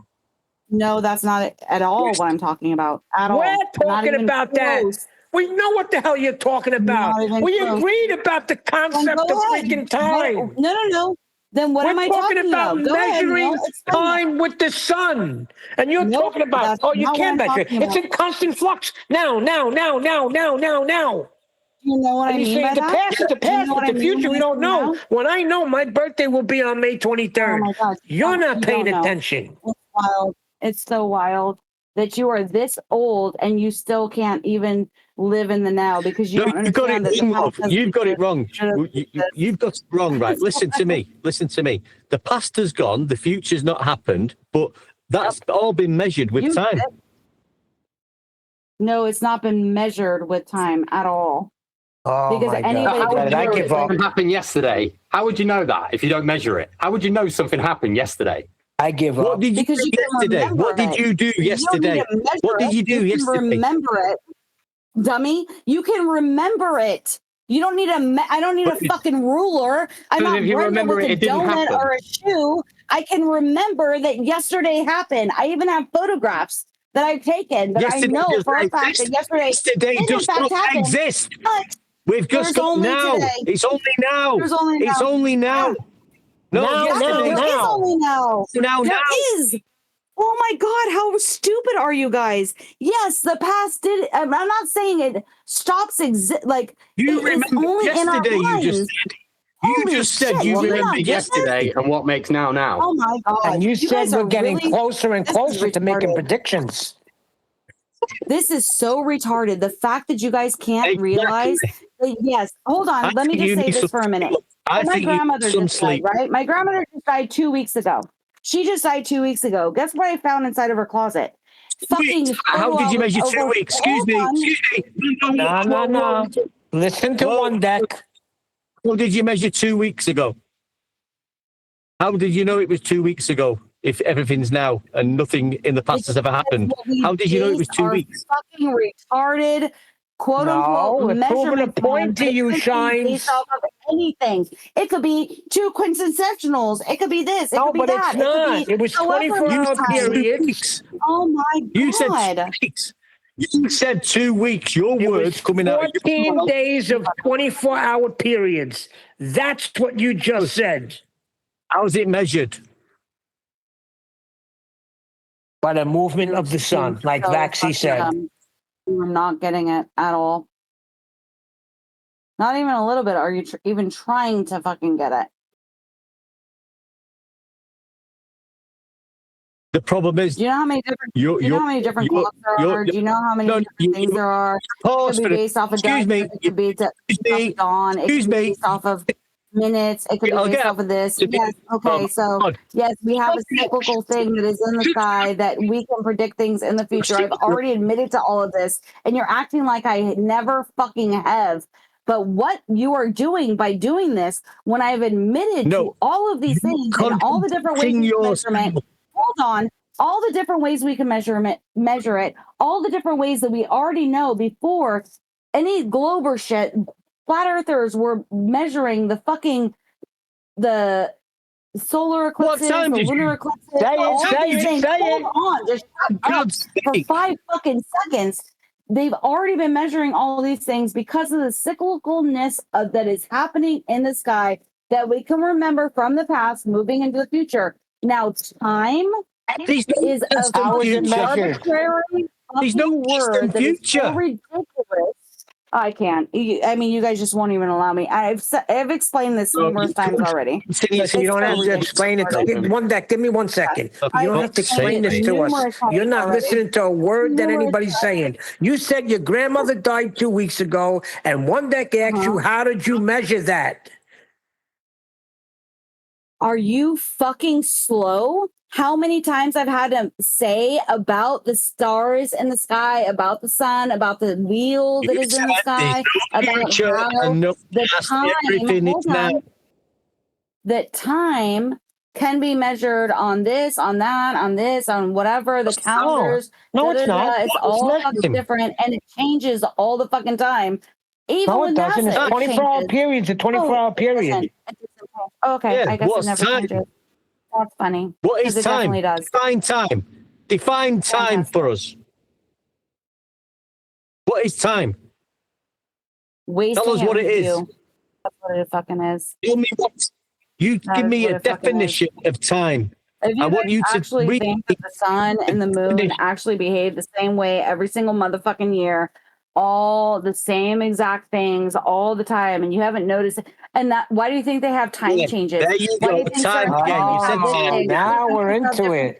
Other people have other so things. Days are longer and shorter. Time is exactly the same exact thing. Shut the fuck. You know what? You guys are so fucking retarded. But yes, we can, which I said from the very beginning, we can predict things from the past based off of the cyclicalness of the sky. I said that from the very first fucking argument of now. Say, love, shut the fuck up. You guys are shut the fuck up. Shut up. Crazy. How do you measure the fuck off? You know, do you like this? I'm no wonder AI got fucking angry with you.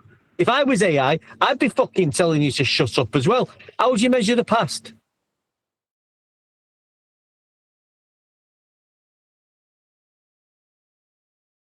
Hello? Come on, Shines. Shut the fuck up, right? AI was right about you, right?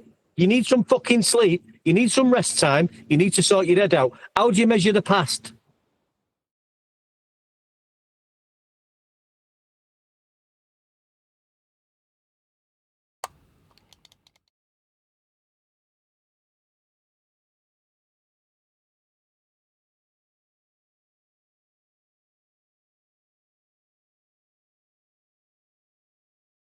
He left. Fucking hell, she was hard work, wasn't she? Bloody hell. Yeah, it's like she's going into freaking la la. I tell you what, shit. I'm glad I'm not AI. But yeah. I know exactly how AI felt in the past. You can't measure it now. All right, your grandmother died 2 weeks ago. How'd you measure that? Listen, I know the conversations you're trying to have, like, you know, the Buddha. Yeah, I do too. The Buddha. Yeah, everything's just in the present moment. You can only deal with what's in the present moment. But that doesn't mean time's not been measured previously. Or, exactly. You know, you can predict a cycle in the future. There's a time measurement. But she's getting all Buddhism with us. The birthday is a perfect example of that. I can tell you that on May 23rd, I will be 61 years old. You know how I know that? because the Super Bowl was yesterday, and I'm as old as the Super Bowl. Yo, we know that, Neil, because the Earth is revolved around the sun. It's orbiting around the sun. No, she would not answer the 2 week for her grandmother's death because she knows she would have been caught up. Yeah, that's why she wouldn't give me the answer. I got called a retard, but she thinks I'm you. So you're the retard, mate. Listen, Neil. Listen, Neil, with a Manchester accent. Oh. Yo, you know what my first encounter was with her yesterday? I think it was Saturday. Somebody put in. Listen to this. How did it was Saturday? How long ago was that? I mentioned it. Listen, somebody put in chat that Josephus, the historian, never mentions Jesus. So I said, I don't care about that. The question isn't has Josephus mentioned Jesus, but will Jesus mention Josephus? Do you believe that I had to go through freaking an hour of trying to explain what I meant? I should have known from there what this lady was going to be like. Finally, Harp had to come in and say something. And she goes, and she's all in chat now. And she goes, oh, Harp had to come in and tell you that. I'm like, oh, my God. Really? Yeah. So I could tell what she was. And then I asked Harp to come into voice chat for a second. And she jumped in with him. I'm like, listen, I'm not going to get into this with you. All I was doing was making a point. Forget about Josephus and him mentioning Jesus. Will Jesus mention Josephus? And it comes from Scripture. Just something in Scripture that if you confess me before men, I'll confess you before my Father. Everybody knew that knew anything about Scripture. But I had to freaking explain it to her 100 freaking times. I mean, I know she's got two little things going on there. She's talking about flat earth measurements, Eratosthenes. She gets a little bit of all that. Then she's going into a Buddhism, like just living the pure moment and all that, which we wasn't talking about that. Yeah, the past is the past and the future we don't know. We know all that, right? We are living the present moment of every second of our lives. But like you say, when she said about her grandmother died 2 weeks ago, well, how do you know it was 2 weeks ago? It is no measurement of time. You know, exactly. And on this earth, we've measured time using the sun. It's in the Bible. Yeah? Signs and seasons. Yep. Yep. So, and that's how we do measure time. It's the sun, Horus.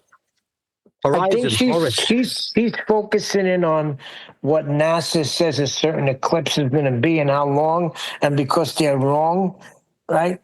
We're not focusing on that. All we're saying is the sun will rise at a certain time every morning, and the sun will freaking go down. It doesn't actually, but that's what we observe. And at 12 o'clock every day, the sun will be directly over my head. She brought sundials into this conversation. Yeah. I was just trying to say, don't say they did nothing. They measured Earth flat. Don't say they didn't do nothing. Don't fall into that. How'd they communicate with each other? That's the problem. Look into a window, they saw curvature. Why are you even arguing about a window when they're in flat horizontal flight? Right, I'm going to round out on that note. So with that, I'm going to say another huge, massive, enormous thank you to both Discord and G+ panels for making today's extended after show possible. And of course, a massive thank you to all of you for liking, commenting, sharing, subscribing, joining as a Nathan Oakley 1980 channel member, and all that good stuff. I've been Nathan Oakley, and I will see you all in the next video. But when you measure it flat, it contradicts that. I'm spitting flat facts and that. And I know you don't like that. Google Maps is flat, it presents elevation profiles like that. I'm a spitting flat earth king. Sentence has a ring, doing my own thing. If Earth was a big roast chicken, factually finger licking chicken. We just got the measurements missing. I'm spitting eggs and vegs, begging the question lesson. I've said it before, time after time. I'm the spitting flat earth king of rhyme.